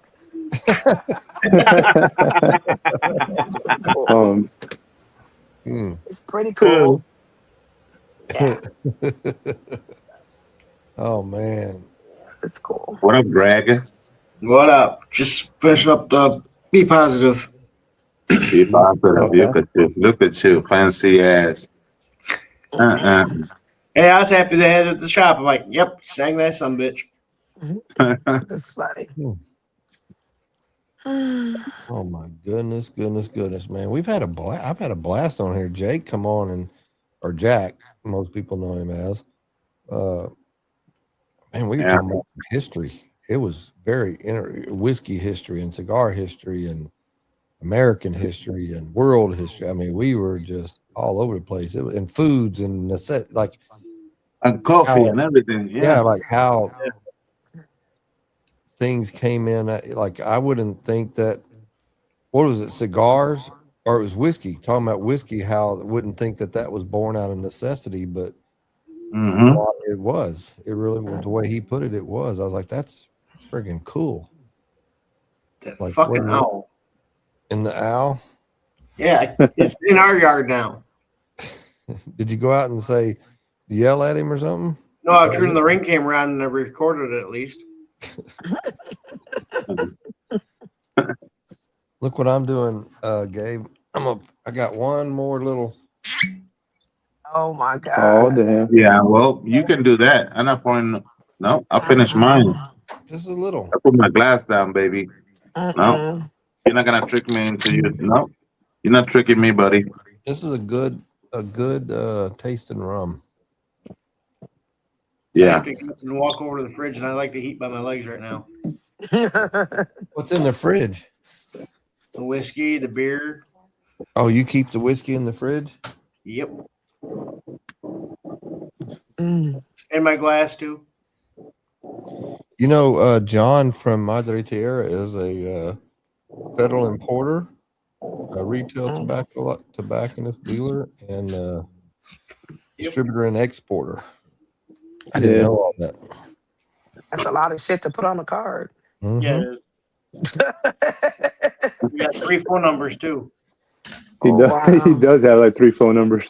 Well, I guess it's him and his. I don't know if it's his wife or his girlfriend. John, Wano, and Junior. John and Juana. Juana, her last name is Dela Cruz.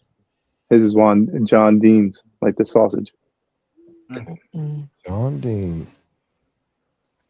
I see him on Instagram lives all the time. I've jumped in and listened a little bit, but I never jumped in and joined in. But I need to. Well, we're gonna have him on the podcast Tuesday, so. Man, he's on every day. Every day he's on. Randy, I when talk does to him Ish every come day. back? Tuesday? Tomorrow. Today. He's actually headed to the airport now.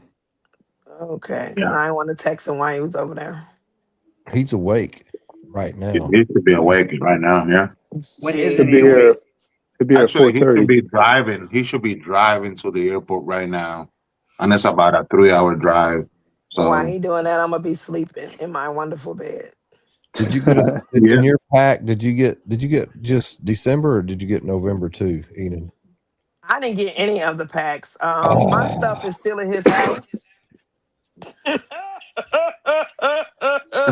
This is a He said he'll phenomenal. send everything out when he gets back because I got some other stuff that needs to come to me. So yeah.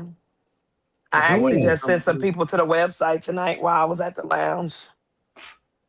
I'm trying to figure out what happened.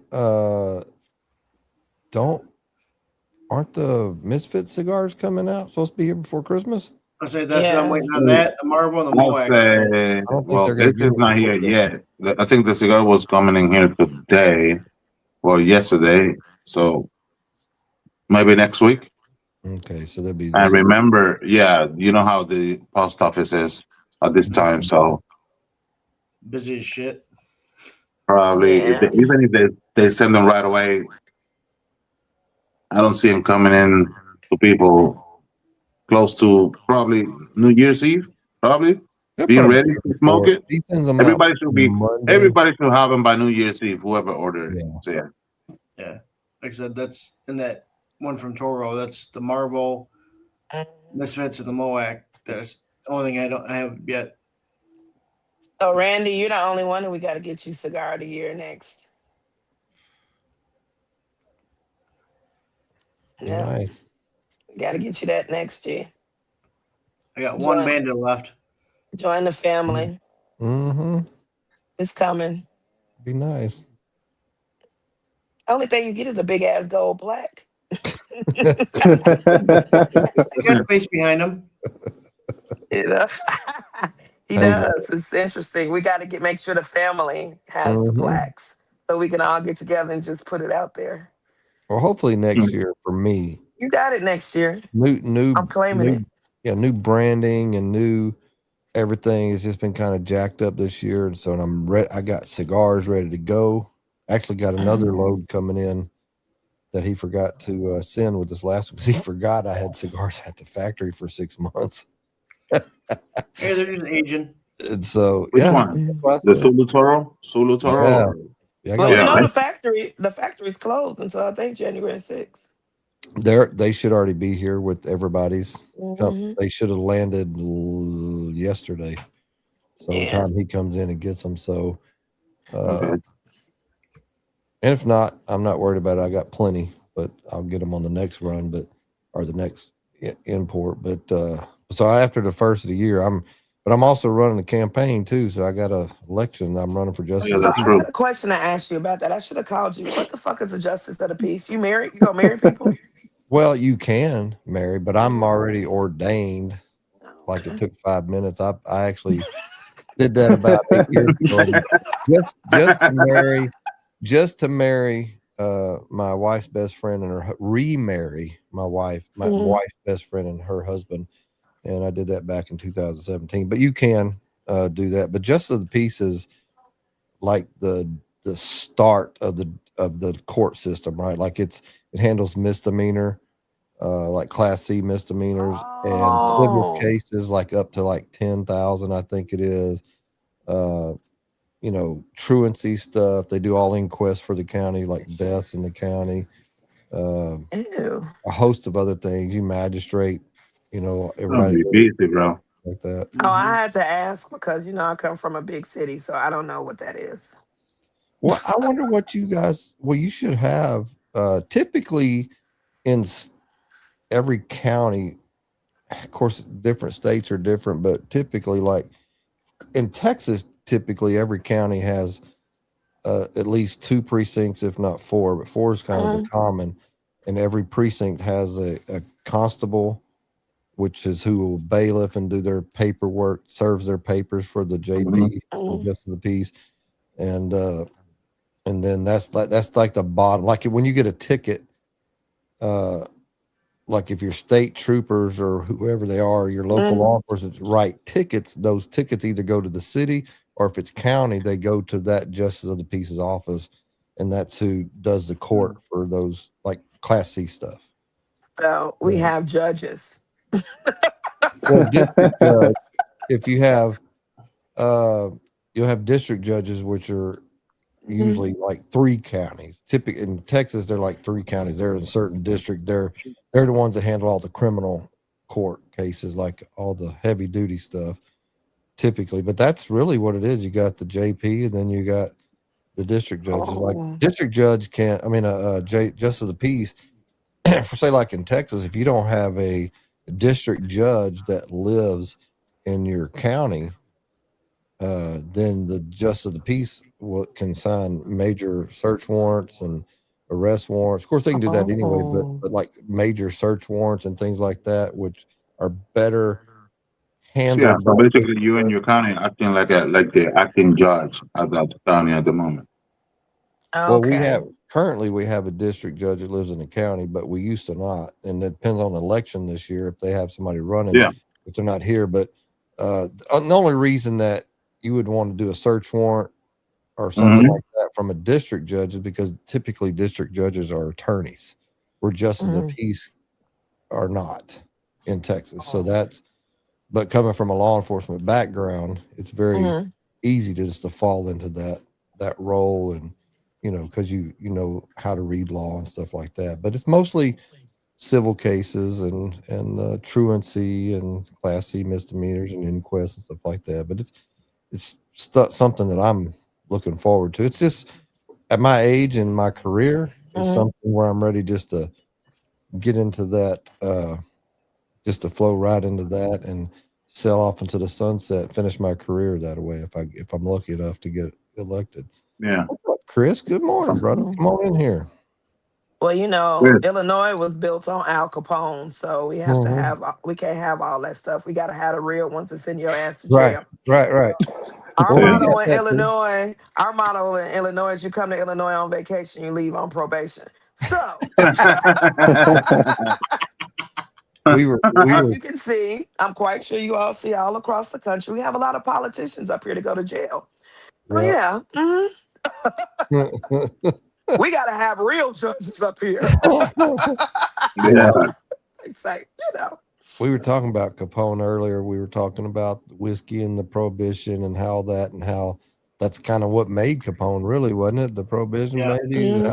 So where I used to live at, the cemetery where him and his family are buried, wasn't that far from where I used to live. And I took my husband to Mount Carmel Cemetery so he could see where they were and everything like that. And it was really cool for him. He was like, oh my God. I was like, yeah, that's all of them. And he didn't realize that back then, Italians, the bigger their mausoleum was, that showed how much money they had. Yes. And so we go in the cemetery, and he was like, oh my God. So mind you, in that cemetery, because I grew up Catholic, they have the cardinals of bishops that we've had that are buried. Like their mausoleum is the biggest. It's on a damn hill. You can see it like coming down the street.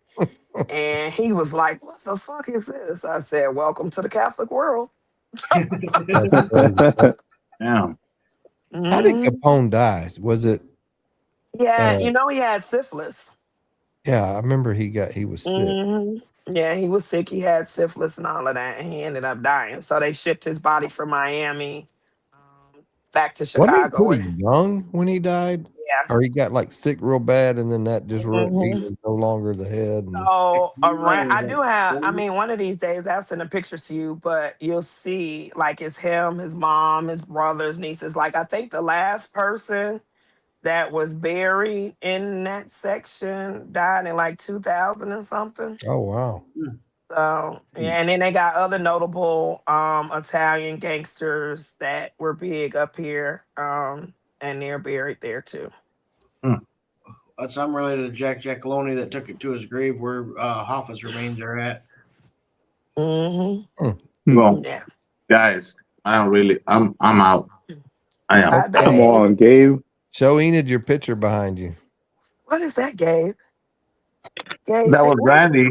Randy sending me Gabe, a why? backdrop, yeah, with an avatar. Did you have your weed today? Now I got to show you another picture. Yeah, I did. I mean, I didn't light up any flower. I do have 3 of them, but I got this. Oh my god. What is Yeah, that? Oh, that's the pen? 2 grams. I do edibles for my PTSD. Hey, what do you think I about? do too. You saw where it was just executive order where Randy, shut up. I'm out. to lessen No.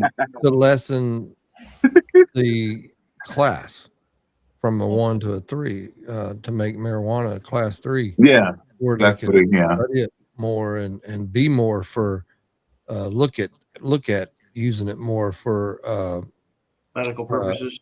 for medical, but specifically pain and mental health, Yeah. where And they're more flexible to do research on it too. yeah, they're able to because it's making it as more Yeah. of a because class 3 is more like Pain medicine, like pharmaceutical or yeah, like it's Tylenol not- with codeine on it. Yeah. yeah, It's illegal here. Mhm. right. Well, see, that's the thing though. It's State by state. it's federally Yeah. it's been class one drug. So the states like Cali and Colorado and different things like that, where they would let them, they kind of turn a blind eye really for the several, what has it been, 10 years or whatever now, and let's kind of see how it works out. But now with it being reduced to a class 3, is they're able to study it now and do trials and really deepen 'cause Mhm. now it's federally class 3. Now the states should have more leeway with it and stuff. Basically they were just turning a blind eye to it and letting Yeah. the states do what they want to. But now with the federal being like that, I'd say you're probably going to see a lot of change within a year. It's not something that's going to take a Oh, yeah. long yeah. time to study this. And for But veterans, what's going to happen is you do have, they secretively, because I know some veterans that their PTSD is real bad, and they actually can get, they can have edibles prescribed from them from the VA, but they have to meet a certain level of right. PTSD. Mhm. So what's going to happen now is it's going to take, like my therapist doesn't believe in prescribing you prescription drugs. She believes Right. in you going to the dispensary, because that's what she told me. She said, "Hey, I need you to start trying edibles and seeing if that'll work, if that'll help you sleep, if that will, calm you down." And it really does work. But what I do is I don't buy mine in Illinois because of the taxes on it. So I go to Michigan, which it takes me from my house maybe an hour to get to Michigan. And I can go up there and get like $600-700 worth of stuff and only pay like $90-some. Okay. Because you go to the different dispensaries, you sign up, you get fit. Sometimes they offer 50 or 30%. Then they got the Veterans Days and everything like that. So it's Okay. needed. Well, and Yeah. that's the thing is you're looking at a natural product versus a synthetic Mm-hmm. product. The main Mhm. thing that they're trying to figure out is they want to know exactly how to dose it, right? Like Mm-hmm. how to dose it, and that's in the studies too. What they're going to really concentrate on is how to dose it for specific ailments, no matter what it is. Mm-hmm. And I think I mean, and edibles is the way from what little I've looked at it. I mean, I'm in law enforcement. I don't want to talk about it, but I just look at it differently, especially from a medical standpoint. And when you can use something that's a natural product and you can figure out how to dose it, because people need there's people people need it. It's been Mm-hmm. used for decades. I Mhm. can remember back in the 70s when my mama's brother, he went he was in the army, got out, and it was 1977. He Yeah. was 25 years old and had uh, Hodgkin's disease. And the only thing that would help him, the doctor could tell him, we can't prescribe it, but I mean, if you can find it, smoke weed. That's what helped him through the Yeah. pain. It's like, and Mm. you hear everybody tells you that. Mhm. Everybody will tell you that it's just a natural. Another thing, because they're trying to figure out, like looking at whatever it is that's in it, that the addictive part of it, if it Well, can if be you get the addictive. edibles with the THC in it, which that's what I use, it's not It's the most addictive. healthy way to Yeah, do it too. it's a healthy way. It makes you sleep. It stops the pain. And then like when you go in there, the people are very knowledgeable. So they will tell you, okay, like when I had surgery in October and my pain medicine wasn't working, because the VA, they had to start. I'm allergic. Let me start with this. I'm allergic to Tylenol. So I can't take Tylenol. I'll swell up like a blowfish. Mhm. So they prescribed me Oxy and they prescribed me 5 milligrams and they gave me ibuprofen. Well, it wasn't working. So I went to the dispensary and I told the guys, I was like, hey, I had surgery, so and so and so and so. So they gave me, it's called RSO, and that's what the Yeah. cancer patients use. I have RSO And too. Yeah. I had the fast release and then I had the long lasting ones and they really did work. Like when I went back Yeah. to my doctor, he was like, you need another prescription for some more pain medicine. I said, no, I'm just doing straight the edibles. And he was like, so tell me which ones you use. And I told him and he was like, well, I'm gonna start recommending these to my patients rather than giving them, the pain meds. And it worked. Yeah. And we're talking about a medicine that you can Yeah. grow in your backyard for free. Mhm. Yeah, You know what I about mean? Like Yeah. that's the crazy part. I can go within 10 minutes, and I got basically marijuana alley, all the different dispensaries right by my house. Yep. I'm in When you Michigan. go, yeah, I go to New Buffalo, I go to Exit 2. And Okay. it's just like all of these, like literally, if you go there, you think you at a truck stop where and he'll tell you where all of these places. You got Kings, you got Bloom, you got so on and so forth, and you just go there and and then on Fridays is Veterans Day, and they give you free shit and you get 40% off. So Mm. it works. Is Heck it yeah. medically legal in Florida? Is that what it is, Gabe? It's medically. Yeah, you can medically get it here. What about Jersey, Angel? Yeah, you can get medical or just run to the dispensary. Just anybody can grab it. Yeah, same here in Michigan. But I think the reason why the federal government did that is so that the dispensaries can now start preparing to be able to put their money in banks because when you go there, you can only pay cash. Hmm. You can't use anything else. And they have to have tight security. They have to have vaults and everything like that in order to hold their money because You they can't can't use put it in the banks bank. because banks are Hmm. federal Yep. or federally insured. Yep. And A I And lot of know them when I have like go. a waiting room. Yeah. And when I go to the ones in Michigan, it's sometimes one day I went in there and it was like 30 some people working in there. And I'm like, damn, yeah, that was Say a lot. one we'd get fire calls because there's when they'd be making their edibles and shit, they'd trigger the fire alarm, so we'd get caught up for the fire alarm. They get pissed every damn time. But I use edibles for my ailments. Her name's Christy. I give her a couple edibles and she just starts staring at the ceiling for a while. Angel. Just stare at the ceiling Angel. and it leaves me alone. Hey, Angel. Gabe, Angel. Gabe, tell them your Angel. story. Starting again. Tell them your Yeah, they're like just little ones, Delta 8 ones, and I couldn't fucking move because I was like, oh, they're small, I can take it. Like, oh fuck no, this shit kicked my ass. So the most I've ever taken has been 100 milligrams, and I was stuck. Like my husband Reginald will tell you, I was like really stuck. Like I was nodding, and he was like, "Oh my God, are you okay? Are you okay?" I was like, "Yeah, I'm good." I was stuck. Yeah. I gave Christy a bar like it was 100 milligrams, and she ate the whole thing. I was like, "Did you just eat the whole thing?" She said, "Yes." Why? I said, "That's 100 milligrams." She said, "Oh, it's not going to do anything to me." She couldn't move. She was like comatose. Oh, that was my cousin a couple years ago. My brother-in-law makes his own cookies with it, and she's just eating them. I'm like, my sister's like, dude, you need to chill out. Next thing I know, like not even a half hour later, she's like, oh fuck. And you gotta be careful. Don't drop any remnants on the floor, because if your dog gets it, they will sleep for a good little while. Good little while.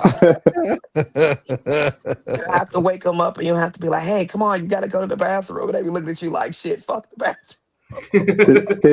They do make the treats for the dogs though. Yeah, they do. They do. They This is on Instagram. He says, "Okay, good people, about to take a shower and hit the road to the airport. Catch you later. Well, be careful." Yeah, well, me too. Okay. No, you're not going anywhere. I am out. I'll see you guys No, later. you got to tell. You got to tell your story. I'm out, Randy. I'm out. Wife. I've been up for guys. 22 hours, 23 hours. Good night, guys. It gave the story where your wife took too much that time. Oh shit. Another half hour. Maybe wife and daughter. Maybe was it that you told? Oh, my wife and daughter too. I was eating a cookie, right? So I'm used to it because I'm eating like 150 milligram fucking hybrids and shit. But I grab a fucking bag. I ordered a bag of cookies, chocolate chips, and I purposely gave one cookie each. And I ate a whole cookie in front of them. So they ate the whole fucking cookie. And after I ate my cookie and they started chewing and everything, and they started talking again in the conversation, I started laughing so hard because I was already we're talking about already have like 2 joints in my head. I was loaded, right? I started laughing and they were like, "What are you laughing about?" I like, you don't know what you ate. And they're like, "What?" Yep. I went outside, right?